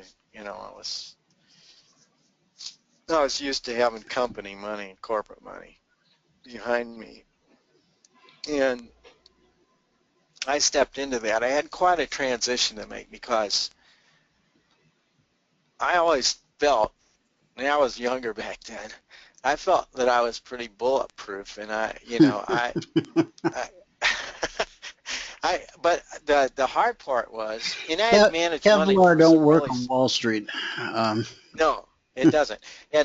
But I had managed money for individuals, and I had probably 10 accounts that I managed money for. I'll never go down that road where you get the phone calls every night. Hey, well, I didn't take the money.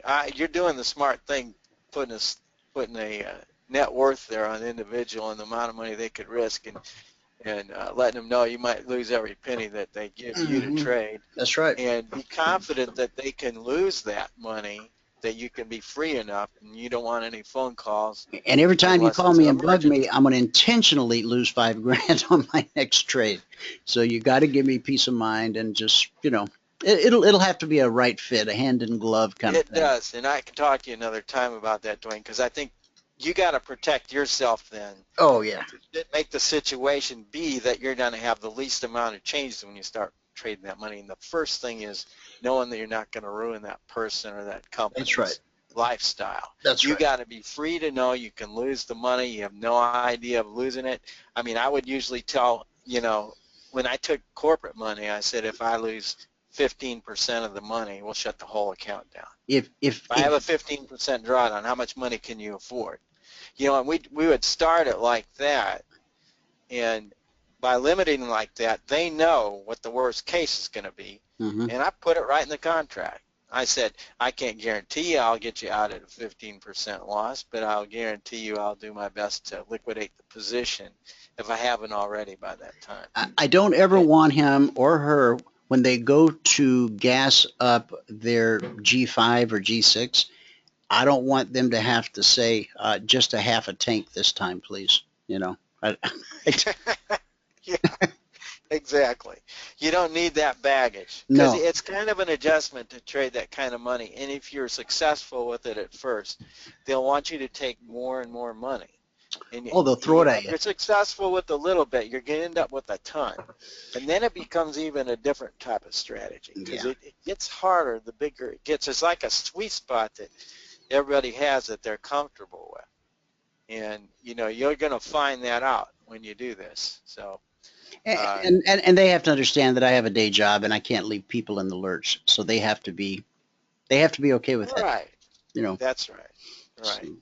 And my, you know, it's all good to think it through ahead of time, and especially with them. And if you're not comfortable with the way they respond when you tell them what you need or what you're looking at, and that you might lose this money, and you know, if they seem a little skittish at that point, find someone else. Yep. Don't take their money. That's why I call this whale watching. I'm just sitting out on the balcony, just watching them go by. And when the right one appears, when the great white appears, I'll know, and he'll know. And well, if you find the right guy, I'll guarantee you he will pursue you, and he'll make you feel confident, and you'll be glad to take his money. That's how it should be. Okay, you can. That's a marriage perfect for made in heaven. Money. That's right. It is. It's a good match. So I better get on with this, Dwayne, or I'm not going to get anything done. Okay, let's roll. So, but I think that you're thinking right, and if you want to talk more about it, I would. Yeah, we'll talk some off air. So the questions were for natural gas. There was a question for coffee, and anything also there was questions for. Okay, the question on coffee specifically was from Ken. Could Ed please comment if coffee is near a trend reversal since it has been bearish for some time? Yeah, let's see. And then the other markets that Bruce had requested were S&P, which we covered, natural gas you're on now, crude. You've already covered crude, right? I don't think I did. Okay, and gold.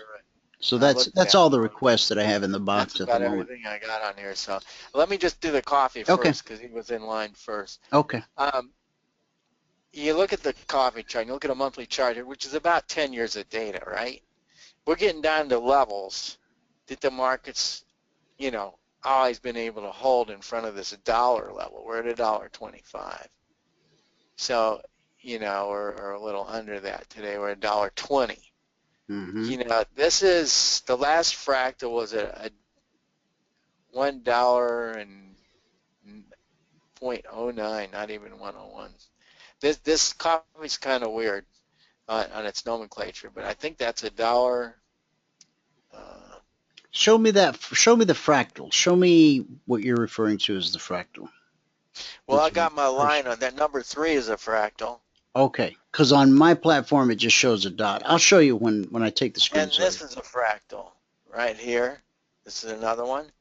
That's another one on the downside. Here's another one on the top. This also is a fractal here, and by that being a fractal, this too becomes a fractal, and that's a fractal. So you got a bunch of fractals up here, meaning, you know, this could be a potentially good turning point. And usually when I get near fractals, I'll usually get some warning signs with some signals that I use, and you'll start to see these colored bars come in here. And I treat them different, but they tell me that there's a potential play getting ready to happen. Now, this could be a bottoming action right here on this, but let me just break it down. This is a monthly chart. You know, we had a 3 down this way. It's trying to count a 5-wave move down here. 14 says it's not likely to make new lows below this wave 3 fractal. However, it's projecting a little lower low below $1. I don't know if that'll do that, but let's look at it on a weekly basis to see if that gives us any more clues of this breakdown of this. And in this case, it doesn't look like we're going to get it on that chart, so we'll go to a daily chart. Well, I look at this, and even though I can't get the exact number of bars across here, the divergences here are looking like this is a fifth wave. You'll just have to trust me on it. Okay. So, you know, you never trust anybody in this business, but you don't have to. Here's the leg down that I'd want to get 5 waves in before I said the lows are in. But this is to the point that if I called this a 200-minute chart and scroll it over, I know it might not make a lot of sense here, but I'm going to do it. See what that looks like. That looks terrible. KCE, 200. I don't want the continuation. We might have the lows in there. I mean, it's potentially, you know, a low. There's nothing clear about it. Let me go back to the daily chart.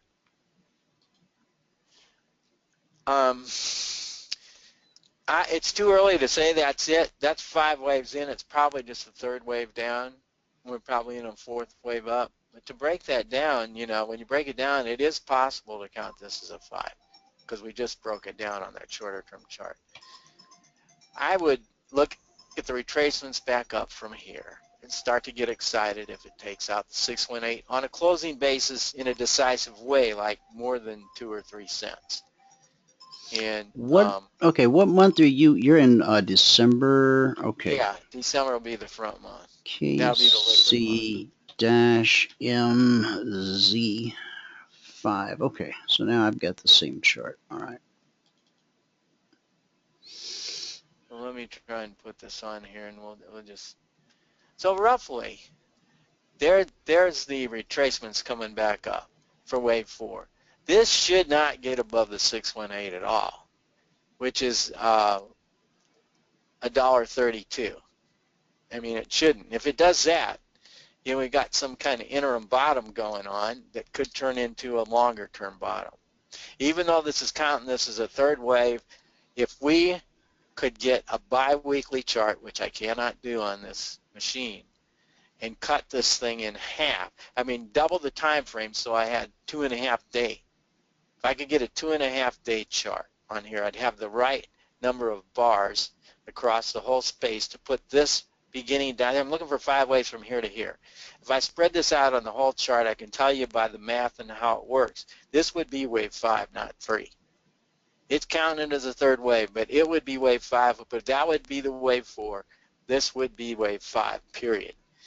And I just know from looking at the charts long enough that that's the case. So, yeah, again, it's one of those, you know, trust me things. It's just experience, my experience with it. But I first look at these retracements back up of just from this to this, and this will get us in early enough.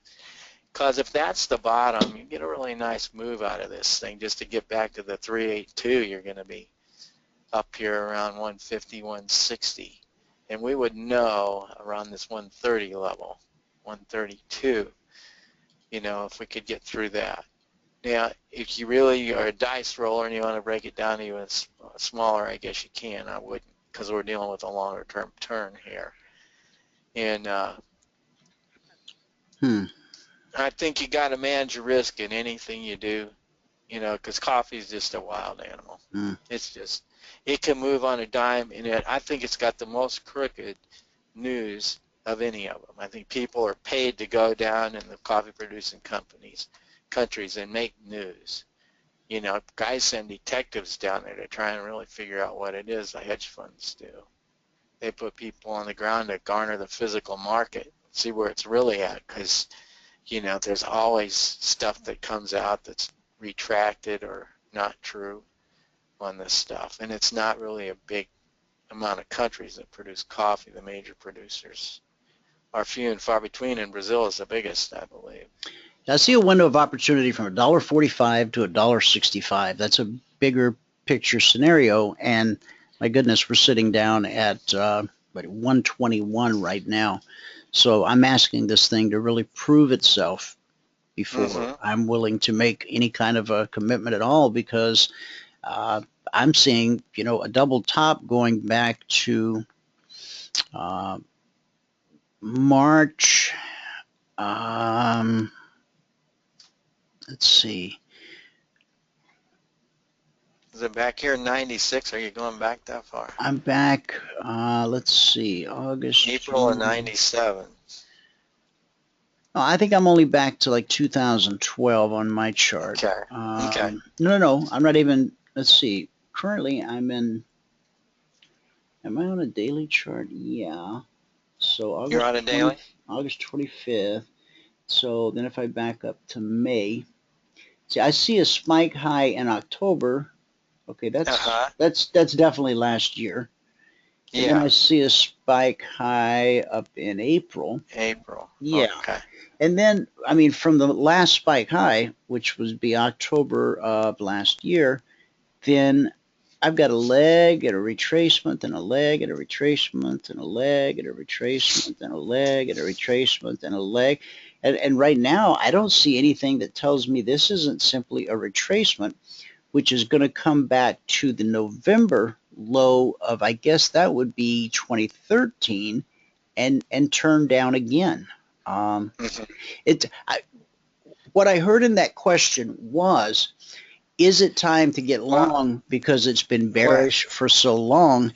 I had a friend that I used to go to the horse track with. He made me go because he was my boss, and he would say, let's go to the track. And I'm like, well, could I just go home? No, we're going to the track. You work for me. Okay. And he was the worst handicapper in the world. I got it, but he loved it. I would say, George, well, why are you picking this dog? He hasn't won a race at the last 10 times out. He goes, I know, he's due to win. That's why I'm putting my money on him. I'm like, oh Jiminy Crickets. And I knew nothing at the time about markets. I just knew somehow that sounded like bad science. He used to be a really good dog, and he used to win a lot, or horse, But now he's got, he's come in last 10 times in a row. And so his theory was, well, he's due. See, I don't know that coffee's due for a rally. I mean, it may be due, but I would want, again, I'll just give you the numbers that I like, and if they ever come to pass, they do. 145 to 165. I'm confident with that, relatively confident with that. You know what? I'm going to be even if it does more that, conservative. 145 to 160. Long at 145. If you get long at 145, get out at 165, you made $7,500 a contract. Okay. Because $375 a penny. All right. 1 penny's $3.75, and it can scoot pretty fast. Can it? So the thing is, would I go in and buy it here? No. I got to see more, because you're grabbing the falling knife at this point. What you do have going for you is there seems to be some pretty good support around the dollar level. I would think there'll be people trying to buy it there, and another side that's knocked it down that's going to try and break it and stop everybody out who tries to buy it from now. it. So on the short side, I would be okay, I think, with selling $1.14 down to that dollar area, maybe $1.14 to $1.04. I mean, that's a dime. Because to me, this chart just simply looks like it has a desire to go lower than it. It's going to take work to turn this thing around and send it higher. I mean, we need something like a strike amongst the dock workers, or the harvesting, the guys out in the field, something. A flood. I think there's some people that can arrange that for you, Dwayne. Yeah. Anyway, that's the deal. It's that kind of market. But you can see it's triangulating right here on the daily chart. So there's going to be a point here in the next week where somebody's right and somebody's wrong, and you'll see them scramble it to the next level, either up or down. Yep. I think that's set. like sitting duck. Well, okay. What else we got? Well, gosh, it's almost 3 o'clock. Yeah, I know you're about out of time. Are there any Let me markets just finish we it. did not I'm not address? going to. I'm just looking real quick at the market here. Okay. I'm not going to do anything there. Okay. If you want me to cover the crude or the Sure. nat gas, I'm going to be quick on nat gas. On crude, I'll try and be quick. Let me just. Whatever you have time for. I do want to cover crude. This thing is kind of locked up here. Cursor's none. There. Okay, the weekly chart's still the same. Crude is also in a nice pennant formation on its weekly chart here. You can see it on the lower right-hand corner. We're in wave 5 down. We've made new lows in 5 down. You can see it's below the lower 3. So this is a really clean wave count so far. If that was a bottom, it should have been able to get up more than it has by now. So my bias is still to the downside. I think I'm willing to put up with more upside before I'd give up on it. Here it is on a daily chart, and it's still really not within a breakout of that pennant, although it got close even today. So it slapped it right back down again. And I had a good conversation with a friend of mine in the oil business, and I was telling him what the market's telling us here is there's people willing to hedge it from $47 to $50 in here. There's commercials hedging their production in there. Every time it pops up there, it promptly returns to the downside. Here, stuck its head up there too, and it dropped it right back down again. These are days. So every time they poke it up here, goes sideways and crashes then. Here it is. It pops up, goes sideways, bam, right back down again. They tried to break it down, and I yeah, this is real tricky. And today's price action, pretty ridiculous, but I think was off they were up earlier today, and they ran the shorts out because the Middle East garbage that's going on, the current conflicts, and, Russia in the news everywhere, bombing everything. So yeah. I think that's what that was. So you got to deal with that in the energy market almost on a daily basis. So this still needs wave 5 down. This still means odds are extremely high for new lows below 37.75 at this point. I need to see the market get over $53 in crude oil for me to start to question whether we're going to make new lows when we turn down. That's important to me to know that. And, there's still some people that, well, I don't even need to go into that. But I will say I have to maintain that bias. I'm impressed by the fact that it's just gone sideways here for, 3 or 4 weeks. That's pretty impressive. Yet, sideways isn't good enough because we've stalled in front of levels that the market should exceed if this was going to be the final low. So we've got, things that tell us the odds are still good for another turn down. And if I look at the 900-minute chart, it can argue that we could get another leg up here and finish this thing off over $50 somewhere. The odds are about 50-50 on that. But when I have conflicting stuff like this and what I'm looking at on the daily, I don't think that's in the cards. It's going to take, some kind of more of a supply disruption in the Middle East to do that. And any time, and this looks like it finished something up today here, this is today's price action here, right in here. So, it's basically they brought us up in right here on our open.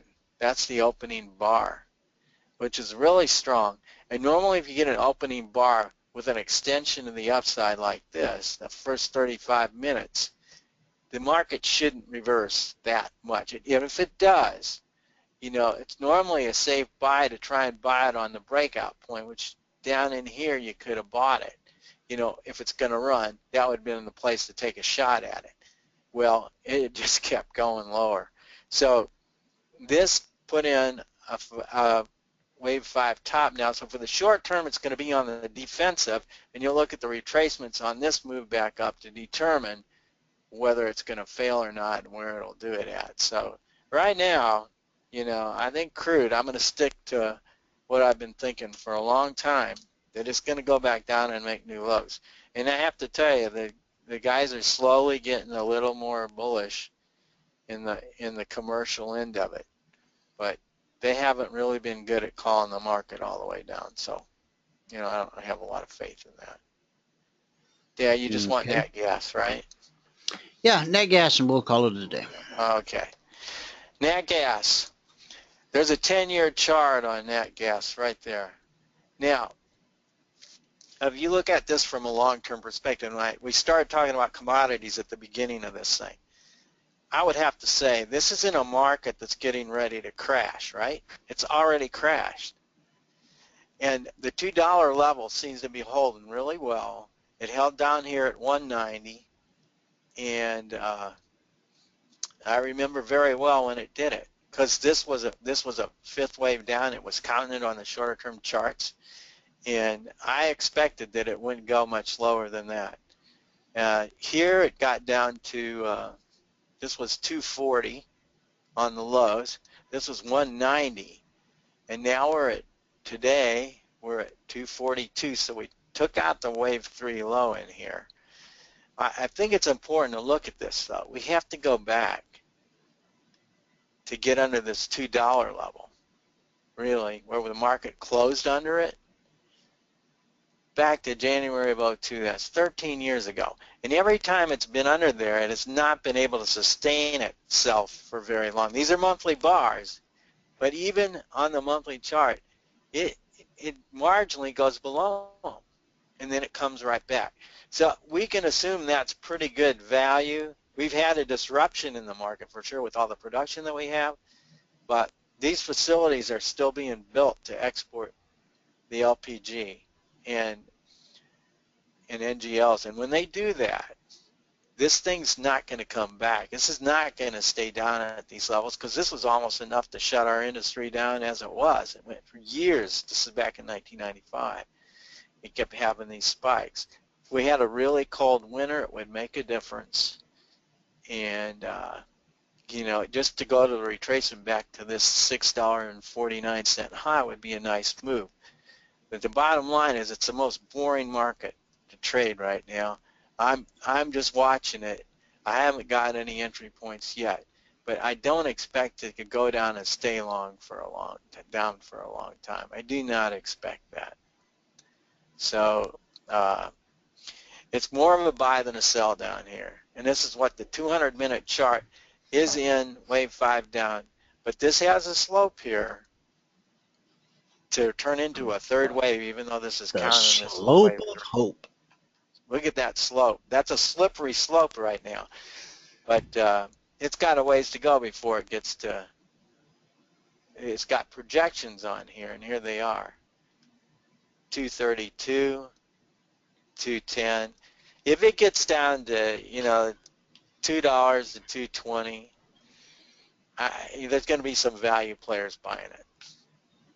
Okay. I just believe that, because there's been a lot of production of natural gas, and if it was going to go through that number, responding to that, it certainly hasn't gone down nearly like crude oil has. So I'd be careful. All right, buddy. I'd be looking to buy it, but I'm not buying it. I don't see what I want to see yet. But if this thing counts out to a clear 5-way move down, or even on an intraday chart, and we're in front of $2, you might want to take a look at it, especially before winter. All right, I'm going to grab the charts. Okay. And we are back to Planet Phoenix. Okay, guys, our little trade there that we had, the 99 to 01, looks like that clicked on through, so that's awesome. I have to drill down and see how it played out in real time on a smaller time frame, but we attempted to move to the zone below, right, which was 85, 86. Yesterday, now remember I pointed this out, yesterday they came in at 2 ticks above the zone, right? Buyers ran it up, took profits in this consolidation. Some short sellers took it back down, and then the buyers came in 2 ticks early. Why? They don't want to get left behind. Okay, here we go. Now, this time they come in at the low is 90.25. So we're a good 4 points away from the zone. But you see how the leg, the retrace, the leg, the retrace, they come in earlier and earlier. So this is still a very bullish market. This zone marks the high of the week. Ed, I'm going to turn on that fractal thing real quick before you go. Okay. Indicators, channels, fractals. And I'm going to blow up the size of that thing so you can actually see it. Here. Point. Okay. I maybe need to go to collection. I want it. If you change that 5% to 10, maybe that'll double. No, that'll do it right there. Okay. I think so. Yeah, there we go. Oh, so okay, see, I got now I just did the blue and I didn't do the red one. So yeah, I was gonna say it's missing the downsides. Okay. Where's my downside? But I don't have a downside. Oh, I guess I need to click on the. Wait a minute. Okay, I gotta see if I can click on that baby. Why is it just showing? Well, we won't worry about that for now, because the point is you can see that little tiny red dot right there. I see it. And that little tiny red dot right there. Okay. Yeah. Okay, so now, as Ken explained, I need to blow them up to see them, and it's sort of a visual aid, and he said they do print after the fact. I wonder, Ken, if you're still with us, how long after the fact do they print? Would it be like 1 hour after, 2 hours after? And is this the same thing that you had? And if so, could you briefly describe how you use it as a tool? Are we comparing with what I have and what you have? Are we comparing apples to apples? Ed? Oh, you're talking to me. Yeah, I think so. Well, I mean, like you're the only guy on the radio show with me, so I don't know. Sorry. Okay, I thought you were asking I'm just to talk to you about. Yeah, no. I'm the only one on. I know that's not true, but anyway. Well, I mean, you're the only one with an open mic. These fractals, when that labels a fractal, what the definition of a fractal, a high fractal, the top fractal, is that it's got to be a higher high than the previous bar and a higher high than the next bar after it. That labels it a fractal. Okay. And it's the opposite on the bottom. It has to be at the lowest low between two higher lows. That's it. But you can't know on your next bar until it's done, until the next bar is done, the bar after it, until you can see that fractal. So when would we expect the next blue diamond to print?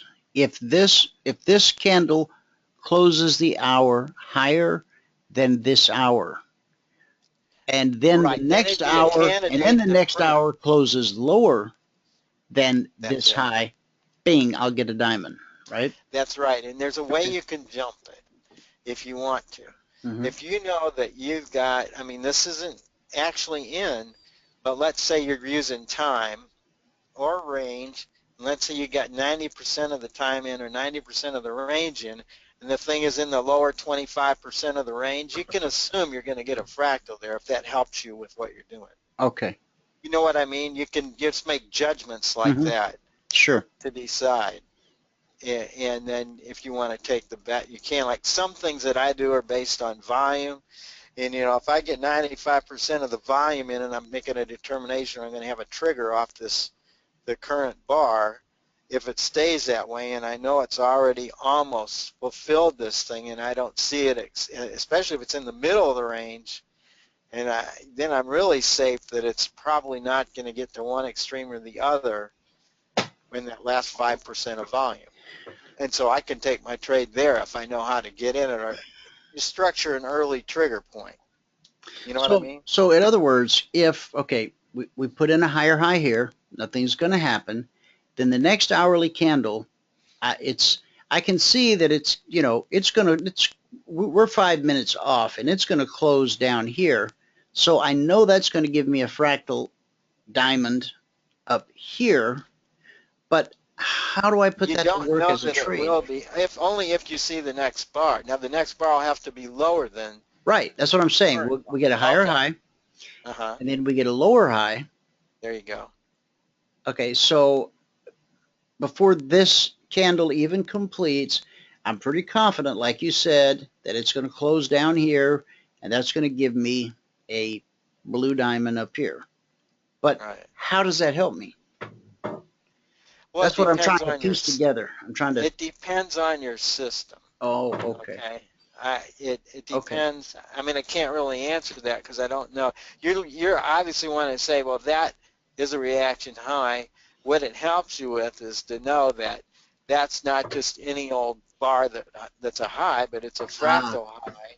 Okay. Meaning that the people that are short, that got short the last 3 bars, some of them are going to have their stops over that number. Mm-hmm. Okay. And if you wanted to, you could also put yours over that number. How much over that number, I don't know. But you've got 3 bars, and if they're volume bars, you know the volume, that half that volume that was done is shorts. All right, or people liquidating positions. You know some of it was shorts. But if there are 3 big volume bars, you know, you got the potential that the market's going to start to sell off.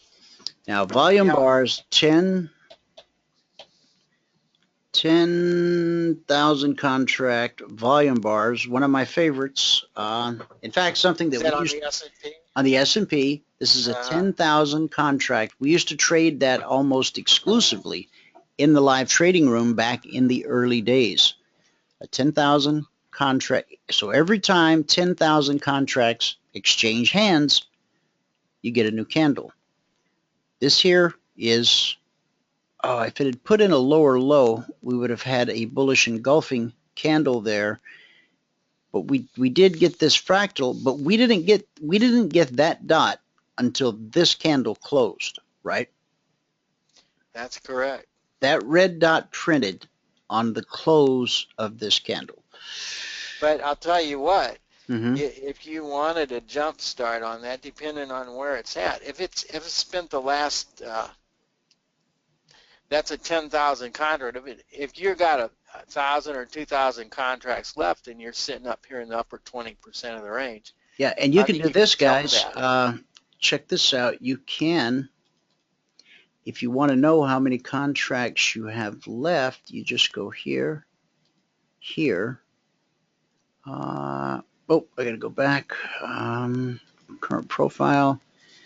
Where is my timer? I got a countdown timer here somewhere. We were just playing with it this morning. Okay, it's not there.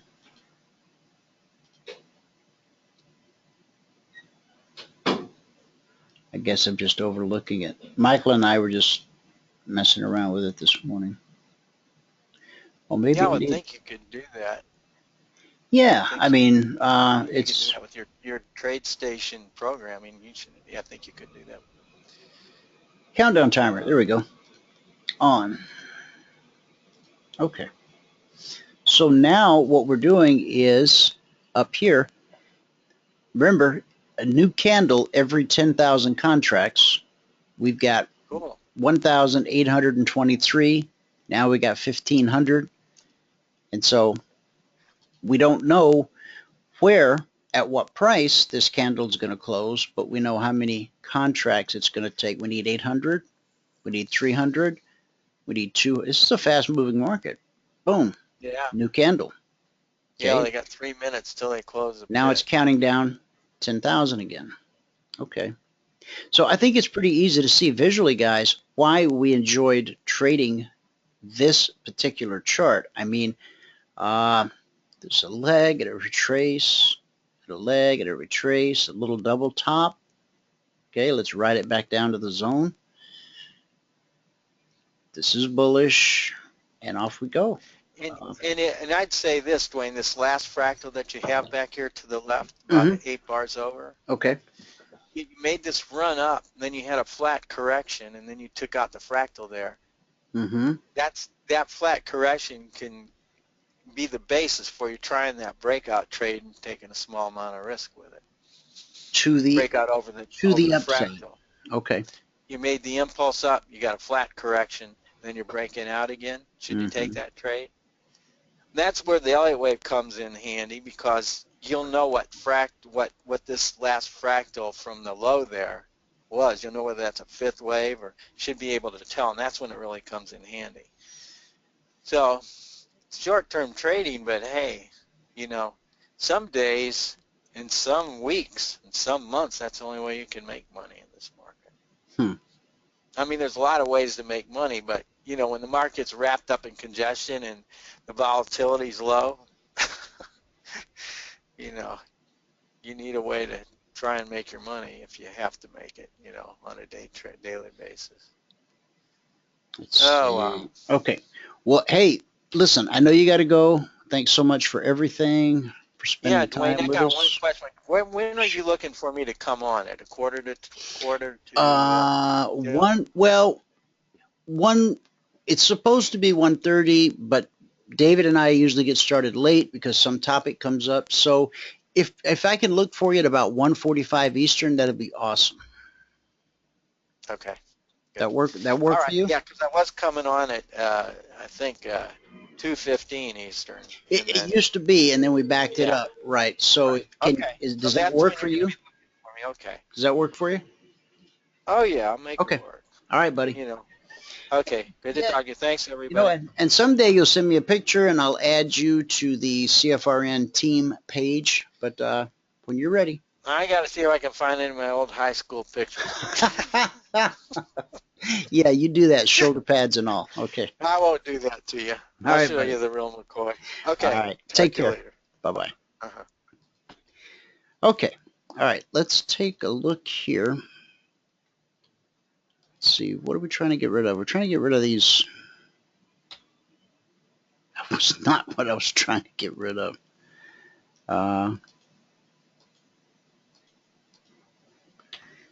Is there an undo button? Apparently not. Okay. Super. Way to go, Dwayne. All right. Let's shrink this down.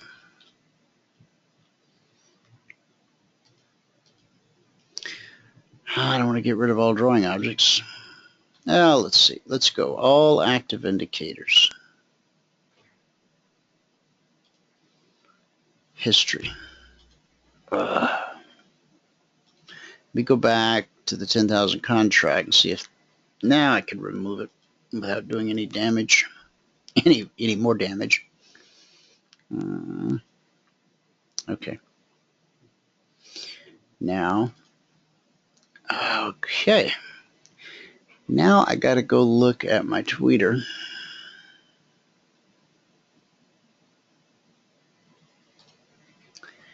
And see what the heck that said. It said long above 1899 if, or no, it said 99 to it said 99 to 01.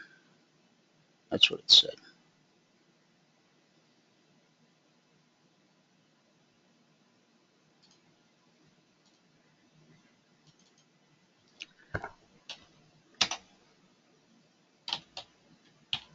.2 points. All right.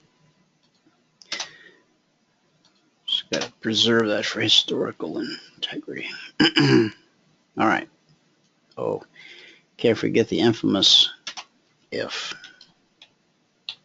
All right.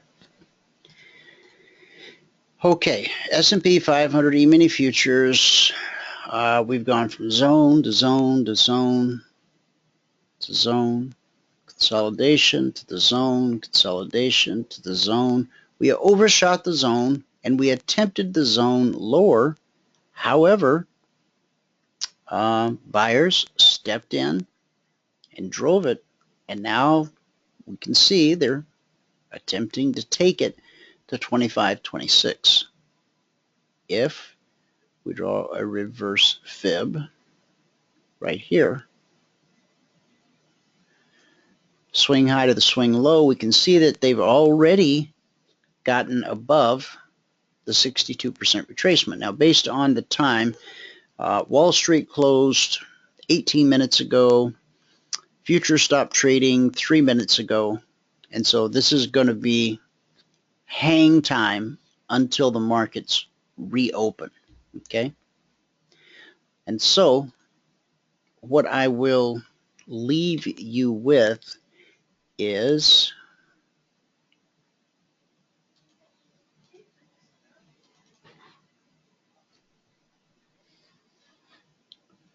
$22 to $24 if. Okay. So we'll throw that in right at the end there. 22 to 24 if. Now, sorry for rattling the mic on you. We did that, we did that. Okay. So are we done here? We are for now. Remember, the markets will reopen. Futures will continue trading in 11 minutes. Right? All right. Now, I think we covered the S&P.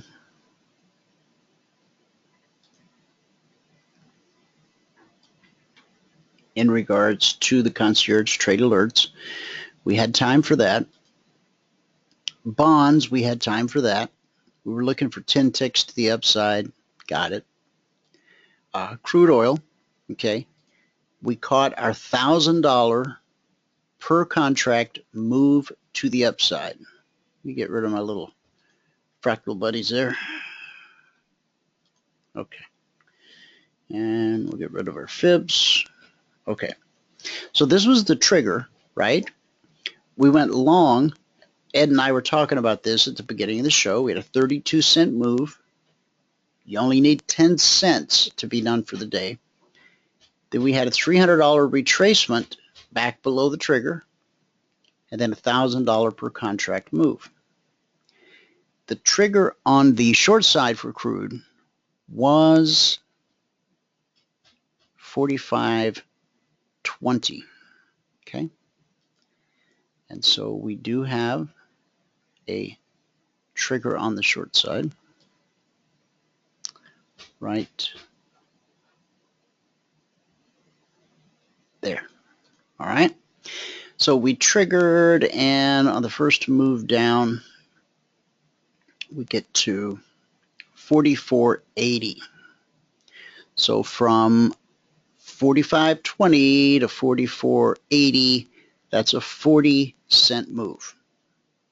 Important prices, important areas are almost always tested. So what does price do? It comes back, gets above the trigger, and this time it drops from 45.20 to 44.63. 57-cent move off the top of my head, or $570 per contract in this 1 hour right here. Okay? 1 hour.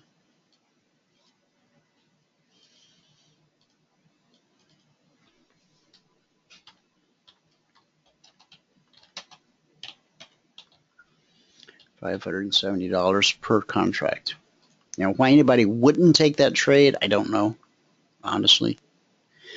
But, you know, everyone has their own reasons for doing whatever it is that they do. Now, the euro, we have not been getting a whole lot of, you know, whiz bang out of the euro of late. Last night, we said to be long above 11.230, and I've been cautious with the numbers because I didn't have a lot of faith in it. I'm not, when it doesn't trigger, I'm okay with that because I don't see it having a lot of follow through. On the short side, which was 111.47, we did not trigger. We got down to a swing low of 48. How often do we see that? It'll run right up to the trigger and reverse. Lack of follow through. Okay, so nothing triggered there. Soybeans. Couple busy days in the beans. Oh, did we finally take out the big bean number? No, we still haven't. All right, that's okay. Now, on soybeans, we were looking for a long above 898. That cost money. Okay, 898.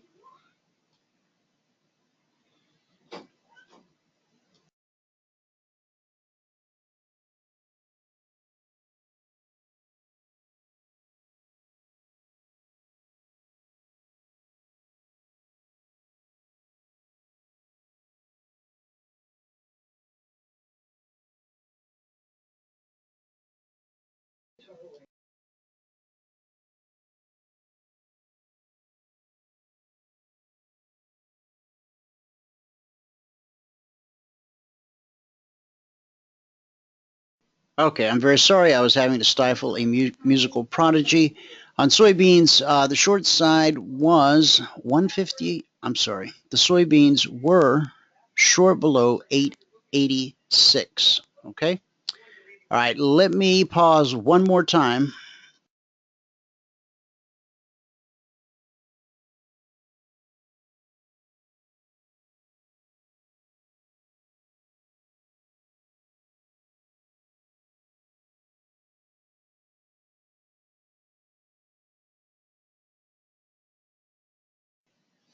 All right, that's the last pause of the day. 886. That was the trigger on the short side. Okay. Now the first trigger, right? It only dropped to 885. That's 4 ticks. At 4 ticks, we take our stop to break even. If you're trading the 2420 blueprint, those are the rules. Now, if you're able to weather a deeper drawdown, okay, how much deeper? Well, if 886 is the trigger, 888 would be $100 per contract. The swing high was 888.50. So we're talking 2.5 cents at $50 per penny, or $12.50 per tick. Now, the productive side of that cough was a low down at 876.75. So that's almost a dime, 10 pennies at, we'll call it 9 pennies, at $50 per penny. So we're talking a risk here of about $250, and ultimately the payoff, if you got out at the low tick of the day, $450 per contract. It's all in how you trade it. Remember, if I had the ability to give you the exact to the tick high of the S&P tomorrow and the exact to the tick low of the S&P tomorrow, and if that's all the information I give you and you have no real working knowledge of markets, chances are you will have an unprofitable day in the market. And some would scratch their head and go, well, wait a minute. I know the high price, I know the low price, how can I not make money? Huh? I always say trading's not easy, but it can be simple. But that part right there about how could you possibly lose money, that actually is easy, okay? Trading's not easy, but it can be simple. All right. What have we not disturbed yet? The Dow. All right, let's see what happened on the Dow. We said to consider being long above 16,260. 16,260. The Dow pays, in case you're wondering, $5 per point. So there's 16,260. Okay.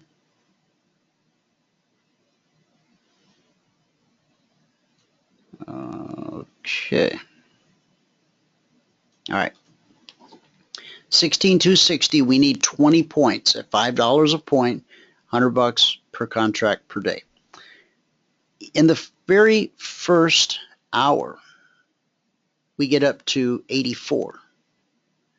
From 260 to 284, that's your daily goal right there. Hour one, you are done, okay?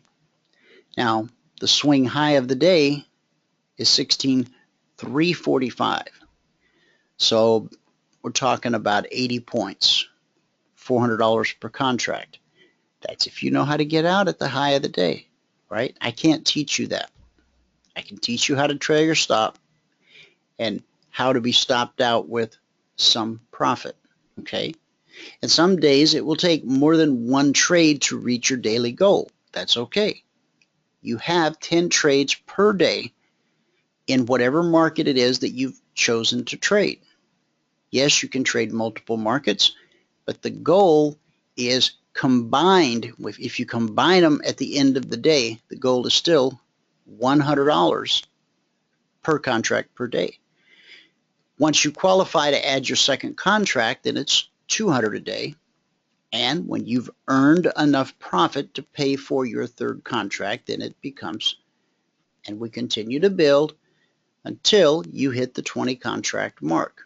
Now, if you choose to continue to grow your trading business beyond 20 contracts, you have the knowledge, the understanding. You can do that without our help, although we will be here to help you if you need it.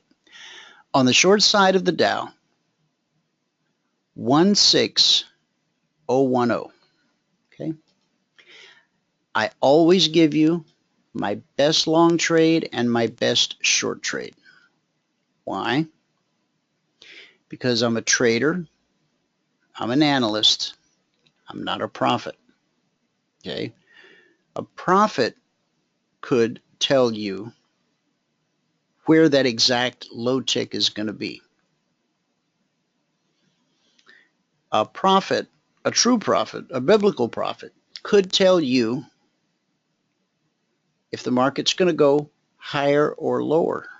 Now, let's back up to last night when the alerts went out. Did the markets go higher or lower? Okay. Now, there will be days when you don't have the benefit of two-sided trading. Some days the markets will be directional. Okay. Let's say that all the Dow did was climb today. But if in my best thinking last night I saw the Dow declining today, if all I gave you was a short trade, as a client, I've done a great disservice to you. Because I told you, be short at this number, and the market just straight up rallied. I can admit that I don't know what's going to happen next in the market. Years of experience, proprietary methodology, and good old technical analysis, plus an ability to read a chart, enable me to be correct in the direction of the market more often than not. But why settle for second best when you can have the best of both worlds? If you missed the long trigger and you showed up for work late around noon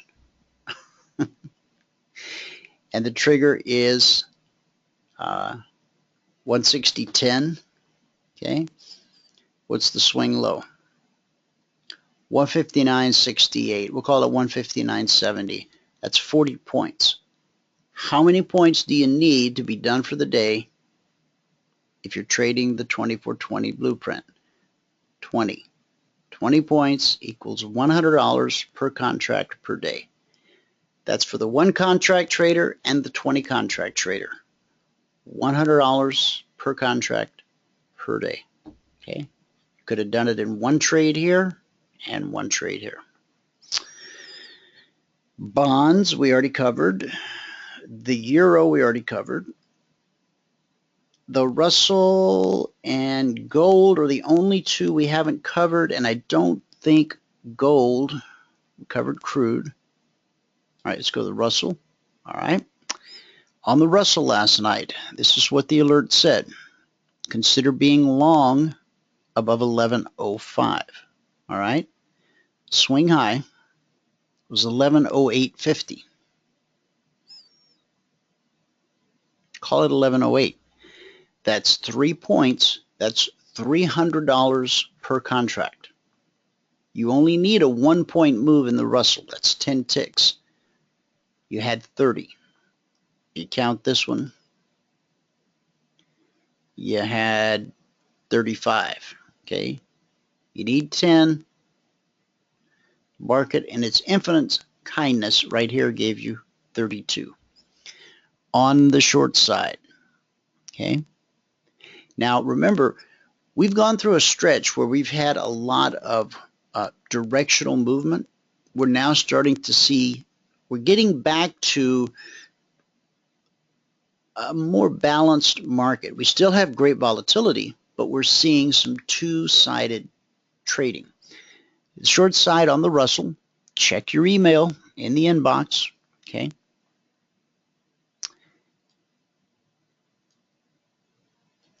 The email that I sent you last night, if you're a partner or a client, said, consider being short below 1088, okay? And there's 1088, almost.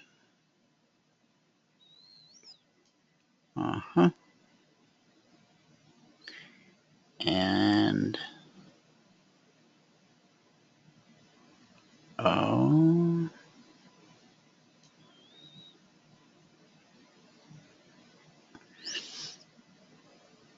right, we try it one more time. Can I do it? I don't think it's going to do it. There, 1088. Gosh. All right, so what did we get on our first poker down? We hit a low of 1086. From 1088 to 1086, that's 2 points. That's 20 ticks. How many ticks do we need? 10. 1 point. So this was double what we needed, and this was triple what we needed. So if you're trading the Russell, you had every good opportunity to reach your daily goal. The last market of the day, gold. Consider being long above 1122 or short below 1110. You swing low here. 3 ticks. Okay. I am as happy to see that as I am to see that. Now, I guess I failed to go on to say that the swing low of the Russell was 1077. So from 88 to 77, that's $1,100 per contract. Remember, important prices, important areas are almost always tested. So you had an opportunity to make your daily goal here. Here you had a shot. Well, even in just this hour, we dropped from 88 to 70. We'll just call it 8 points. It's an $800 per contract move in 1 hour. Okay. And what did that require? It required you to get short at 1088. Or as it says in the email, consider being short below 1088. So 1 tick below, that qualifies. All right. So we did the gold, we did the Russell, we did the euro, we did the bonds, we did the Dow, we did the soybeans, we did the crude oil, the bonds, the S&P. And so the goodness and grace of God shine on us once again today. We showed profitability was available in each and every one of the 8 markets that we send out to you each and every night. if you want to take advantage of these trade alerts, now remember the history of the alerts. For 3 years, we did a public beta. That information is in the public domain. If you go to twitter.com/CFRN, you can go all the way back to the very first tweet. We used to tweet the markets every night, then talk about it on the radio. And after about a year, I started warning people, hey guys, save up this money that you're making trading the tweets, because ultimately this has to become a paid product. So I stretched it 2 years, I stretched it 3 years, and finally we just couldn't stretch it anymore because of the magnitude of people that were trading the alerts. So and then we gave, gosh, I don't know, another month's warning. And so now it is a paid product. However, you can still take a 1-week trial, okay? So just because we have alerts, remember high of the day, low of the day in the S&P, you still don't make money, right? Just because I showed you that we had 8 profitable markets last night and the night before, and if you take the trial, when you take the trial, I'm going to send you additionally in your email tonight every alert from the month of September.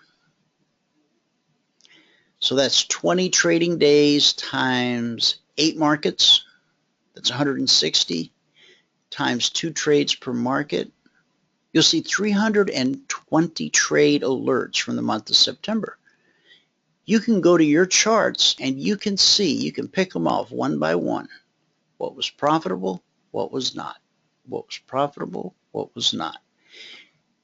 Then moving forward, you can trade them live in real time in SIM. You always trade everything in SIM until you prove yourself consistently profitable. That's if you're fond of your money and you want to keep it, okay? Just because something looks real shiny, you don't go trading real money with it.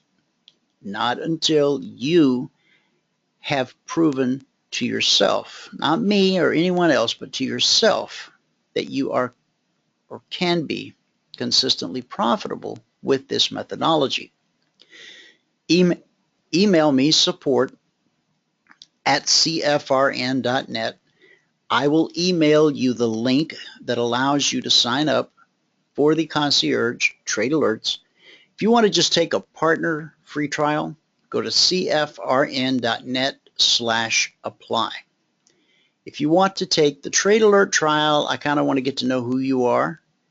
I'm also going to extend to you during that trial everything else the concierge guys get, the partner guys get. Access to the trading room, the weekly zones, as much private mentoring as you need during your 1-week trial, because at the end of day 5, you'll be forced to make a decision as to whether or not you want to continue with the mentoring program or with the Concierge Trade Alert service, okay? It is imperative, or at least I feel it's imperative, that you immediately, when you sign up for the trial, download the platform, install the indicators, watch Michael in the live trading room as he puts on and takes off trades. Take notes. Ask lots of questions. Write down the answer to the question. When he's done, get into the simulator and spend the next 22 hours trying to apply what you just learned. Without the sound of his voice in your headset or coming through your computer speakers, you will be lost. And that's a good thing. Why? Because it will show you what you don't know. Because as long as you're listening to him and he's pointing out what he's doing and why, you feel as if you understand it. You feel as if it's a part of who you are. It all makes perfectly good sense. until his voice goes silent. And now you don't know what to do. Write it down, write it down, write it down. Okay? Then the next morning in the live trading room, hey, is it okay to start asking questions? Let him get his points for the day and then open the floodgates. The more questions you ask, the more respect we will have for you. We do not get aggravated by your questions. We don't get put off by your questions. We enjoy answering your questions because we know that our time is being well spent with you, because you really are looking for a way to be consistently profitable in the markets. We're not the only way. We're not the most clever way. We're not the spooky way. We're not the crystal ball way. We're just good old-fashioned learn how to read a chart and then put on and take off trades until you reach your daily goal. Just kind of plain. I don't want to say plain Jane because then Jane gets offended, so I'll just say plain vanilla. How about that? No, now Vanilla Ice is can't win. I love you guys. Thanks for putting up with me, for tolerating me another day. No, you're good peeps, and I'm glad you're in my life. We're in our second decade of doing life together.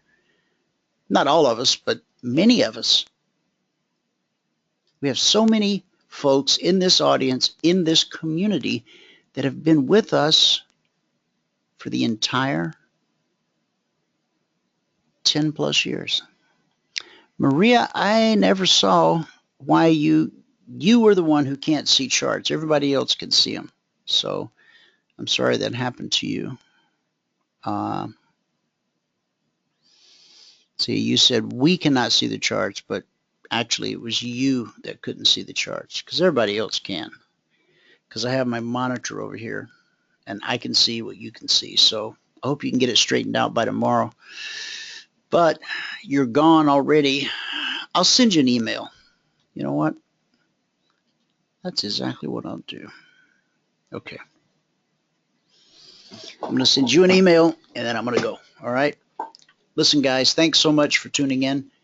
Whoever you are, wherever you are, may God continue to richly bless you with his mercy and with his grace. And I'll see you at the bell.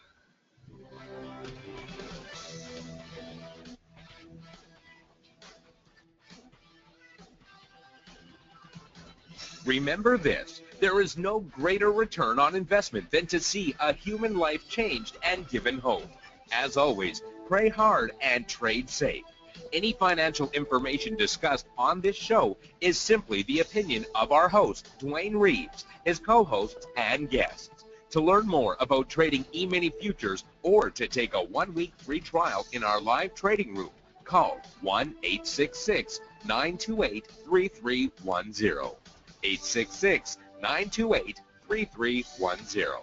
Information discussed on this radio program should not be construed as a recommendation to buy or sell any security. Always do your own due diligence and consult with a licensed securities broker or financial planner before making any investment decision.